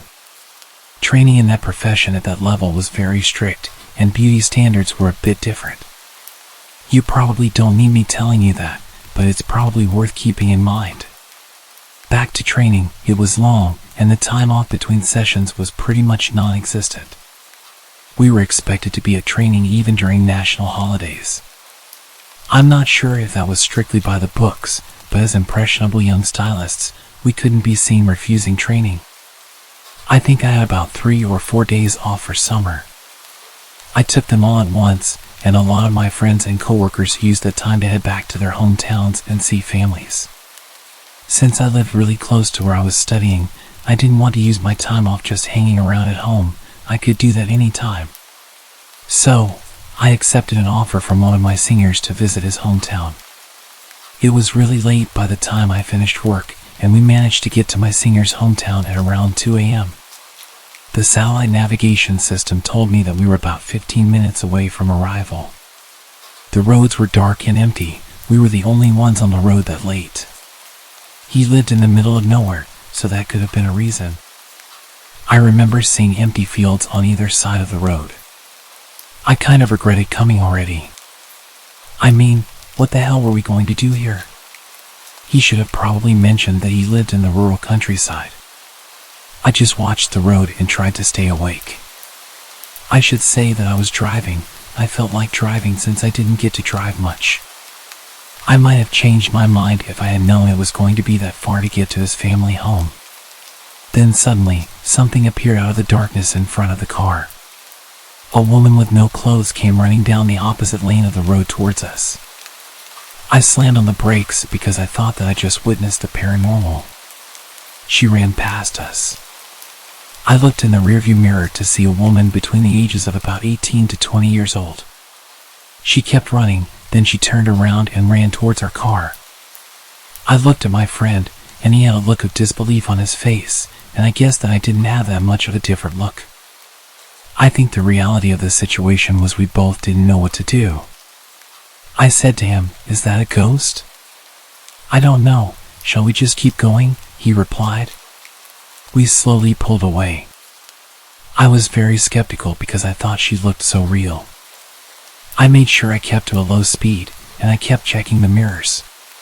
The woman got closer, and I stopped the car and said to him, "That's not a ghost. Come on, we have to stop and see if she's okay." He agreed and said he would call out to her. It was so creepy to see someone running around in the middle of nowhere, even creepier if you haven't been to that place before. She kept on running past our car, so I tried to match her speed as my friend rolled down the window and tried to speak to her. "Hey, you shouldn't be running around on the roads like that, this late at night. Maybe you should head home," he said something like that. It wasn't very well put together or that sympathetic, I remember that much. She didn't even turn to face the car, she just said, "Hey, don't worry, I'm fine." It feels so good. I could see her a little closer now and guessed her age to be around 18 or 19 years old. "Why are you like this? Have you been kidnapped? Has someone done something to you? It's really dangerous to be out here with no clothes and alone. We have to get you home," I said to her. She stopped running and looked down at the floor as if in thought, and then replied, "I ran away from home. I don't even know where home is." I noticed at that point that she was actually wearing socks and shoes, so at least her feet weren't too bad. She stood there with her hands behind her back, looking completely lost and confused. It was very odd. I couldn't leave her out here. I told my friend in a hushed voice that we had to help her, and he sighed but then nodded. We decided to take her to the nearest police station. I had a dress that belonged to one of my female colleagues at work in the back of my car. Long story short, I told the woman to throw it on, and she reluctantly agreed. Once she was dressed and in the back seat, I turned to her and said, "Right, if you can't remember where home is, I can take you to the police, and we can figure it out from there, okay?" To that, she responded with something outrageous. "I hate the police. They're always on my dad's side. Please, can you just take me to a hotel? Hotels are safer than police for sure. You can stay there with me. Hold me tonight. I'm a virgin." We were young, but even though we were young and often threw caution to the wind, we knew that we had to get her somewhere safe. It's a scary world out there. If she said that to another pair of guys like us in the next car that came along, well, I don't even want to think about it. We told her that wasn't going to happen. She didn't say anything for a while, but then she handed me a piece of paper. I don't know where she got it from, but it had a name, a number, and the address of a hospital. My friend saw the address and said, "Oh, I know that place." It was a psychiatric hospital. We called the number, and a voice that said it was the security department answered. I explained to the security guard what happened, and after we hung up, we got a call from the woman's mother. We found out where her mom lived and took her there. My friend said that he knew that side of town, but he had never been there before. The woman's mother was extremely apologetic over the phone. My friend spoke to her, and he said that he could tell that she was definitely genuine and sorry for the inconvenience. I felt sorry for her. It wasn't her fault. When we got to the house, we heard more about this situation from her mother. The woman we found out in the middle of nowhere had only just turned 18. She had been assaulted by her biological father when she was 16. A few days after he did what he did, she stabbed him in the neck with a box cutter knife. She was admitted to a mental asylum because of this attack. No one seems to know how she keeps getting out, but the mother said to us that this was the third time she'd successfully broken free. What a sensational story, I remember thinking. We drove the mother and daughter to the hospital at the mother's request. I could see how mentally tired she was by all of what had been going on.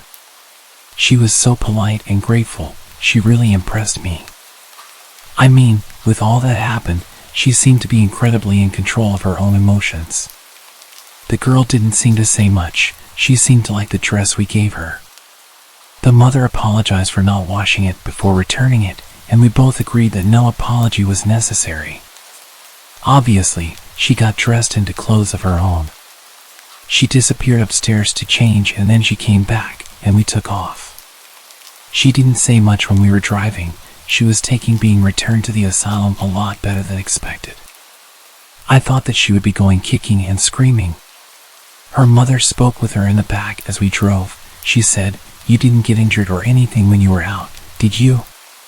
"No, I'm fine," the daughter responded. "Oh, that's great, I'm relieved," the mother told her.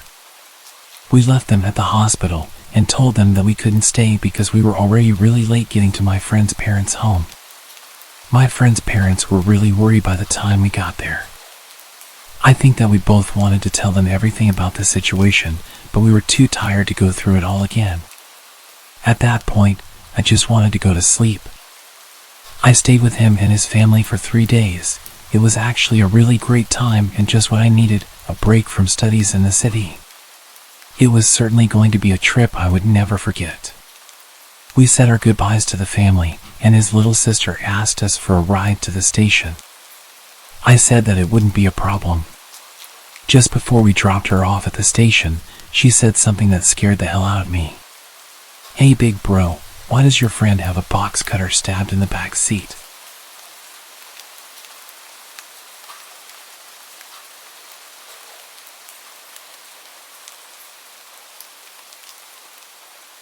So, a quick backstory. I used to live in a very small town, predominantly safe for kids, with only some drug issues. My house was located in a small upscale part of the town. Most people who lived there were families. A small pond with lots of greenery in the neighborhood was about a 5-minute walk from my house. To get to the pond, you had to go down a grass hill. Neighborhood kids, including myself, would always go down to the pond for hours to catch frogs, skip rocks, and enjoy nature. Now, onto the story. On this particular day, it was rainy and pretty cold, so there were no other kids at the pond. My best friend, her brother, who was 1 year older than us, and myself, decided to head down to the pond for a bit. After about half an hour, we saw a minivan pull up at the top of the hill. We thought nothing of it, assuming it was probably someone stopping at the neighborhood mailbox. A man, probably in his 60s, got out. In our small town, everyone knew everyone, or at least recognized each other. I found it strange that I had never seen this man before in town or the neighborhood. He just stared at the three of us for what seemed like forever. Suddenly, he yelled at us, saying, "It's not safe down there, you kids better come up here." My best friend and her brother looked terrified, and I had this gut feeling that something wasn't right. We didn't respond, but he kept repeating that phrase. "It's not safe down there. You kids better come up here." Our fight or flight reaction kicked in, and we all sprinted up the other side of the hill, just a few meters away from him and the minivan. As soon as he saw us running, he got into his minivan and started driving slowly behind us, literally following us until we reached my house. Fortunately, my garage door was open and my parents' cars were parked inside. We hid behind one of my parents' cars and watched as he pulled to the side of my house and parked. My parents were inside, unaware of what was happening. He stayed parked in front of my house for a couple of minutes until my dad came outside to take out the trash and saw the three of us hiding. I guess the man saw my dad and drove away, but as soon as he left, we told my parents everything. Even now, 12 years later, my parents still think we were being overdramatic and that the man was genuinely concerned for our safety because of the weather.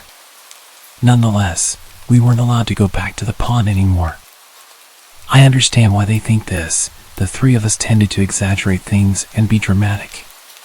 However, I knew from the strange feeling I had when I first saw him at the top of the hill that something was off. To this day, I still believe he was planning something, but maybe it was just my childish imagination.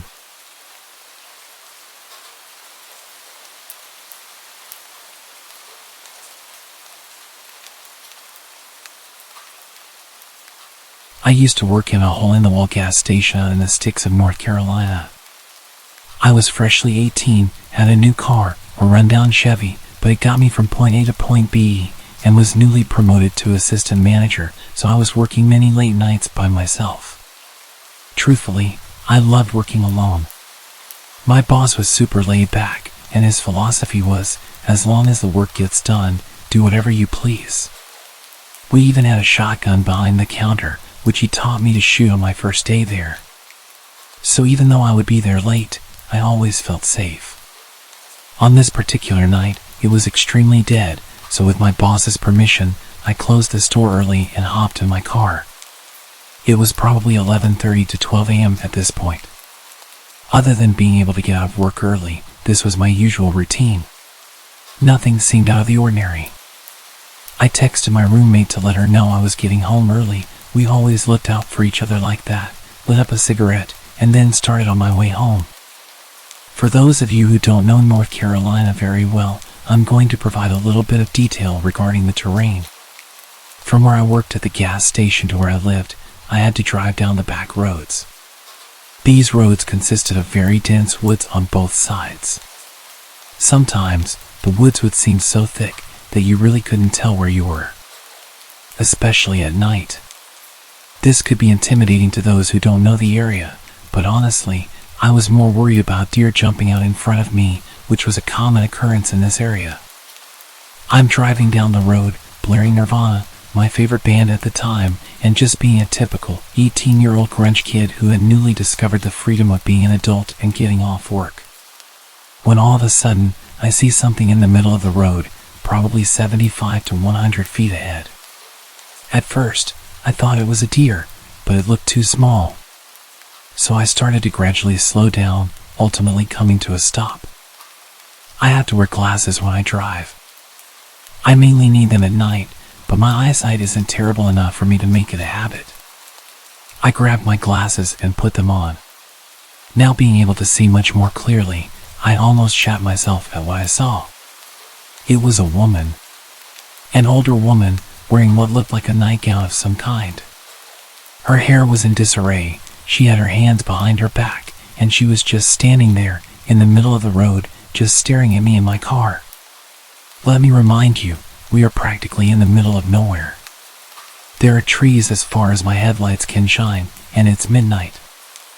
I'm naturally paranoid, so all sorts of questions were running through my head. Who is this woman? Where did she come from?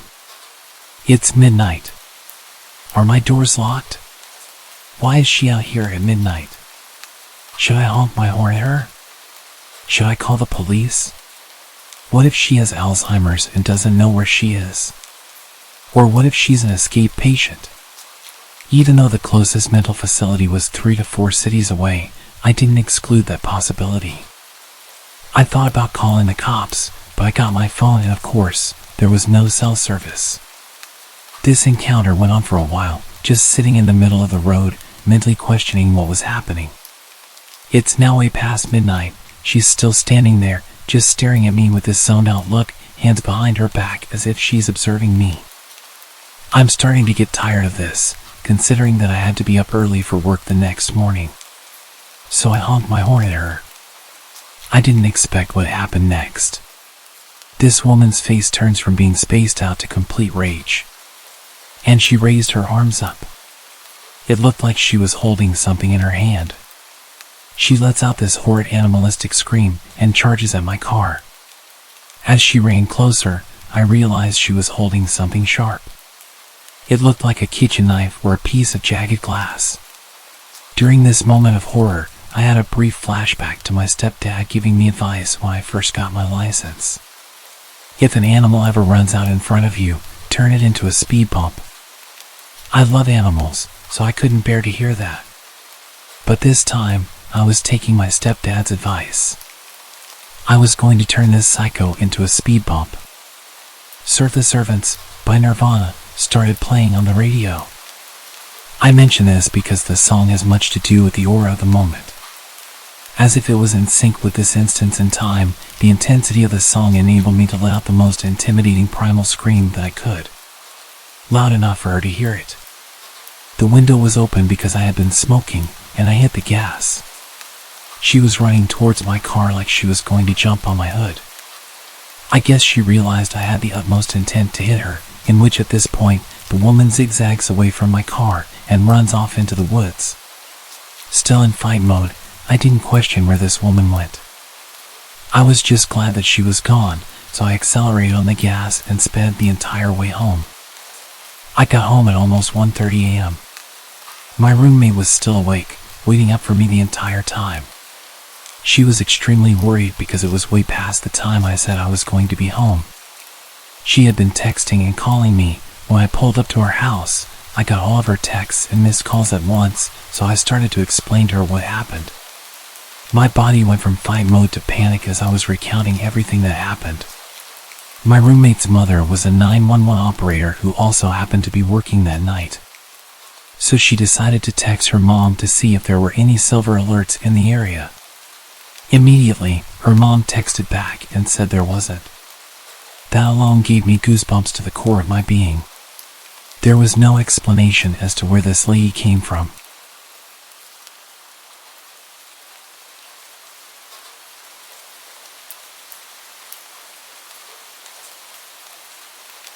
I used to work in a residential care facility, and for a number of years, I worked with a woman named Kajiri. She was generally okay to work with, but she could be intense. The sort of joking flirtation that often found its way into high-pressure environments was common throughout the whole team, but when she directed it at me, it didn't seem so jokey. It took me forever to realize, because I usually didn't notice someone flirting with me until someone else pointed it out 6 months later. But when she started trying to give me jewelry and chocolate bouquets, I finally started to pick up on it. In between things being normal and actually maybe not really normal, there was a long escalation of text messages, comments that made me uncomfortable, personal space violations, dropping by my house uninvited, hanging around on my shift hours after hers had finished, unwanted touching, etc. As mentioned, I can be slow to catch on. Once I realized what was happening, I put as much distance between us as possible. I stopped answering calls and texts, locked down social media, spoke to other colleagues and had them running interference. A lot of interference, actually. At the time, it kind of became a joke, but looking back, it was all kinds of messed up. She even parked outside my house sometimes, and I'd sit in the back room with the light off so she'd think I wasn't home. After a couple of months of my disappearing woman act, she seemed to get the hint and backed right off. I was pleased. We all got on with our lives and lived happily ever after. Yeah, not quite. A few months after it died down, I heard through the grapevine that Kajiri seemed to have focused her attentions on another coworker, Linda. Linda and I had a close mutual friend, but didn't know each other well. I didn't think much other than good luck, you poor sucker. A few months later again, and I got a call out of the blue from a mutual friend. Without preamble, he asked, "Were you dating Kajiri?" No, I don't swing that way. I was shocked. He had been privy to all the awkward details of my experience with Kajiri and had helped run interference. He explained that he had been talking to Linda and she'd asked about my relationship with Kajiri. The story that followed still sounds too fantastical to have actually happened in an actual sensible grown-up workplace. Kajiri had been catfishing her own best friend Amanda, posing as Linda. In a string of emails, fake Linda and Amanda had discussed Kajiri's drug problem, her abusive and dangerous ex, none other than yours truly. There was a story about fake Linda coming out to her family after her brother caught her in bed with Kajiri, and more. The jig was up when Linda got a second job, coincidentally with Amanda's husband, who mentioned how great it was to finally meet Kajiri's girlfriend. Which was a complete shock to Linda when she learned about herself that she was no longer a straight woman and had a girlfriend. So essentially, Kajiri moved on from me, found a new target, started emailing Amanda from a fake account, pretending to be Linda. She told all these stories about being with Kajiri, about how I was an abusive ex, and how Linda was caught by her family being with a woman and all the drama that it caused. She made up a bunch of insane stories to justify her creepy obsessive fantasies and was telling them to Amanda and other people from a fake email to make it sound like the stories were from the fake girlfriend and Kajiri couldn't be accused of making it up. Here's some highlights of the stories Kajiri had been telling to Linda, her friends, and other coworkers I wasn't close to. She picked her audience very carefully. That Linda and I had physically fought at work over Kajiri. That I had an orgy in the staff office on a night shift with Kajiri and 2 male coworkers. That Kajiri and I had broken up after I cheated on her with another male coworker, not one of the orgy ones. I was really getting around apparently. That I would drug her against her will. That we had planned to have children using a sperm donor, but that I couldn't decide who would have the baby. This woman had been living out a full-on soap opera and using her coworkers and friends as characters. Linda and I reported her to management, and she was immediately suspended, pending investigation. She quit 2 days later. Unfortunately, HR decided they needed to continue their investigation of the allegation that I had an orgy at work, because that was totally plausible and not at all made up by a crazy woman. They put me through hell investigating this imaginary story about me and 2 men and another woman, even though the only men in our department are twice my age and happily married. It made me never want to trust HR again. I left that job a month later myself, and when I interviewed for my current job, she had interviewed half an hour before me, and they were looking to hire 2 people. She didn't get the job, but there have been 2 other openings since, and she applied for both of them. I'm terrified of meeting her again. It turned out she has a history of inpatient psych treatment for delusional behavior and was known to be obsessive about people she took a liking to. According to Facebook, her current girlfriend has a similar first name as me and shares more than a few physical similarities. She still knows where I live. So I'm pretty sure that the current situation is that she's still telling people that I'm her girlfriend, all while she's desperately applying for any job she can get at my new workplace.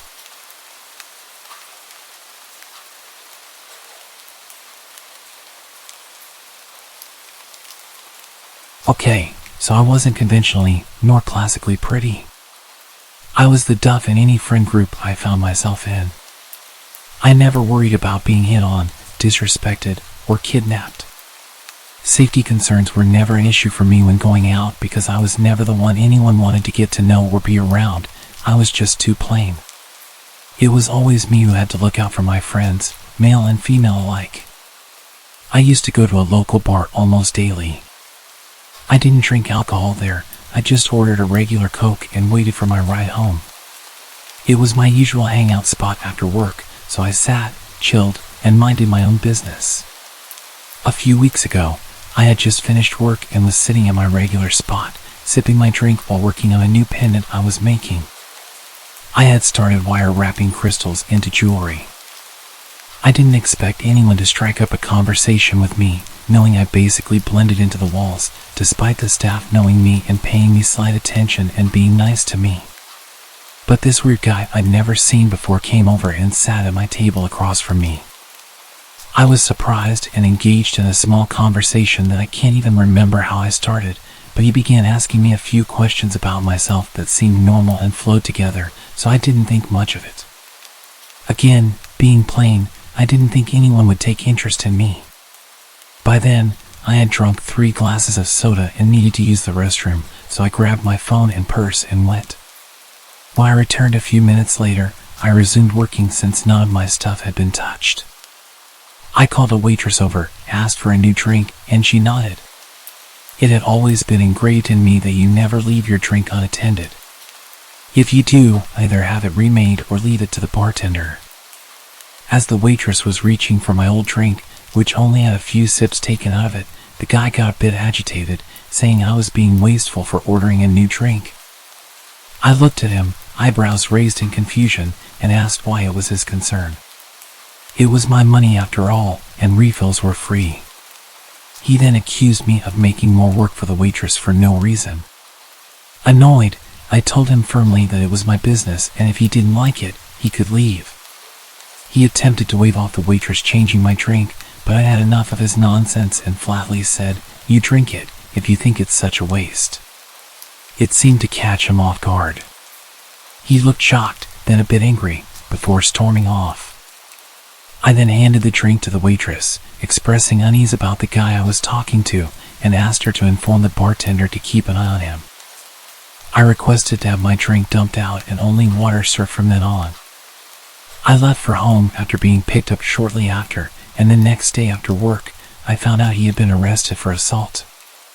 I only found out today what exactly had happened. Apparently, he had gotten into a fight with the bartender working that night. The bartender caught him tampering with the girl's drink while she wasn't looking and prevented her from drinking it. The guy got angry, leading to a physical altercation. The cops were called, and now he's awaiting trial. It turns out he was trying to see if he could take advantage of someone like me, someone who always let her guard down due to low confidence. He thought I'd be an easy target with just a little attention. When I didn't consume my drink upon returning, he targeted another girl.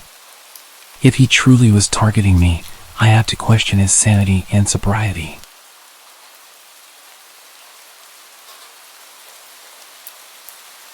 This all happened just recently, in summer this year. I'd been living with my parents until I had a good enough job to move out. About 9 months ago, I was finally ready to leave the nest. The place I found wasn't the nicest neighborhood, but it wasn't too bad. Some of my neighbors actually came over to welcome me and gave me some food. There was one neighbor though, the guy who lived to the right of me, who wasn't exactly welcoming, but immediately comfortable with me like we'd known each other for a long time. He'd see me leaving for work in the morning and run out of his house to tell me random stories, like how the last neighbor used to always turn the bathroom light on at 3 a.m. and leave it on all night. Or that they would sunbathe in the garden for 5 hours sometimes. It was all very random, boring facts, and I'd barely get a chance to react to his stories before he was asking me intrusive questions. Like, "Why did you leave for 83 minutes last night?" It's worth noting that his voice was a bit odd. He spoke with a very particular inflection every time he'd say something. Like an enthusiastic nerd, if that makes sense. Sometimes it made his statements sound like accusations, and sometimes it made them sound like questions, but my response to his comments were never really met with conversation. I would kind of laugh it off and just give him a short answer, like, I had to grab some groceries for tomorrow. But he'd be really quick to interrupt and remind me that the last neighbor never took 83 minutes to grab groceries. And he'd say it with an almost accusatory tone. Like what I was saying was ridiculous. I assumed he was just a bit odd and didn't call him out on his intrusive questions too much. This continued for weeks. He'd either run out to come and question me about my day-to-day activity, or he'd come knocking at random hours to tell me facts about my life. He would tell me that he noticed that I left at 8:33 this morning instead of the usual 8:26. I had different ways of reacting to this, sometimes thanking him for letting me know, sometimes being rather dismissive, but always friendly. He was never interested in any other kind of conversation. He'd tell me his observations and then leave. The months went by, and his behavior continued. Almost every day he'd stop me in the morning, or come knocking to tell me something about his observations. He seemed harmless, so I just let him do his thing. One evening while I was going for drinks across the road, I asked my neighbor if she ever had any issues with him. She paused almost immediately and looked at me with a serious expression. What happened? She seemed really worried when she asked me. I explained to her that he would approach me constantly to tell me that he'd seen me turning on specific lights in the house at night, or that he'd point out changes in my usual routine. Nothing terrifying, but still creepy. At this point, she turned the music off and put her glass down. You need to be careful around him. She seemed disturbed, like I triggered a repressed memory. The people who lived in that house before you were so sweet. I can't prove it, but I know that they're gone because of him. Gone? What did she mean, gone? I pushed her to tell me more, but she apologized and turned the music back on and changed the subject, ending the conversation. She did stop at one point to just make sure I locked my doors and not to invite him in at any point. That night, as I made my way back home, I watched his house closely as I crossed the road. It was noticeably dark. I never really paid it much attention, but I don't think I ever saw his lights on after dark. Whereas every other house on the street had at least a few lights in different rooms. I got to my door and paused. I looked towards his house one more time. I saw exactly what I was hoping not to. A glimpse of light. He was peeking at me. How long had he been watching the neighbor's house to know that I was over there? Was this all he did? Watch me? I went inside and remembered what my neighbors said. How often did I not even think about locking the door? Honestly, I think most nights I wouldn't even check. I clicked the lock and made my way to the back door. I took the key from the side and made sure it was locked. I put the key back in its usual place and made my way upstairs. As I dressed down into my underwear and made my way under my covers, I reached over it and turned off the lamp. It had been a long night, so I started to drift off quite fast.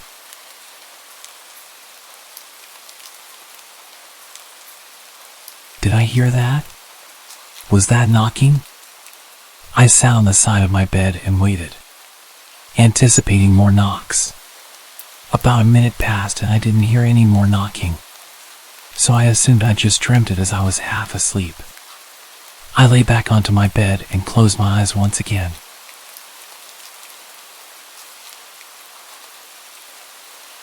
No, I definitely heard something.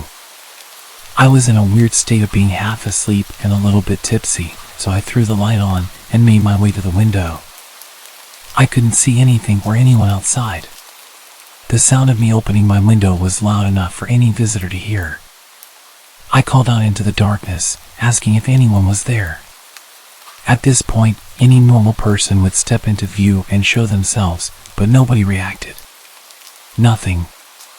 I know that someone was knocking. I threw on my dressing gown and made my way downstairs. I went straight to the front door. It had shaded glass that let me see partially through it. There was clearly a figure standing in front of the door. I was freaking out, but I was also angry. I didn't even consider the danger. I started fumbling with the lock and threw the door open. You left your house for 157 minutes. What the hell? I snapped. This was the latest he ever visited. Everything about his behavior had really annoyed me. The fact that I called out of the window and he didn't respond and instead stood with his nose practically touching my front door. Why did you feel the need to tell me that? At this late in the night. I was falling asleep. You've been out very late. I know that. I'm an adult. I'm allowed to go out late. I realized I was reacting to his accusatory tone. Is that all?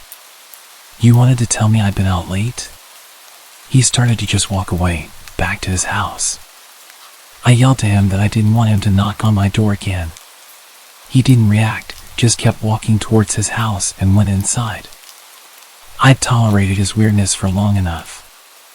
I convinced myself I wouldn't let him commentate my life schedule anymore, and that next time he talks to me I was going to tell him I don't care and just keep walking. I closed the door and went straight back to bed, still frustrated with how intrusive and weird he was. I closed my eyes and imagined what I would say to him the next time I saw him.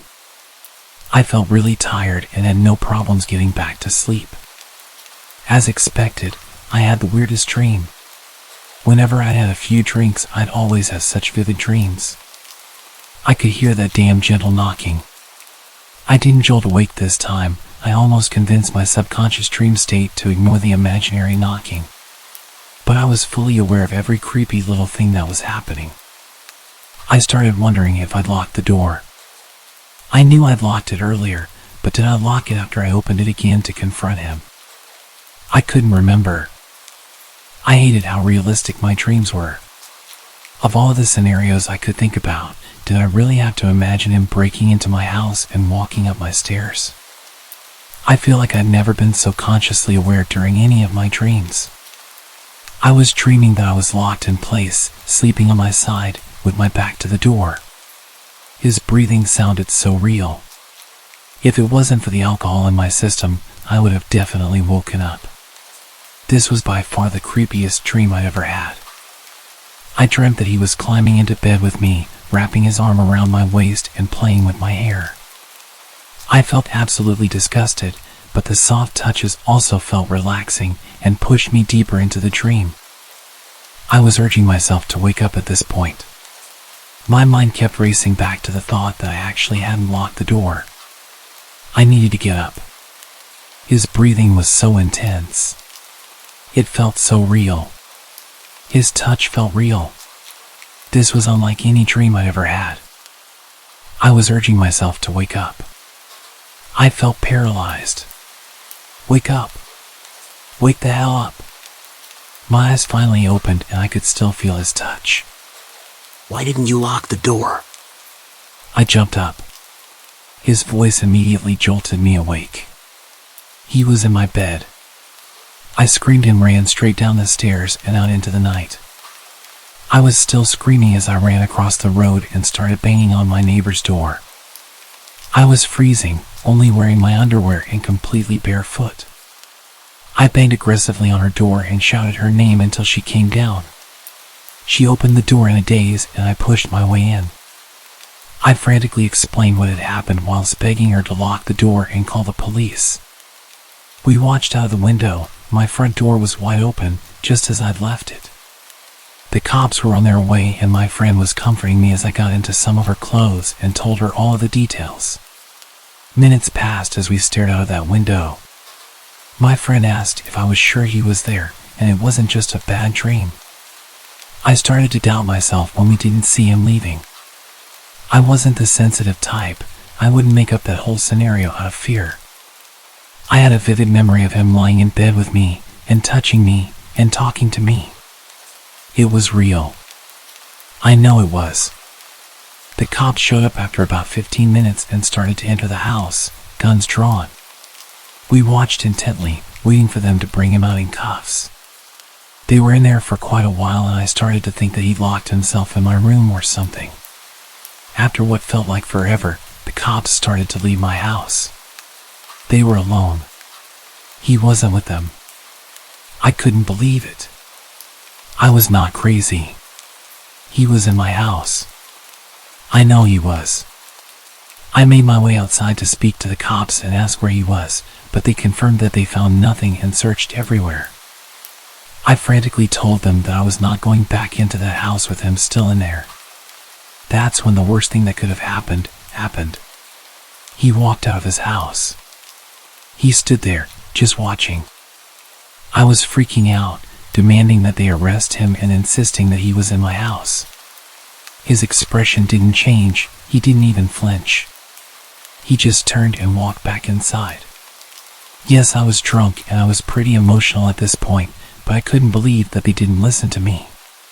They told me that they'd searched the entire place and there was no intruder. They said that the person who I claimed was an intruder was clearly in their own home, so I should just go inside and get some sleep. There were no signs of forced entry and no damage or evidence of an intruder, so there was nothing they could do. After a while of me practically begging them to at least go and interview him, one officer did go over and speak to him, but it seemed like a very short conversation.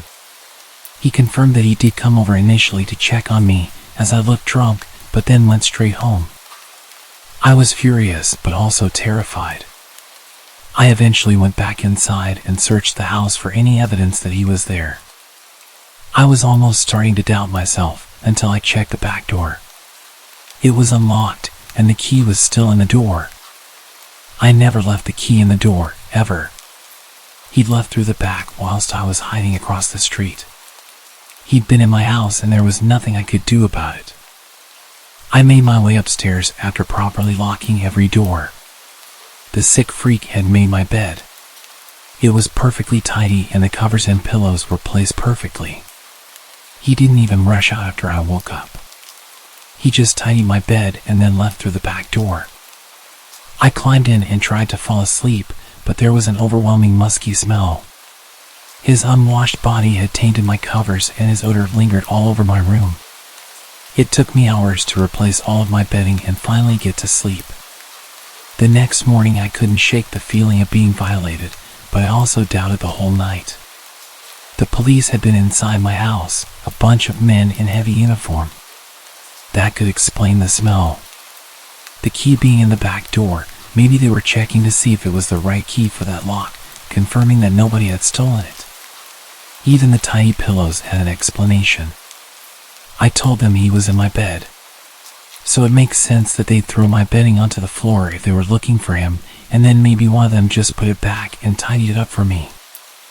I followed my usual morning routine, and then at 8:30 as I approached my front door, I took a deep breath, anticipating his presence.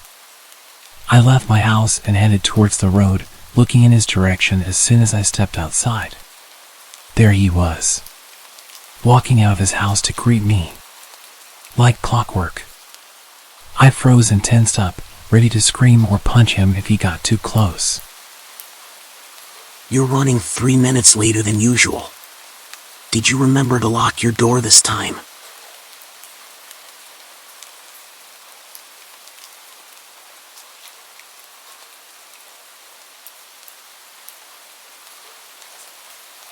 When I was 12, we had this neighbor. She was an elderly woman, but she was surprisingly active. We'd always see her around, carrying weeks' worth of groceries up the hill like it was no big deal. She was outside doing her gardening almost every day. She was a tough old lady. The unfortunate thing was that she was the opposite of friendly. If you said hello to her, she'd tell you to run into the road. She hated people and was a very bad neighbor. She would complain about every little thing and show up late at night to tell you that you're too loud and threaten to call the cops. Our family got into quite a few arguments with her. Whenever she would come over to complain, she would aggressively insult all of us. My parents got sick of this and just started insulting her back, telling her she was old and miserable and she would die alone. I didn't like it, but I figured it was just adults letting off some steam. I'm sure I even caught her smiling on her way back home after shouting with my parents. She had quite a reputation around town for being a witch. There were all sorts of rumors about her being hundreds of years old and having the stamina and strength of a 20-year-old man. They were not wrong about that. People would say that they'd seen her performing rituals through her window and that she kidnapped children and ate them. It was all silly stuff, but at the time I found it fun to believe. Anyway, the real scary part happened when I was home alone playing on my Nintendo. I could hear an odd sound outside my window, like an animal scratching at a door. I paused my game and went to check it out. I couldn't believe my eyes when I saw it. She was in our backyard, clawing at a window with a screwdriver, trying to get into the house. I opened the window and told her that I called the cops. She didn't hesitate to run back home. It was still so strange seeing this old woman running back at such speed. I actually did call the cops and told them what had happened. They told me they were on the way over and that I should go upstairs and lock myself in the bathroom. Within a few minutes I could smell something that made me panic. It was smoke. I immediately assumed she'd set the house on fire. I ran to open the bathroom window and that's when I realized what had happened. The smoke wasn't coming from my house. It was coming from next door. For whatever reason, her house had set on fire and she was still inside. Before the fire department could arrive, the whole place had gone up in flames. They announced that she died in that fire and we even went to her funeral. There weren't many people there. The last scary thing about all of this was that it only fueled the stories about her being a witch, and that after I caught her trying to kidnap me, she had to burn it all down and move elsewhere to conceal her identity. I don't know what to believe, but I do enjoy telling this story every Halloween.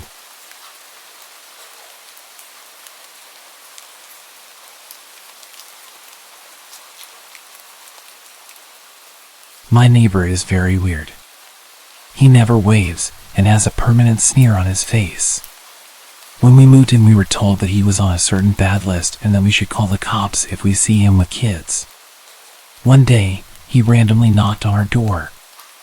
I'd never spoken to him before, and without even introducing himself properly, he proceeds to launch into his explanation of the reason that he's on the registry.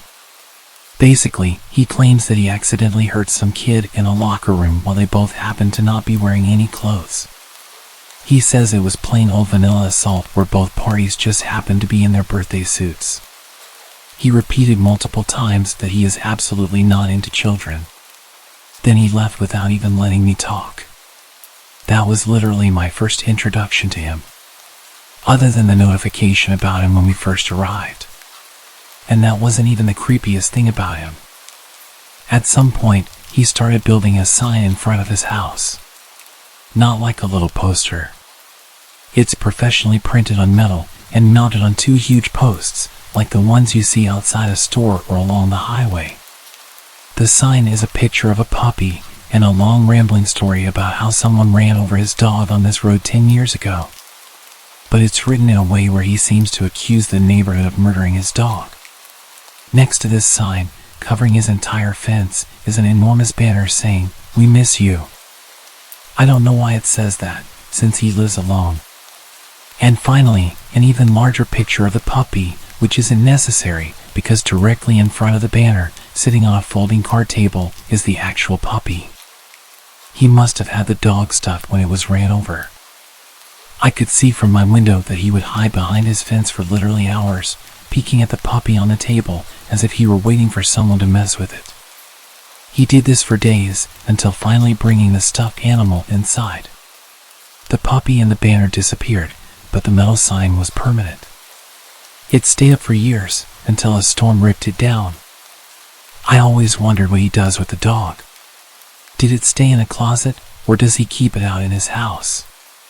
Well, one day I got my answer. I have a friend who does construction, and funnily enough, he was hired by the creepy neighbor to build a shed. Without even asking, he tells me that the guy keeps an ugly stuffed puppy in the living room like a piece of furniture, and then he talks to it constantly. There were plenty of other creepy things, but the big puppy shrine was the most notable. I never did see him with any children, but I'm constantly on the lookout. My name is Danny, and I was 19 when this happened. I lived with my parents and wanted to move out, so I bought a car with the money I'd saved and eventually got a job for Uber Eats. I'd seen their advertisements all over. Apparently it was easy money with flexible hours. All you had to do was pay for fuel. I had a few friends tell me how good it was, so I figured I'd go through the sign-up process and give it a shot. However, the reality was quite different. Driving around on a tight schedule made the job pretty stressful, and the payouts were often just a few bucks. If you didn't claim the orders with high tips or payouts, then you'd barely make enough to cover the fuel. Being a teenager, I only had to cover my car payments and insurance, so I didn't need to make a fortune. But it did feel like I was getting shortchanged given the time and effort required. I pushed the idea of finding another job to the back of my mind because I was a bit lazy, but everything changed after a particular incident. I accepted an order from KFC and set off to deliver it to the customer's location. It was a pretty large order, enough for maybe 4 or 5 people, but the pay for this delivery was much higher than usual and the tip was $20, which was unheard of. It tells you on the app when you accept an order how much you'll get paid. While en route to the destination, I received a text through the Uber Eats app. The customer was asking about my whereabouts. The app said delivery time was about 30 minutes and I was on track to be there in about 15. They could literally see my live location on there, so I didn't understand why they were asking. I didn't see the point in pulling over to reply, so I just kept driving, as I'd be there in about 5 minutes. Within pretty much a few seconds, they sent another message, impatiently asking me why it's taking so long. I had only picked up the order a couple of minutes ago, and they could literally see this on the app, so it wasn't as if I was running late. I ignored the weird messages, thinking it was probably a mistake on their part, or that they were drunk or just a typical Karen. I knew the area reasonably well, but I'd never really been to this part of town. It was located in, I guess, what you'd call the hood. It was a pretty rough neighborhood, gang violence and a lack of police presence. Most people knew not to come here. But I'd driven through a few times and knew it wasn't too dangerous. The address was to an apartment building, and as I approached the place, I noticed that a lot of people were staring at me. I parked my car and checked my phone. Another message had come through with some harsh language, telling me that I better hurry up. I usually leave my phone on the stand, where I can see the delivery instructions, but I knew it was a bad idea to keep it out in the open, so I took it with me. The instructions said to come inside and deliver it to the customer's apartment, which was a little unusual, but I figured they just didn't want to come down. I pressed the button for the apartment number and was buzzed in. As I climbed the stairwell, I couldn't shake the feeling that something was off. There were people just scattered around this building. I had to step over some passed-out woman on the stairs, and I really wanted to just drop the bag and run. I reached the door to the apartment, and a voice from inside told me to come in. I hesitated for a moment, confused as to why they couldn't just come and grab it. But I was on the clock and wanted to get this delivery done. I walked into the apartment, and as the door closed behind me, I realized my mistake. All the lights were off, and the only source of visibility in the room was the massive TV they had on the wall. I looked around and saw a couple of shady-looking characters. I offered them the bag, and they looked at me like I was disgusting. The guy who seemed to be the leader gestured for someone else to take it from me. He started circling me as I stood there, completely frozen. I had no idea what the hell I was doing or how I'd ended up in such a dangerous situation. He didn't hesitate to start poking at me, asking me what I got. I told him I just had the food and that I've gotta go. He laughed and told me to sit. I was completely shitting myself at this point. He starts quizzing me about why I took so long and what can I do to make up for it. I told him I could refund the tip, and this made him freak out. Tip? What tip? I ain't pay you no tip. I stupidly pulled out my phone to show him that he put down a $20 tip. He snatched it out of my hand and told me that he's taking the refund. Everyone else started laughing. I was being completely humiliated in front of these people, and I was powerless. I passively asked for my phone back, but I'm not the biggest guy in the world, and I was really trying not to die, so when he refused, I just accepted my fate. He sat down and started looking through the bag, grabbing the food he wanted. He looked over at me and asked me what the F I was still doing there, jumping up and pulling out a knife as he said it. I apologized and quickly made my way to the door and ran down the stairs. I almost tripped over the unconscious woman on my way out. I got in the car, and I've never driven so fast in my life. I drove to somewhere safe and immediately broke down into tears. My whole body was shaking and I was hyperventilating. I was a complete mess. What the hell was I thinking, walking up and going inside someone's apartment, never mind a place like that? I'd literally been told to never go inside anywhere, but all I could think of was that big tip. I drove home and told my parents what had happened. They were really supportive and glad that I was okay, but they were furious that I'd not followed their advice about going into dangerous places. We got the phone locked remotely, so you probably can't use it for much, but I know I'm never getting it back. I found out weeks later when I got a new phone that Uber also suspended my account because he said the order wasn't delivered. In their defense, as far as they could see, I just disappeared with the delivery and never showed up again. So he got a full refund and free food and my phone. Losing my phone and my job really sucked, but I was grateful that I got away unharmed. I had no interest in working as a delivery driver after that and got a job at a restaurant instead.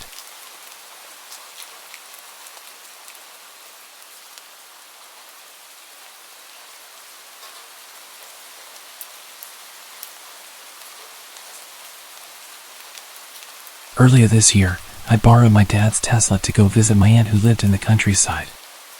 I'm a 24-year-old guy, and I love driving, especially my dad's car, so I was glad he let me take it. The road trip took me through some pretty remote areas, but it was a pretty smooth drive heading over. I passed through one small town that had a charging station for the car. Whilst I was there recharging the Tesla, I got quite a lot of attention. Apparently not many electric cars came through the area, and they had lots of questions for me.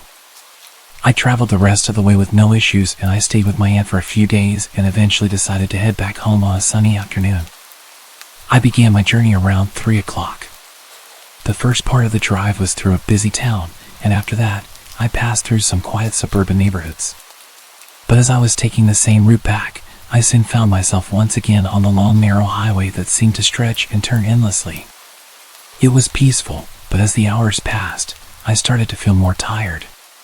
To keep myself awake, I turned on the radio quite loud, hoping it would wake me up a bit. I squinted at the road, trying to focus, and that's when I noticed a small glimmer of light in the distance. It was the reflection of my car's headlights on another vehicle parked by the side of the road. As I approached, it became evident that the car was abandoned. It was dark, and the windows were tinted. The area was quite remote, and the thought of getting stranded there was unsettling. The nearest town was an hour's drive back. I continued my journey but kept my eyes open just in case someone was nearby. A few minutes later, I noticed a blindingly bright light in my rearview mirror. The intense glare made it impossible to see the car, only their dazzling lights. They seemed to be getting closer, so I reduced my speed, thinking they would soon overtake. But as I continued down the road, I saw something unsettling up ahead. There was another car right in the middle of the road, blocking my path completely. The car had its lights turned off, and I didn't see it until I was almost right upon it. I slammed on the brakes as soon as I realized what was happening. The lights in the rearview mirror kept getting brighter. I could hear the sound of an approaching vehicle behind me. I decided to turn my car around to escape the situation, but when I looked back, there was another car parked diagonally behind me, effectively sealing off any retreat. Suddenly, it all clicked in my mind. I heard the doors of the cars around me opening and closing. Panic coursed through my veins. Without thinking, I veered off the road, plowing into the trees, attempting to bypass the obstructions and get to the other side of the road, past the parked cars. I was so preoccupied with avoiding trees and avoiding getting my car stuck that I didn't even look to see if the people were chasing me. About 10 seconds after driving off the road, a gunshot echoed. I looked back and they were chasing me. The bullet hit somewhere in front of my car. Fear and adrenaline pulsed through me as I continued maneuvering around the twisted dirt road. Another shot rang out, hitting the back of my car. I was driving like a maniac, going full speed through these tight trees, desperately trying to lose them. My Tesla was impressively handling the practically off-road adventure that I'd pushed it through. Eventually, I could see that I lost them, but I didn't slow down until I hit the highway again.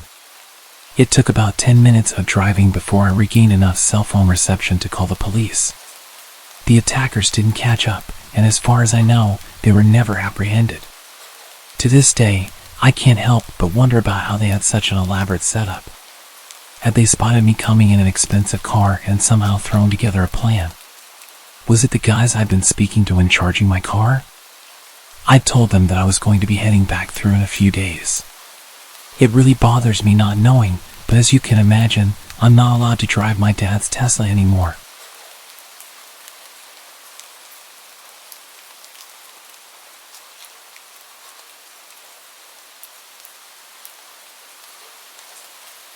My name is Christine, and I was 23 years old when this unforgettable New Year's Eve story happened. I was out with my beloved dog, Max. It was a few hours before midnight, so I took him for a quick walk before getting ready for the party. Max was usually well behaved and fine without a lead, so I decided to let him off for just a minute to enjoy the crisp air as we strolled through our neighborhood.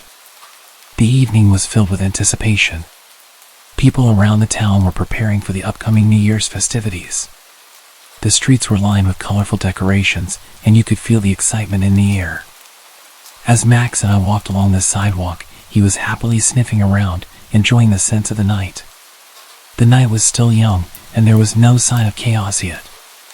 Little did I know that everything would change within the next minute. It was then that the first firework exploded in the sky, lighting up the darkness with brilliant colors and a deafening bang. I instinctively grabbed Max, pulling him close, but it was too late. The sudden noise startled him, and in an instant, he broke free from my grip and bolted down the street. I called out his name frantically, but he didn't respond. The barrage of fireworks drowned out my cries, and I watched in panic as he disappeared into the night. My heart raced as I realized I had to find him amidst the chaos of the celebrations. I spent hours driving around the neighborhood, searching for my dog. The fireworks kept lighting up the sky, and the noise was deafening. It was hard to focus with all the bright lights and explosions, but I had to find him. If I was distracted by the fireworks, then he was probably going through hell. Every corner I turned, every street I drove through, I called out his name. I was desperate to bring him back home, to keep him safe from the fireworks. The celebration was all around me, but all I wanted was to find my furry friend. I told my friends and family that I wouldn't be coming out as I was looking for my dog. A few of them volunteered to look for him too, but even if they found him, I wasn't convinced that he'd go with them. Finally, as I turned down a dimly lit street, I spotted a crowd of people surrounding a public bus, as if there were some sort of disturbance. My heart leaped with hope. I parked the car and rushed towards the crowd. I could tell by the chatter and the body language that they were reacting to some kind of animal on the bus. I made my way to the door and climbed on. He was there hiding in the corner, barking frantically at every firework whistling through the sky. I spoke to him gently, and he recognized my voice. The fireworks kept going off, but I didn't care. I reached down and picked him up, cradling him in my arms. He nestled against my chest, seeking comfort from the frightening night.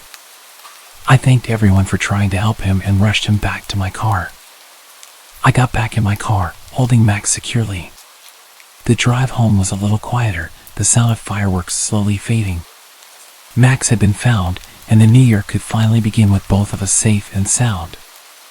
I sat in the car with Max, watching the fireworks through the window. The bright lights that had once scared him now seemed to twinkle in celebration of our reunion. It was a New Year's Eve we'd never forget, one that sent me on a wild late-night drive, looking for my best friend. I had blocked this story from my memory until my girlfriend reminded me of it a couple days ago. I started dating my girlfriend at the end of my senior year, and I used multiple dating apps before we started dating. I had my Snapchat listed in many of my dating app profiles. This is important. Nothing led to anything with the apps. I talked to people for a bit and eventually the conversation would die out. When I began dating my girlfriend, I had deleted the apps but never deleted my account, meaning people could still see my profile and my Snapchat account. I realized this after a few people would add me, but it didn't bother me much because I'd tell them I had a girlfriend. As you would imagine, the conversation would end at that point. But there was this one guy that added me, let's call him Adam. And he asked me if I was available. Being straight, I was used to guys adding me, so I gave him the usual response. Sorry, I'm straight and I have a girlfriend. I expected him to leave me alone, but it didn't stop him. At first the messages were normal. How was your day? What did you do today? Simple stuff like that. Being the nice guy I am, I responded because I thought this guy just wanted to be friends, and having a gay friend is okay with me. Then the messages progressively got more creepy. He started asking questions about my girlfriend, and not the basic questions. As the days passed, I started to notice that Tyler's vocabulary was very similar to Adam's. I wasn't sure about it, so I didn't make any assumptions that it was him. I shared Tyler's Snapchat with my girlfriend, who added him to investigate. As soon as she added Tyler's snap, Tyler flipped out on her, confirming that it was indeed Adam. Realizing this, I blocked him again. After that, everything went quiet from Adam for about a month. I live in the suburbs of Chicago, and both my girlfriend and I live down the street from each other. We often see each other, and our families are good friends. Anyway, A month went by until I received a letter with no address or name on it, just my name on the front. I opened it, and to my shock and horror, it was basically a love letter from Adam.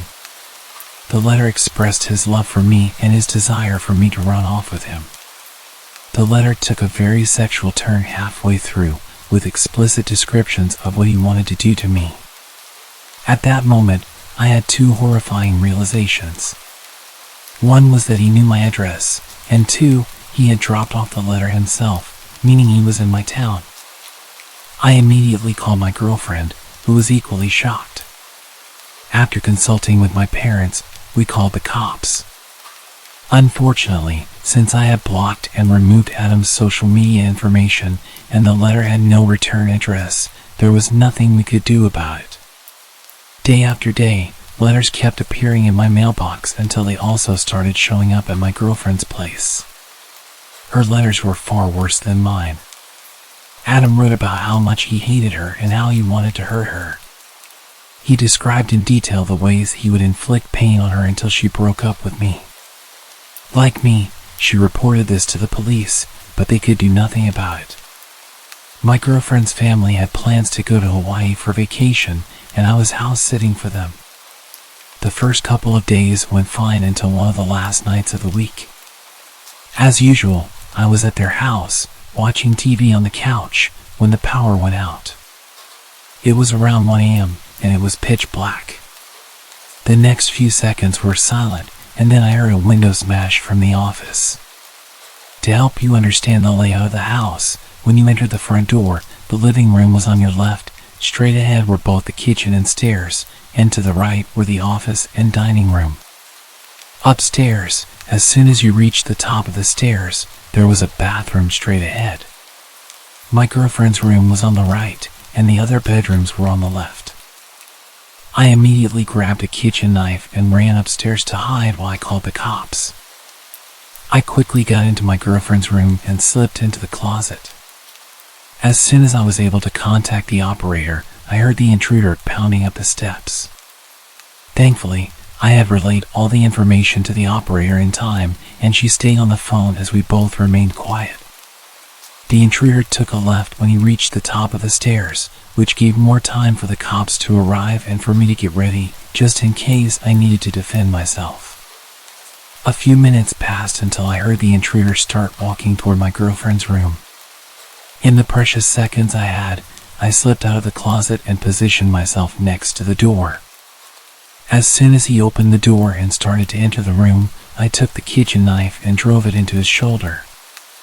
A young man screamed in pain as I heard a heavy metallic object make a large thud as it hit the ground. From there, I bolted out of the house, where I was met by 4 squad cars and cops with their guns raised. I raised my hands, shouting that he was upstairs in the right room.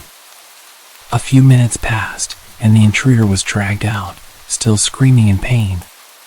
With the siren lights flooding the street, I got a glimpse of his face. It was Adam. Later, an officer informed me that the metallic thud was caused by him dropping his handgun. Adam was from Texas and had traveled up to my state to be with me.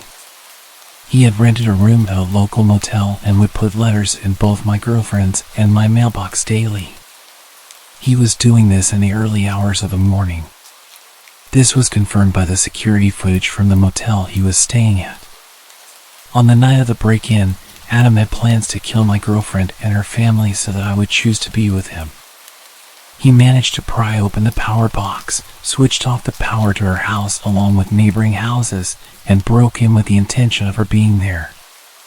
Well, unfortunately for him, she was enjoying a tropical vacation. To be honest, I have no idea how the outcome would have been different if they hadn't gone on vacation, and I am grateful that I still have my girlfriend as well as her family alive. So, to any stalkers out there, please stay away from my girlfriend.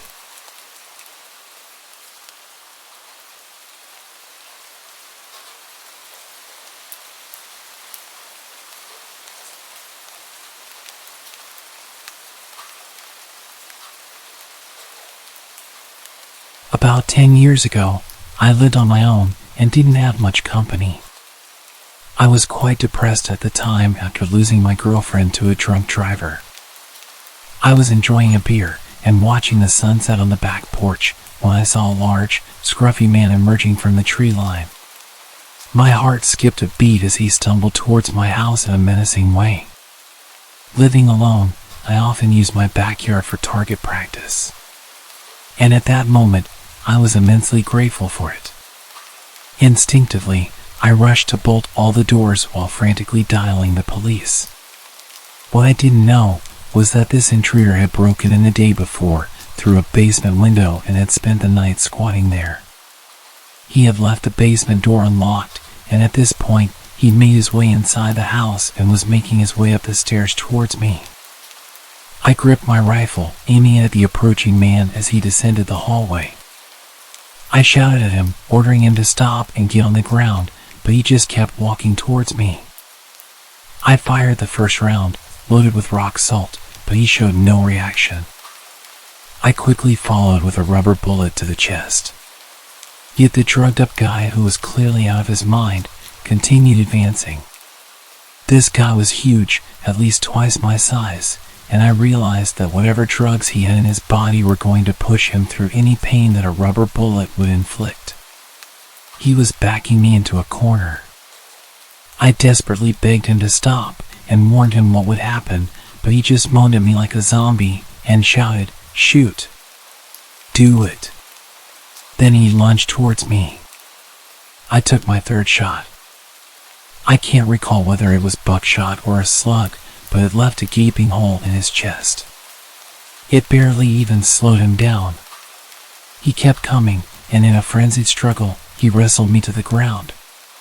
He was moaning and coughing up blood. Suddenly, he grabbed my face with both of his massive hands and started squeezing my head. It was utterly terrifying. I could feel him trying to burst my skull open like a balloon. I don't know how long it actually lasted, but it felt like forever. Eventually, the injury finally caught up with him, and he died on top of me. I was laying with him crushing me for a few minutes. My energy was completely drained, and I could barely breathe with his weight on top of me. His body was pushing my rifle into my chest, and it was causing me serious pain when I tilted his body to the side. I was completely drenched in his blood, and I can still remember the overwhelming smell. I'd completely forgotten that I was still on the phone with the operator, who had heard our entire exchange, which more or less amounted to me pleading, "Stop, or I'll shoot," and the man menacingly taunting. The police arrived soon after, and the incident made it to the local papers. There was a criminal investigation, but eventually, I was cleared of any wrongdoing. It turned out that the intruder was wanted for murder of an elderly couple in Baltimore and had somehow made his way 50 miles up the road into a rural area.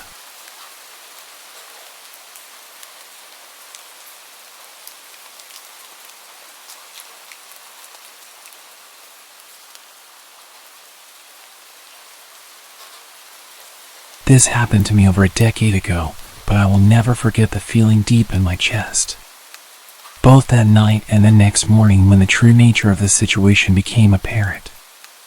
It was late December in a small Texas town.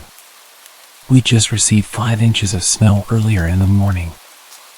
I can't remember what time it was. All I remember is it was dark outside, and I was playing in my room. It's important to note that my room was made up of 2 parts, a mudroom with a door leading out front, then my actual bedroom.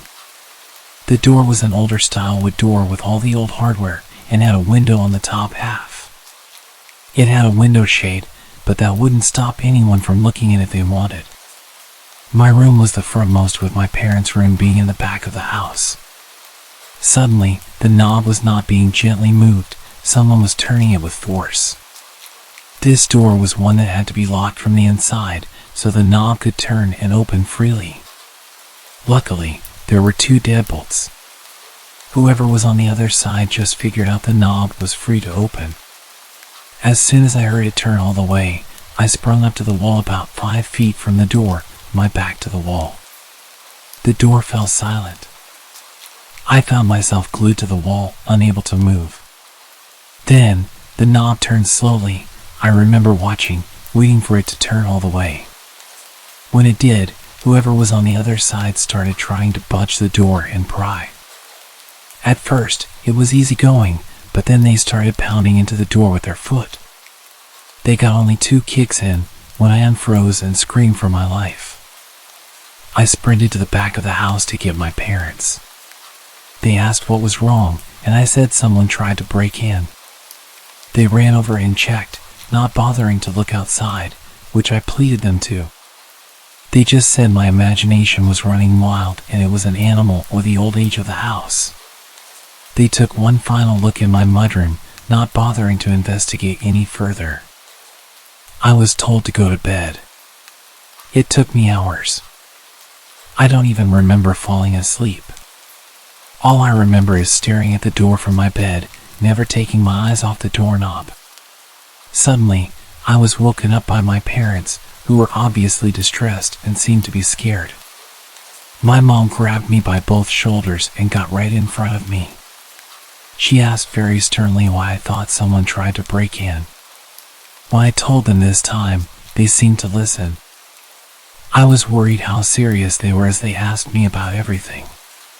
When I was done, they said they had to show me something. They took me to the front door and out to the front yard, pointing to my door near the driveway. You could clearly see the boot prints in the snow, walking along the street through our yard and straight to my window, then my mudroom door, where I had been playing the night before. The police showed up and took a report, but nothing ever came of it. I was never able to sleep well in that house. I can never forget what it felt like as a child to go through this and not have my parents believe me. I'm just glad I was not home alone and very thankful for that strong door.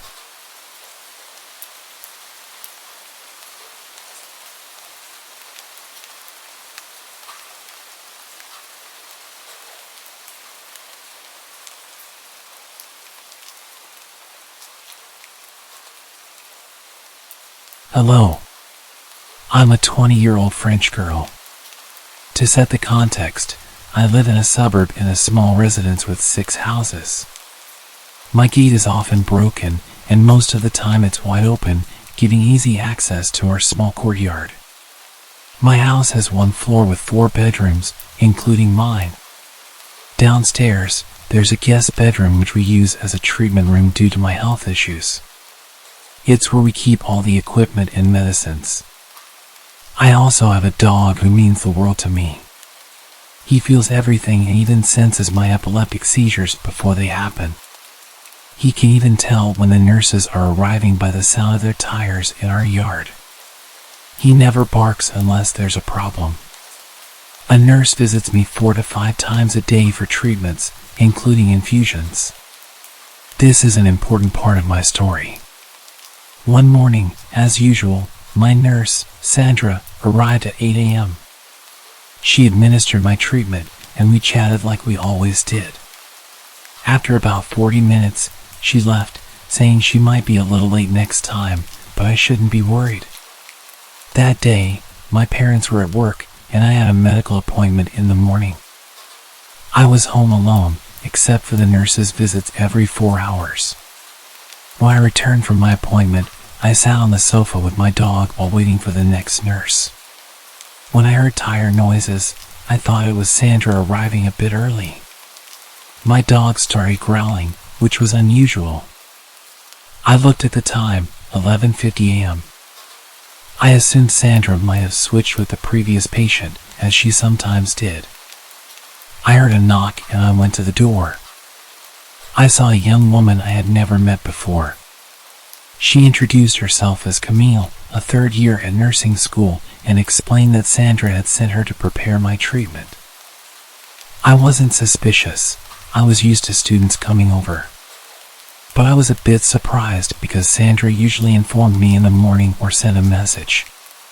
Also, she never left a student alone on the first visit. I led Camille to the treatment room and showed her the way. While she washed her hands, my dog's behavior became strange. He growled as she approached me and circled me, so I decided to leave him in the living room and close the door to keep him calm. I didn't pay much attention to what Camille was doing. I was on my phone at that moment. Then, I noticed she was preparing a syringe rather than using the pre-made saline syringe as usual. I glanced up and saw that my treatment ampoules were untouched, but I had heard the distinct sound of ampoules breaking. Something felt off. As she approached me with the syringe, I received a message from Sandra saying she'd be there in 5 minutes and asked me to start setting up the equipment.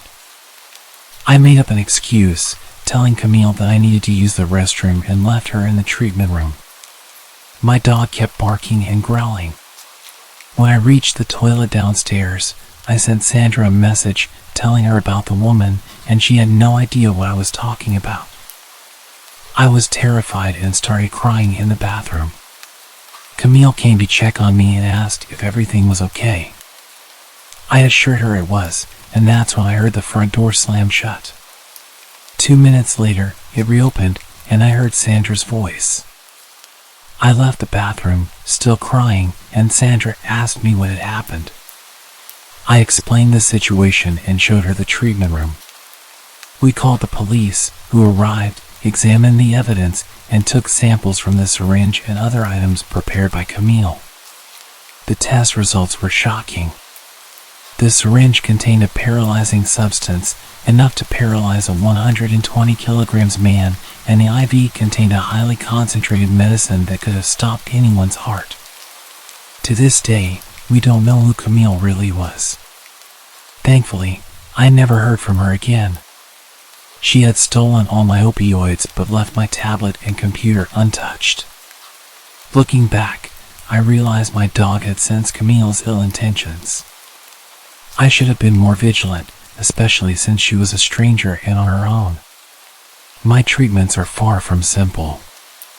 I often wonder what could have happened if I hadn't checked my phone that day.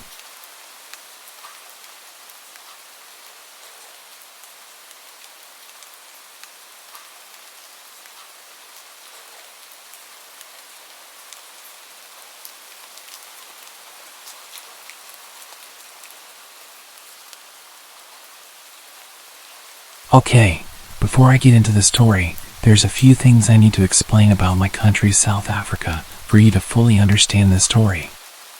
In South Africa, it's normal to have high brick walls with electric gates, electric fences, and alarms.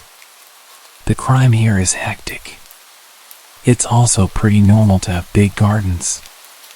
My family and I are big animal lovers, so at the time we had 6 dogs. 2 Shar-Peis, 2 German short-haired pointers, and 2 dachshunds.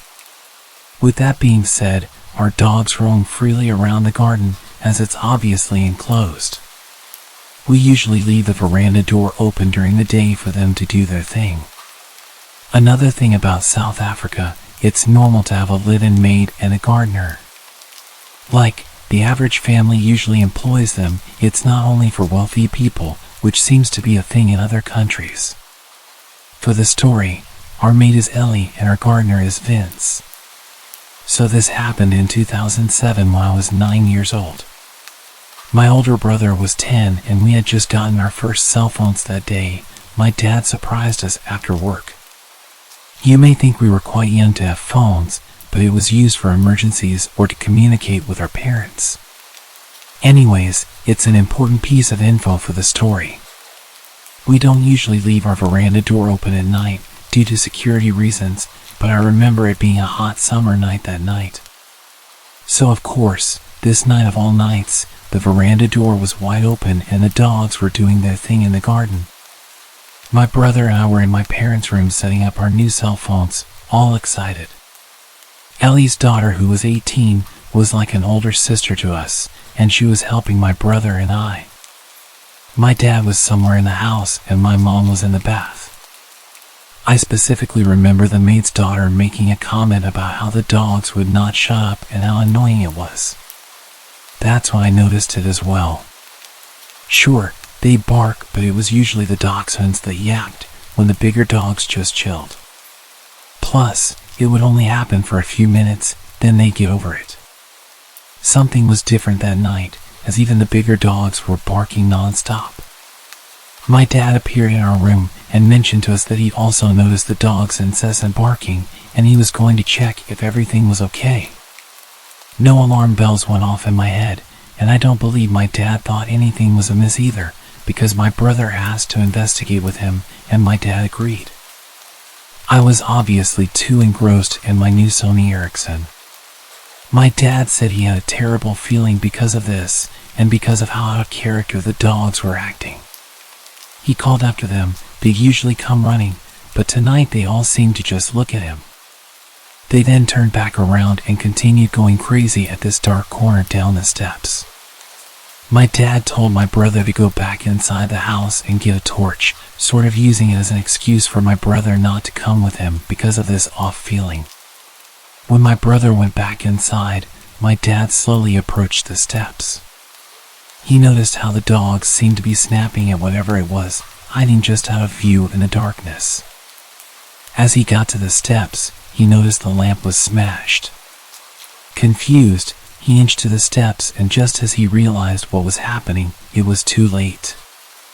My dad, being an ex-vet and avid hunter, felt something cold against his temple and immediately knew it was a gun. 4 men in balaclavas stepped out of the darkness, all armed. Shocked, he stood frozen on the steps. The man holding the gun to his head was instantly aggressive and asked him where my brother was. He said that he saw my dad come out with my brother, but my brother went back into the house. My dad said something came over him, and before he knew what he was saying, he responded by saying he's gone inside to press the panic button. As he said it, he saw how all of these guys started to panic. They started speaking in an African language called Zulu, assuming my dad couldn't understand because it's not common for white people to speak it. But my dad had actually grown up on a farm where he learned it fluently because of the farm workers.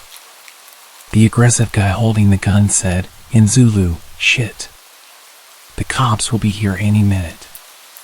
Let's just kill this guy, grab what we can, and leave." The others seemed apprehensive, and a smaller guy seemed really on edge and continued to say how he can't go back to jail again. And they need to get out of there before the cops show, which would be any minute. He was panicking. My dad then took advantage of this guy's fear. My dad interrupted them, speaking English, pretending to not understand what they're saying, and said that we usually have armed response vehicles that drove in our area, and since my brother pushed the panic button so long ago, they'll probably be here any second. And that did the trick. My dad watched as their plan unraveled before them. The smaller scared guys started freaking out all of the other guys, saying that they need to leave ASAP or else they'd be caught. He seemed to make the others more nervous and lose confidence until they started full-on bickering amongst themselves. Their plan was slowly turning to shit, as a third guy had put it. The aggressive guy pointing the gun to my dad's head slowly lowered it as they started fighting, losing focus on my dad and shifting his focus onto his crew. My dad then used this as an opportunity to slowly back up the steps and turn to dart towards the house. As luck would have it, as my dad ran into the veranda door, my oblivious brother was heading out with a torch. My dad scooped him up under his arm and sprinted into the house, not even closing the door behind him. Silly, but I think he just wanted to get my brother inside as quick as possible without even thinking. The maid's daughter and I were obviously also oblivious to everything when my dad rushed through the bedroom door, slammed it shut, and told us to go upstairs into the attic. There's 5 guys outside with guns. They're here to hurt us. Get upstairs now. My heart sank. I remember my body automatically responding and me sprinting to the stairs. My mom ran out of the bathroom in a towel, not too far behind. We sat there in the darkness and silence. I swear you could hear a pin drop. I think we were all just waiting to hear something below us in the rooms. My mom cursed, saying she didn't have a phone, and neither did my dad. But as luck would have it, in my hand was my brand new Sony Ericsson. No better emergency to use it than now, right? My mom dials the police, and I kid you not, when they asked where we lived, they told us it wasn't in their jurisdiction. Sorry. Click. The line goes dead. We're now not only shitting ourselves, but we're flabbergasted. My mom starts cursing like a sailor again, and that's when my dad realizes, damn. He didn't close the veranda door, and what about Ellie and Vince, who are in their rooms, blissfully unaware of the danger they're in? He gets his firearm in the safe in the attic and tells us that whatever we hear, to not come downstairs. To stay hidden no matter what. Now I'm sobbing, begging my dad not to leave us, but he tells us he has to go get the others before something bad happens to them. Now there's even more tears, as reality hits that there's 2 other people still in danger.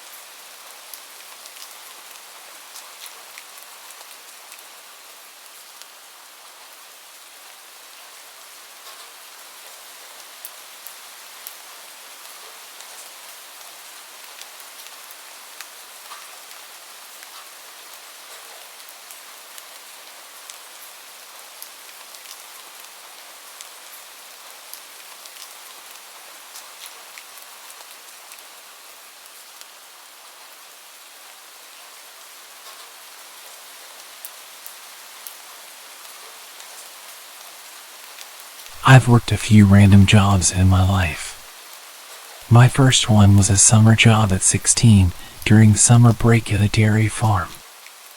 I absolutely hated it there, and it made it harder for me to find the motivation to even try finding work again when the time came. I don't really remember how I was first referred to the job, but the following summer, I ended up working as an office assistant for a self-employed photographer. My parents knew her because she used to be a member of their church, and my sister attended her 4-H program when she had it. By that time, her health had begun to take a hit, as she claimed it was a mixture of things from chronic Lyme to fibromyalgia. I had also been warned by my parents that she was a little off. She was very religious and claimed to have had real encounters with demons, even participated in some exorcisms. I'm an atheist and a skeptic, so I never took her stories seriously. Aside from the weird things she would tell me, she was mostly harmless and working for her was not very hard. The job basically required me to do a lot of data entry, as well as help prep her photos with some minor editing. She would also make me add her company watermark before uploading them. They'd end up on a site where her customers could browse them and then pick which ones they wanted to order. She primarily photographed horse events, dressage, stadium and cross-country jumping, etc. And for the first several months my job was in her living room, which was basically my office space at the time. Eventually, I was talked into tagging along at shows where she trained me as a photographer, and soon I was shooting at the events along with her. It was boring work, I won't lie. I'm not a horse person. But things didn't get weird until a year later when I learned the hard way it was not her that I needed to worry about.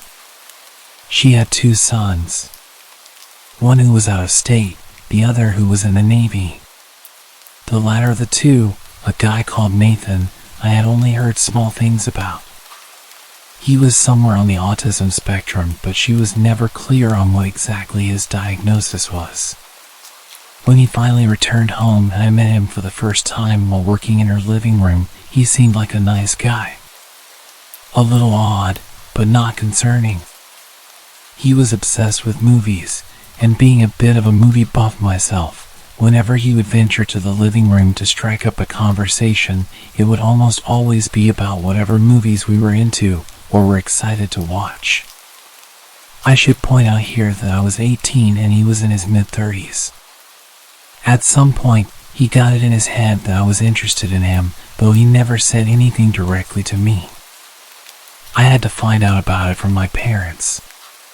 My mom worked as the secretary at the church, and Nathan somehow found out. I can only guess my boss had told him. One afternoon, Nathan showed up at my mom's desk and started gushing about his feelings.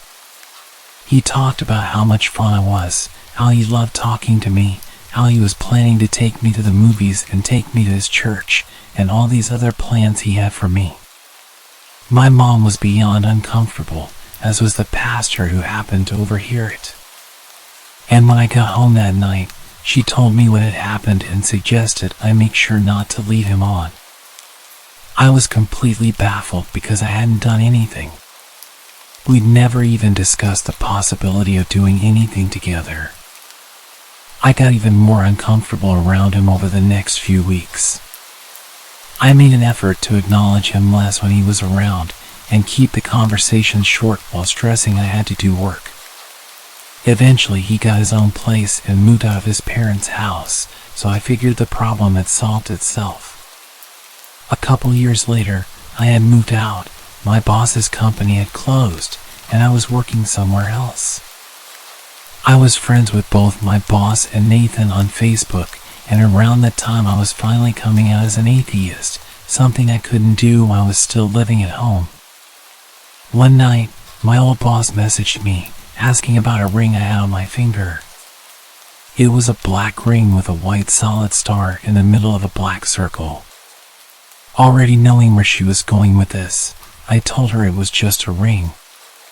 She started accusing me of wearing a pentagram because she didn't know what a pentacle was and that I was promoting Satan. I tried several times to explain to her that not only was it not that symbol, but that also paganism has nothing to do with the devil anyways, but she refused to listen, so I just ignored her. It was typical behavior of her and not worth the argument. The next morning, I had a message from Nathan telling me I needed to come to his church with him. I told him no, and the messages I received back gradually grew angrier and angrier. He went from asking to demanding I go with him. He told me I was lost and that I would not find the answers I needed by living the life I was. Eventually he outright said he thought the fact that I was wearing a pentagram was disgusting and that I was opening myself up for possession. Knowing there would be even less of a point in arguing with him than there was with his mother, I went ahead and blocked both of them, deciding I was done with it all. Then he started showing up at my workplace. He would always search through the store until he found me, and then once he did, he would corner me and not stop talking to me no matter how many times I tried to dodge him or tell him I needed to get back to work. Eventually, the managers caught on and started intercepting him whenever he showed up. I wasn't making enough to pay the rent with that job, so I had to take up a second one. Within a week of working my second job, which was in a different town, he started showing up there. This time I told the managers who he was, and after that, every time he showed up, I was allowed to hide in the back room behind a locked door while they sped his order along and got him out. One of those many encounters, while I was hiding in the back, one of the managers was back there with me, inputting employee time punches into the computer when the both of us heard Nathan shout in our direction. "I know you remember me." That was the last straw for them, and they told him his business was no longer welcome there. He stopped showing up at my other job as well for a while. Fast forward to a few years later, I was getting used to not having to look over my shoulder every shift or check the parking lot for his truck. Then one day, he reappeared. He was browsing a section I was walking past when he spotted me and got this deer in the headlights look. I made a beeline to the break room because just seeing him made me scared. After that, he started showing up regularly. I would always find ways to dodge and avoid him, but he would still eventually spot me and know I was still there. I was debating whether or not to tell the managers, because at this point it had been a while since he had done anything, and saying something just because I was nervous didn't feel right. Call me a coward or an idiot, but that was my thought process. What happened next made me regret not speaking up.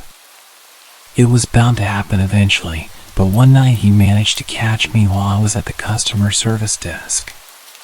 He approached me and said hi, and I immediately started to look for someone to signal over so I could make a break for it. But before I could say a word, he said something that made me feel sick. "How's your little girl doing?"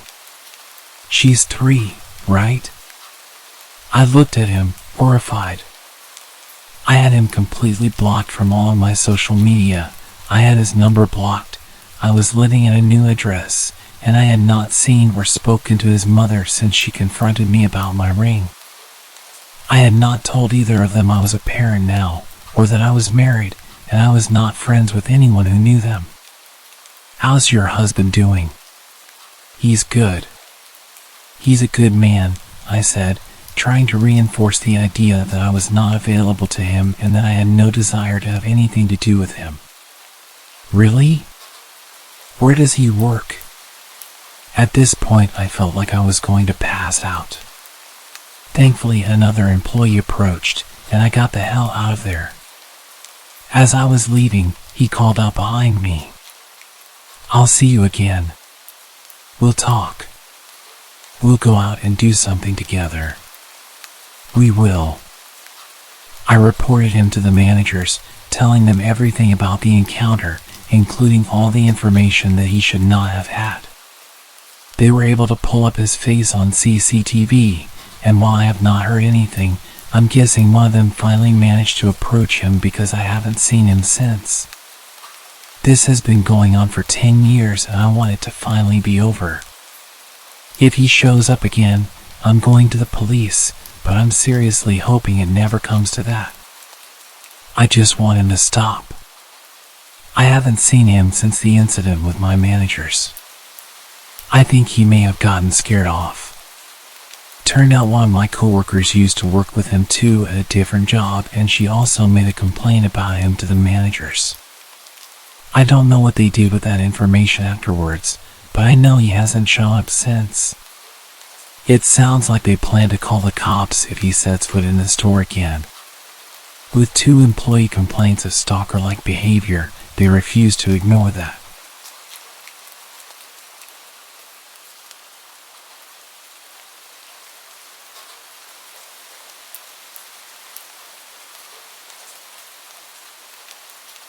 In 2002, I was 14 years old, starting freshman year.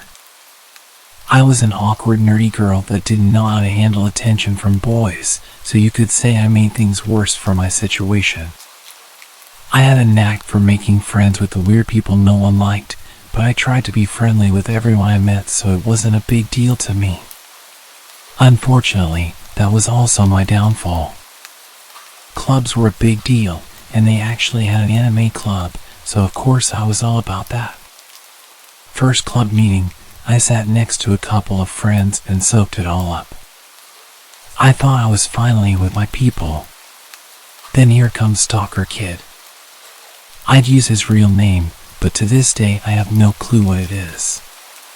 He sat in front of me, and being that person, I said hi. I could tell he was uncomfortable and didn't know anyone, so I was just being nice. And boy, did this guy cling to me for that one word. At first, he would just find me during lunch and just stand there mumbling things to me. He had such a soft voice, high-pitched, mousy little guy, that you just felt unnerved when he spoke to you. The way he would look at you as he spoke, I could never look him in the eyes. After a while, it became more asking about my personal life and what I was into. Me being dumb and naive, I tried to be friendly and chat while feeling incredibly uncomfortable. After a while, me and my friends would move to different tables, benches, even hallways to avoid him, but he always found me. After about a year of this, my best friend finally told me that if I didn't tell him to F off, he would. I really didn't want him around anymore, so, sure, go ahead. So one day during lunch, here comes Stalker Kid with his signature greeting. Barely above a whisper. Hey Nancy. My buddy just goes, dude, she's not interested, F off. Looking hurt, he shuffled away. I was like, man, you didn't have to be so hard on him, but thanks. I didn't see him much around school after that except for club days where he would just sit across the room and stare at me while my best friend glared at him. Cut to me being 16 and now driving to school. Minus the awkward club days, I didn't really notice anything from him. That is until an old gray beat-up car started parking next to me, extremely close. One day after school, he was waiting for me in that car. He started asking me how I've been, talking about prom and all that stuff. I was trying to rack my brain on how he knew that was my car, unless he had been watching me before and after school. I started getting there later and leaving later to avoid him because he was like clockwork. Finally, a boy I used to be friends with in elementary school was walking out with me and made a comment about how that guy is always next to my car and asked if he was my boyfriend. I immediately said no, and he's always following me around, and I hated it. It was really starting to freak me out. Bless this guy, because he walked right up to him and scared him off, threatening if he ever parked near me again he would kick his ass. I figured maybe that was enough to keep him away. So again, there was a small space where I would hear nothing of him except for my friends who had classes with him telling me how creepy he was. One friend had art class with him and said he would draw naked women constantly in his books. Junior year is wrapping up, and I started giving my best friend Jack lifts to school. He was on my way, so I figured why not. At some point, Jack started noticing that little gray car was always heading the same way after school and made a joke about Stalker Kid living next to him. Small world, right? I could only be so lucky. One day, as per usual, little gray car was following us, so we took a detour. Sure enough, he was with us every step of the way, and it was no longer a joke. We both started freaking out. I pushed the gas pedal as hard as my foot could push it and got the hell out of sight. A few other things happened. In order to get into prom, he had to ask someone from my year. So he asked some random girl from my softball team and then dumped her as soon as he got in. He then followed me all night. This includes to the after prom, where I had to avoid him the whole time. Our high school had a TV channel for kids to run, and during prom they would record the whole night.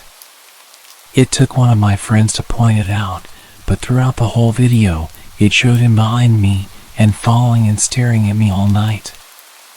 I didn't even realize. And the one that still creeps me out to this day is graduation for his class. I was scanning the crowd to see my friends who were graduating when I saw a hand wave as I passed by. I looked back, and of course it was Stalker Kid waving at me.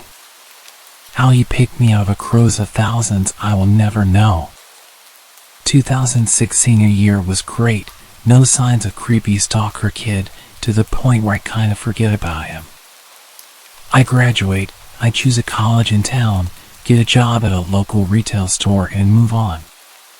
Life was beginning to be normal. I work the gaming department, so you get the weird guys once in a while.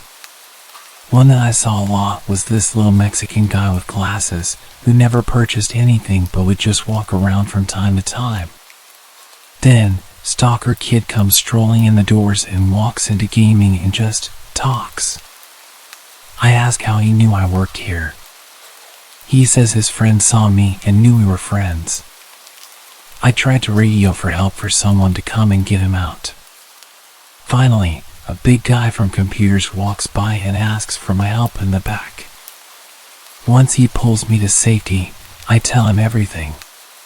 From that point, security is aware and is told to watch for this guy.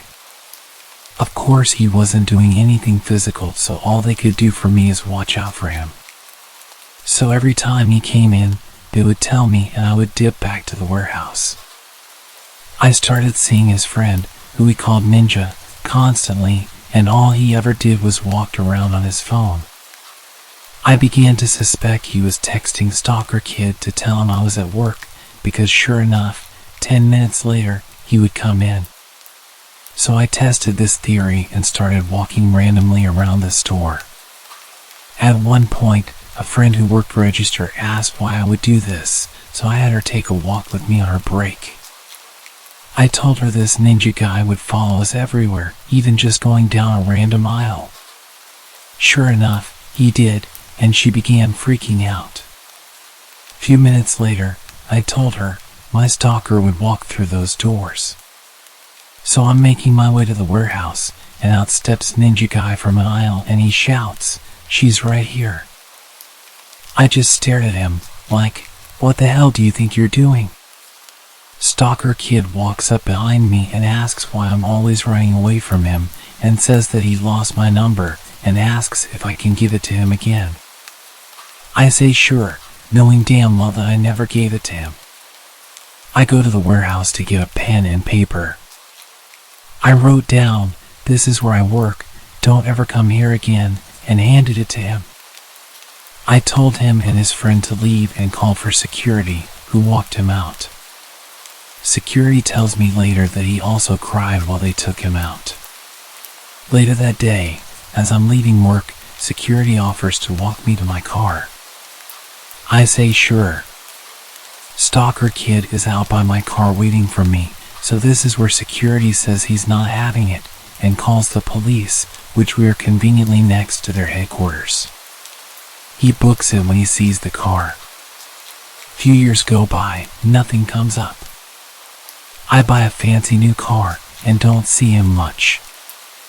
I'm thinking that did the trick, and I'm finally free. 2012, my buddies and I are leaving work, ready to hit the night at the bar, per usual. We are all walking out the door, where we all have to stand and wait to hear the alarm sound to verify it's armed. As we are walking out, I hear it. That awful sound. "Hey Nancy." I cringe, grab my friend's arm and turn. There he is leaning on his car, waiting. My friend recognizes him and asks what he wants. Guy says he just wants to talk to me. He said he didn't ever see my car, so he didn't think I worked here anymore. His other friend is sitting in the back seat of his car just staring at me blankly. I start to think the worst. If my friends leave me here, something tells me I'm not coming into work the next day. or ever. I'm terrified that he's had years of time to think about our last encounter where I wrote my number down and made him cry. I grab my friend's arm tighter. My friend kicks off, pretends to be my boyfriend, and rips into him. My friend is about 2 feet taller and much bigger.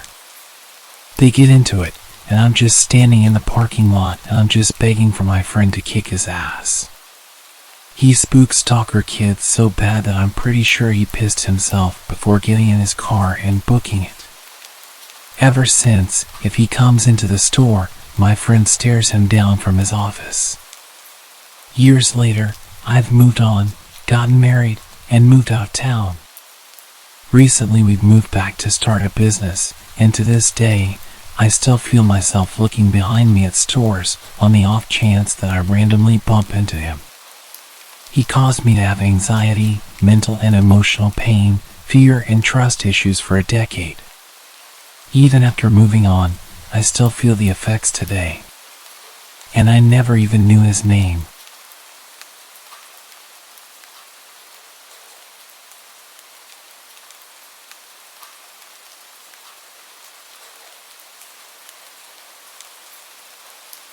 I'll begin by giving a little background. At the time this happened, I was a 16-year-old girl working at a chain coffee place while in high school. I am 19 now, and in college, 7 hours away from this place. This happened at a time in my life in which I was super shy and had a tough time standing up for myself. In retrospect, I could have handled it a lot better. I used to work closing shifts with my best friend after school. It'd be from like 3 to 10 p.m. We worked at a relatively dead store, so we spent most of our time playing music and talking. We did our duties like taking the trash out and restocking, etc., although both of us always dreaded taking the trash out, as we had to go out back. The dumpsters were behind the store, in a dimly lit area, next to a sketchy liquor store. One night a man came in pretty late. It wasn't unusual to have customers come near closing. It was just uncommon to see anyone we didn't already know. Our store was mostly just regulars. He was lanky and probably around 30. I mostly just remember his eyes. They were piercing, the type that never break a stare. I remember initially thinking he was attractive. Yikes. The way he spoke was short and concise, just ordering a small hot latte. I made his order and that was it. I told my friend about how I thought he was attractive, and we then started referring to him as the small hot latte guy. We always call people by their drink orders. He came a bunch of times after that. Each time staying a little longer and longer, talking a little more and more. One day he came with a woman, presumably his girlfriend. I remember I felt a little weird, like she was staring at me, or like they had spoken about me beforehand. She glanced over at him and said, "Wow, she is pretty." I didn't think much of it, said thank you, served them, and I thought that would be the end of it. He then began showing up and talking to me a lot without her. He started off as being friendly. I honestly don't even know what we talk about. Then he got kind of flirty. Initially I was just flattered, but being underage and immature, I didn't even think about the fact that it was kind of alarming. He began to stay for a while. Sometimes he would bring a laptop or a notebook.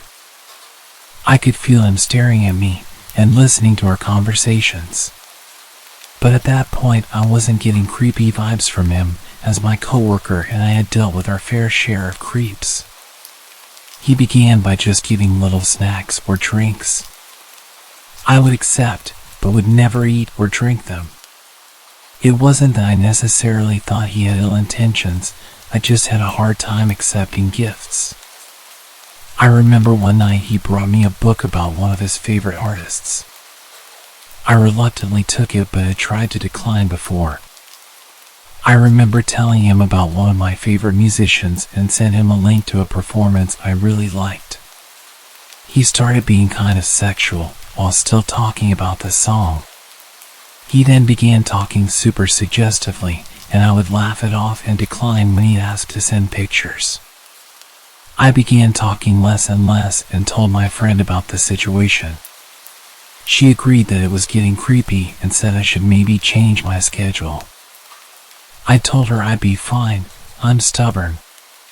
He'd still come every week at closing time, and he'd even stay in his car till we closed. Meaning he'd watch me go to the back to take the trash out.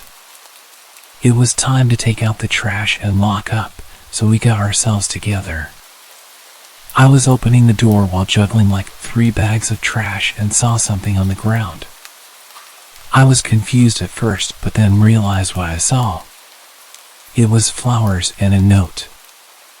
I felt sick to my stomach and looked around the parking lot. I didn't see his car. I threw them away immediately and told my friend I didn't want to read the note. She read it and told me I had to. It was something to the effect of, "I've never felt so connected to someone. You're breaking my heart. Please don't do this. I'm sorry." Looking back, I honestly didn't lead him on, but initially I felt as if I was in the wrong. Nonetheless, we turned the corner to take the trash out and both prayed the parking lot was empty. It was not. Let's just say the trash was not going to get taken out that night. I continued working there and still worked there on my breaks from college. I had different hours after that. Nothing happened for some time until one day he appeared again, just before I was supposed to leave for college. It was around 3 p.m. It was busy. He came in, stared at me, and then he left. That was the last time I saw him. Looking back, I was so naive and could have handled the situation so much better. I am forever thankful to my friend. She really supported me that whole time.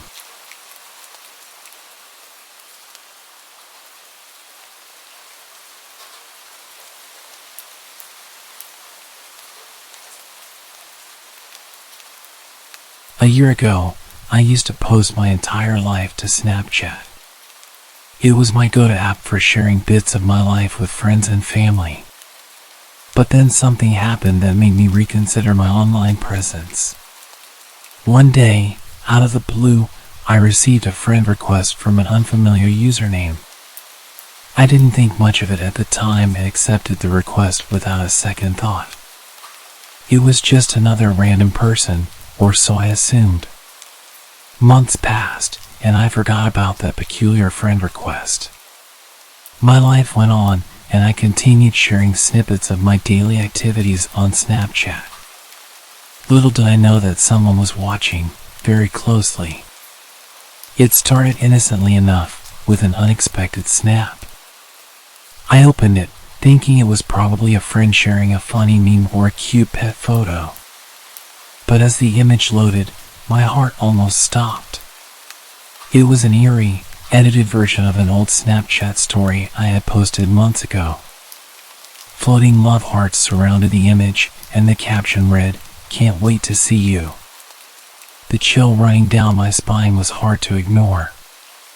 How did someone get access to my old stories? Who was behind this? Days turned into weeks, and more edited snaps kept arriving. Each one featured pictures taken from my past stories. The captions became increasingly unsettling, referring to my personal life. "How was your McDonald's on Friday?" And another said, "I loved that movie you watched last night." The sense of being watched was inescapable. I felt exposed and vulnerable, as though a stranger had invaded my privacy. It wasn't long before I decided to check Snap Maps, the feature that lets you see the real-time locations of your friends. My heart raced as I zoomed in on the map. There it was, a bit too close for comfort, the location of this creep.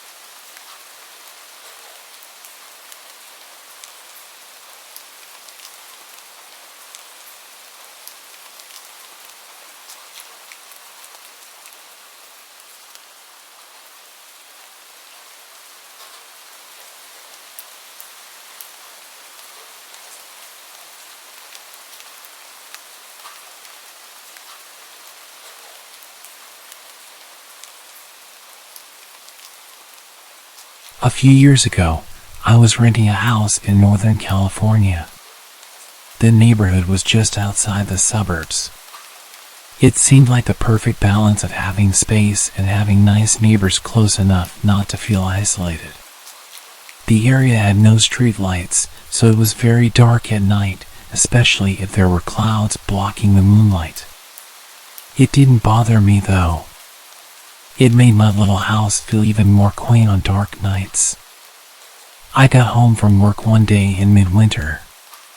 It was a cloudy night, so pulling up to my house, I saw only what my headlights and front porch light illuminated. When I got out of my car, I caught a whiff of cigarette smoke. That was odd, as I had never smelled that before around that house. I didn't see anyone nearby, so I ignored it and went inside. I had just got off a shift with a few hours of overtime, so I felt pretty tired. Even though it wasn't even 7 yet, I decided to take a shower and call it a night. I woke up sometime later, sure that I had heard a noise inside my house. I wasn't worried right away because my friend would sometimes stop by to use my shower after work on his way to his night classes. I even gave him a spare key so he could stop by even if I wasn't home. He would always text me to let me know beforehand though, and I hadn't heard my phone go off. I reached over to my bedside table and picked up my cell phone to see if my friend had sent me a text. The bright light from my phone's screen blinded me. These were the days before phones had a light sensor that would dim the screen in the dark, and this particular phone was so bright I could use it as a flashlight.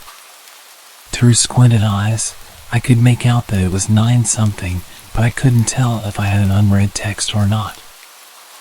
I set my phone aside and called out my friend's name. There were a couple of seconds of silence before I heard loud footsteps as someone started running through the bottom floor of my house. I leapt out of bed and ran to the closet. They were already up the stairs by the time I had opened the door and stepped inside. That house had 3 rooms upstairs, 2 bedrooms on either side of the hallway, the one I was in and a spare, and a bathroom at the end. The bedroom doors were both closed, but the bathroom door was cracked open. I heard whoever was in my house thunder down the hallway past my door and into the bathroom. Thank God he did. That gave me enough time to open the attic access in the ceiling of my closet and hoist myself up. I had just started to lift myself up when the person ran back out of the bathroom. My feet were barely inside of the attic when my bedroom door burst open. I heard footsteps run into my room and stop. When they didn't see me in that room, they ran back to the hallway and into the other room, which just had boxes stacked in a corner, some weights, and a table where I painted my miniature models. I guess they decided that if someone were hiding, it would be in the bedroom because they charged back into my room and turned on the light. A moment later, the closet door was ripped open. I was crouched in my attic just a foot or so away from the access, so I could try to stop them if they started to climb up. From my vantage point, all I could see was from about their knee down. They were wearing dirty blue jeans with frayed cuffs and work boots. After a few seconds of looking in the closet, they stepped away and I heard a loud crash come from my room, followed by a scream of frustration and anger. That scream was the most unnerving part of the incident for me. It reminded me far too much of my stepfather, who would scream in a similar way when he lost his temper. He would eventually be placed in a mental hospital for several mental disorders that resulted in erratic and violent tendencies. The man in my house ran back down the stairs. I heard crashes and clatters as things were thrown around and furniture was knocked over. I stayed crouched in the attic. I had left my cell phone when I ran for the closet, and I wasn't certain I could climb down without him hearing. After some time, the noises stopped. I started counting slowly. When I reached 1,000, I decided it was safe enough to climb down and call the police. The first thing I noticed when I exited the closet was the intruder had flipped my bed over. I assumed in an attempt to find me.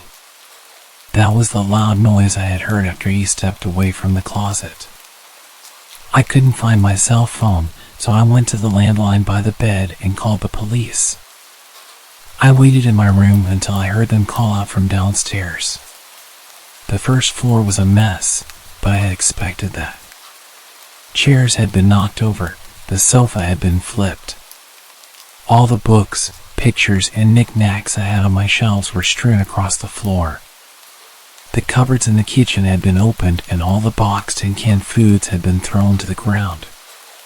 As far as I could tell, though, the only thing missing was a single knife out of the wooden block in my kitchen. The police checked the house from top to bottom. They found that the side door had been forced open by something like a crowbar. They also found a few cigarette butts along my fence line, along with some foil and an empty pen, which the police said people often use to smoke meth, so they think he had been watching my house for a while. I realized that he must have been out there smoking a cigarette when I got home. They collected up the evidence and told me I should stay with family or friends that night and get that door fixed as soon as possible. I opted to just not sleep. I moved a shelf over to block the broken door and spent the next couple hours cleaning things up. I would often go to the window with a flashlight and shine it along the fence line where the police found the cigarette butts and foil, but I didn't see anything. The next day I called to have the door fixed and get motion lights installed at the back and sides of my house. I ran a phone cable up into the attic and added a landline. I never wanted to be stuck up there without a phone again. Nothing else happened at that house, though. I lived there another 3 years without incident. One more precaution I took was practicing getting out of my bed, going to my closet and climbing into the attic as quickly and quietly as possible. I even practiced doing that at my new place, except now I go to a crawl space at the back of the closet instead of the attic. I try not to think about what would have happened if I had been a bit slower getting to the attic, or if he hadn't gone into the bathroom at the end of the hall first.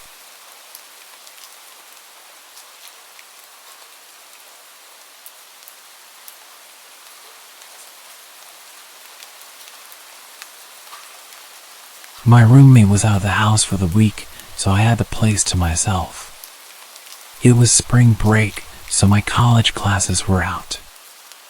I had no plans and really nothing I needed to do. On Monday, I was basically trapped inside due to a huge storm blowing through our city. This was common around this time of year, but it still always seemed worse every time. The trees always looked like they were going to blow away, and the house would shake and creak non-stop. Knowing I wouldn't be able to sleep, I decided to just stay up. I turned on the Xbox and started up one of my video games and played for well over an hour, probably until 11 o'clock when the doorbell rang. I paused the game and got up, but then I remembered the whole storm situation. Who would be outside right now? I went over to the front door and looked through the peephole, but nothing. I opened the door. The wind and water hit me right away, but when I looked around, I didn't see anyone. I closed the door and thought maybe the wind had somehow rung the doorbell. I don't know, it sounds dumb now, but what was I supposed to think?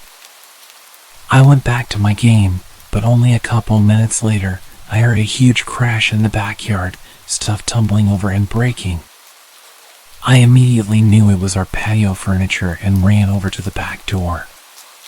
Everything was scattered around the yard, blowing around in the wind.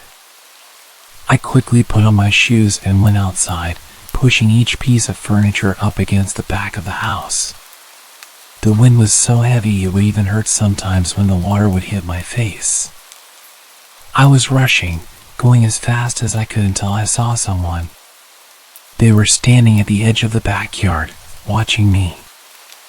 I looked back at them for a moment, but then grabbed the last piece of furniture and ran inside to escape the rain. I looked at the back door as I tried off, but the person was gone. Between that and the doorbell ringing, I was a little bit nervous. I sat in the living room this time, just scrolling on my phone because I was tired of being interrupted. After a while, I struggled to keep my eyes open. I got a blanket and laid down on the couch. I didn't feel like going upstairs, and the storm was much louder up there. It took a while, but eventually, I drifted off and fell asleep. A few hours later, still well into the night, I woke up from a sudden burst of heavy wind outside, shaking the house. I pulled the blanket to the side and sat up, moving my feet to the floor as I prepared to go check if the furniture outside was still there. But just when my feet touched the floor, they were soaked. It woke me up immediately. I looked down and saw a puddle on the ground right next to the couch. Then I saw another, leading in a line across the floor. Inside the puddles were faint muddy shoe prints. I stood up and ran to the corner of the room, heart beating rapidly in my chest. After a minute of hearing nothing but the wind outside, I slowly followed the shoe prints. They led all throughout the house, upstairs and down, but I could clearly tell that they entered through the back door, which I had stupidly forgotten to lock in the rush of getting out of the rain. I locked it and pulled my phone out to call 911, but then the thought crept into my mind, what if they're still inside? I stayed quiet and moved into the corner of the house where I felt the most hidden. I waited in silence for them to arrive. When they did, they took a look around, seeing everything I saw, but nothing more. They told me it seems like a personal attack because nothing was missing, and they were clearly focused on my house in particular. However, they walked right up to me while I was sleeping and seemingly did nothing but watch me, which is super creepy but doesn't make much sense. If they wanted to do something to me, they would have done it at that moment. After some thought, this had led me to believe that whoever it was had actually come from my roommates. They saw me, then looked around the whole house, and then left, doing absolutely nothing. So if this was a personal attack and my roommate was there, I think things may have gone a lot worse than they had.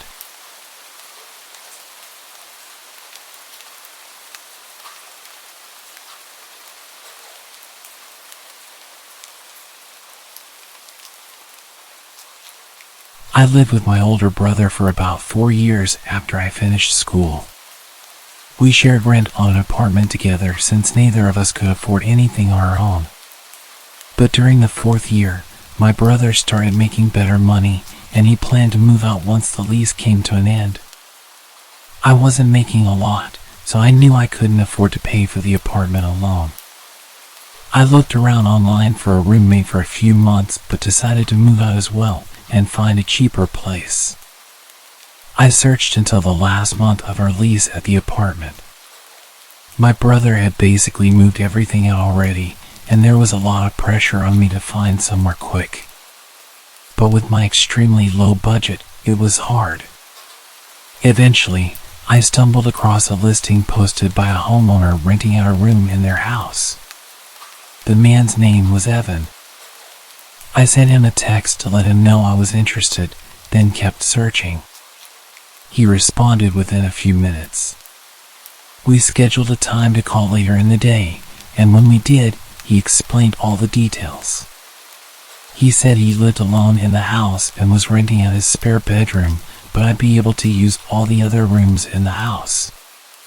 It sounded great to me, so I agreed to it.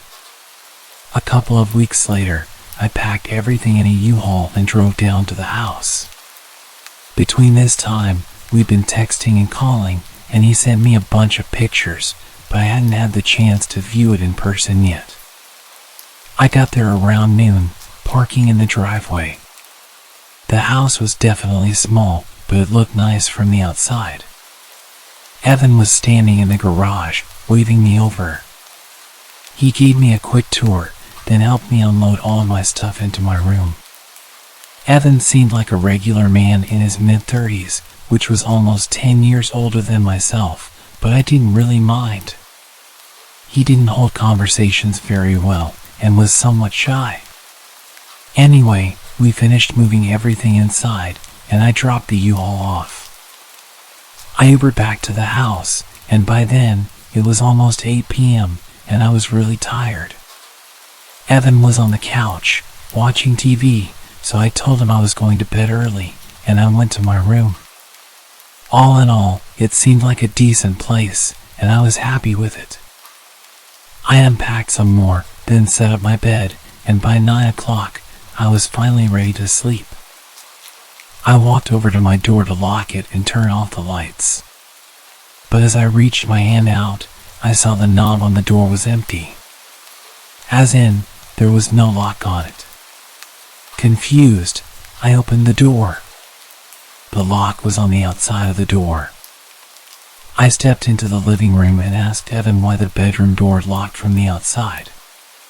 He looked confused and said he never noticed that, but he would switch it around tomorrow.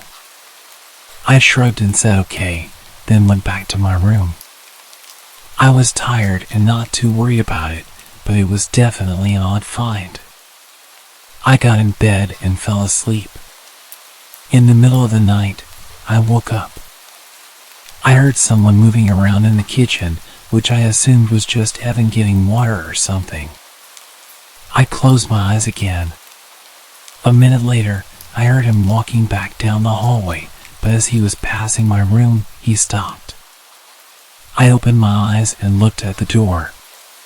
He was standing out there quietly for maybe 15 seconds before I heard a click. He locked my door. My stomach dropped, and I felt my face go cold as Evan walked down to his room. As soon as I heard his bedroom door shut, I got up quietly and went over to the door. I tried the handle, and it wouldn't budge. I stood in shock for a few seconds, coming to the reality that this man I just met has now locked me in a room.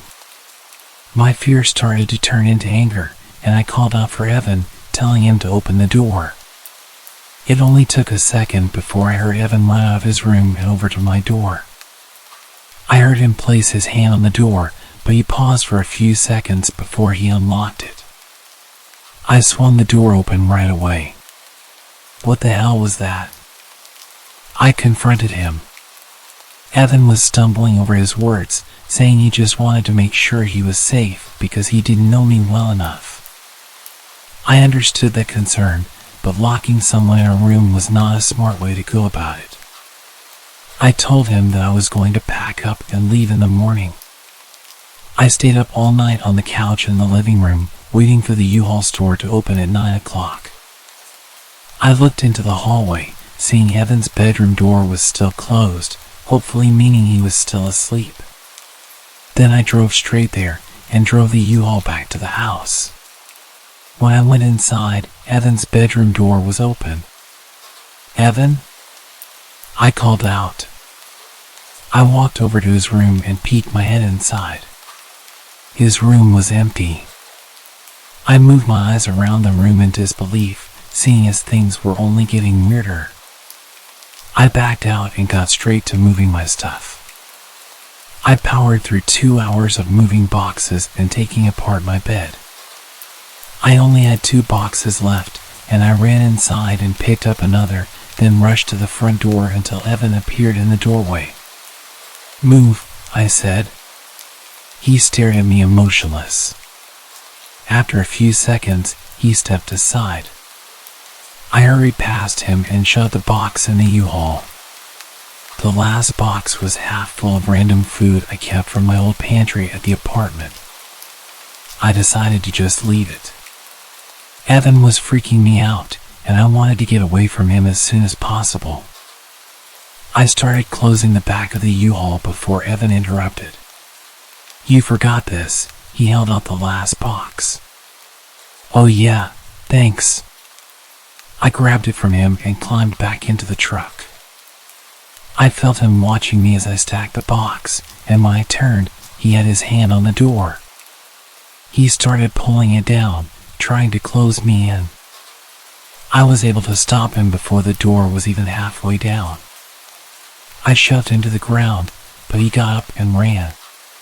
Not into the house, but off into the trees, away from the property. I didn't know what to think, but I didn't care. I quickly shut the back door and drove away. My brother was nice enough to let me stay with him until I found a new place. I don't know what happened at that house, or what would have happened, but there was definitely something very wrong going on.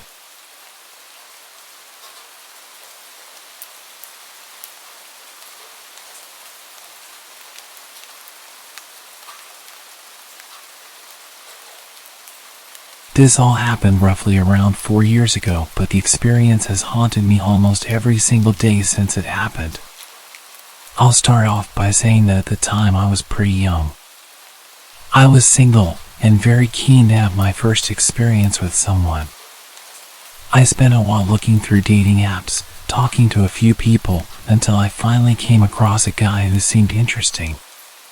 We had a lot of things in common, so I thought it would be a good idea to meet up with him, since we had been talking for almost a month. Now, even though I was only young, I wasn't naive or stupid. I was, and still am, a very cautious and paranoid person. But for some reason, I made what possibly could have been one of the worst decisions of my life. I invited him to come spend the night at my place. My parents were away for the weekend and I had the place to myself, so it seemed like the perfect opportunity for him to come over. He lived around 3 hours away from my place, yet he was eager and almost desperate to visit. So he set off as soon as he finished work, which was around 11 a.m. The whole time he was driving to my place, I had the sickening sense of impending doom. Almost as if something was going to go very, very wrong. I almost texted him multiple times to tell him that I wasn't interested anymore, but I hesitated as he was only 10 minutes away by this point. I jumped up as I heard his car pull up, and I expected to be greeted by a smile once I opened the door. But he pushed his way through, and continued to stare at me blankly, all whilst my 2 French bulldogs snarled and growled at him, which they never do to anyone. Things instantly seemed extremely odd. He followed me quickly to my bedroom and didn't waste any time in aggressively undressing me. I hesitantly went along with it, as this was my first experience with someone. He was almost 6 years older than me, so I was pretty tense. Fast forward to a couple of hours later, he suddenly asked me if he could sleep in my room, which confused me as it was only 5 p.m. But I told him it was fine, and I would continue to watch movies by myself downstairs. After about an hour, I heard what sounded like furniture being moved around, and the sound of him talking. So I made my way upstairs and opened my door, only to find him crouching in the middle of my room and breathing extremely heavily. When I asked if he was okay, he motioned for me to get on the bed. He sat me on his lap and proceeded to place a blindfold over my eyes, putting his hands around my neck lightly. I was already feeling extremely uncomfortable, and it worsened as he tightened his grip around my throat. He asked, "Does anyone know I'm here? Do your friends know who I am and what I look like?" I instantly answered, saying that my sister and friends knew he was here. This was a complete lie because I don't have a sister, and my friends were unaware, but something inside of me forced me to say it. After minutes of awkward silence, he stood up to gather his things. I noticed that in his backpack, he had tape, rope, and handcuffs. At first, it didn't concern me as I knew he was into that stuff, but looking back, I think it was intended for something much worse. All of a sudden he said, "I think I'm going to head home. I have a long drive, and I'm rather tired." I didn't hesitate to let him out of my door because I was already extremely uncomfortable. As he left, he failed to even look at me or say goodbye. He raced off down the street as soon as he got into his car. I ran back to my room to see if he had left anything, because he'd left in a hurry.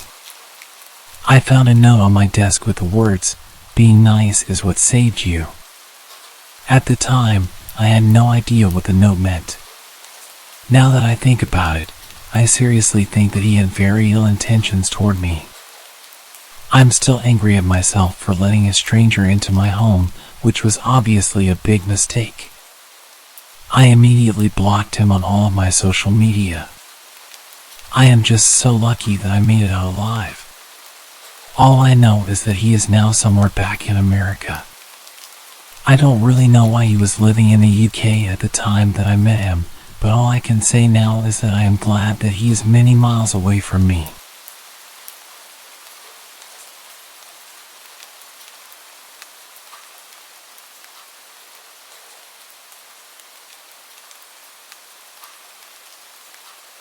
About 10 years ago, I lived on my own and didn't have much company.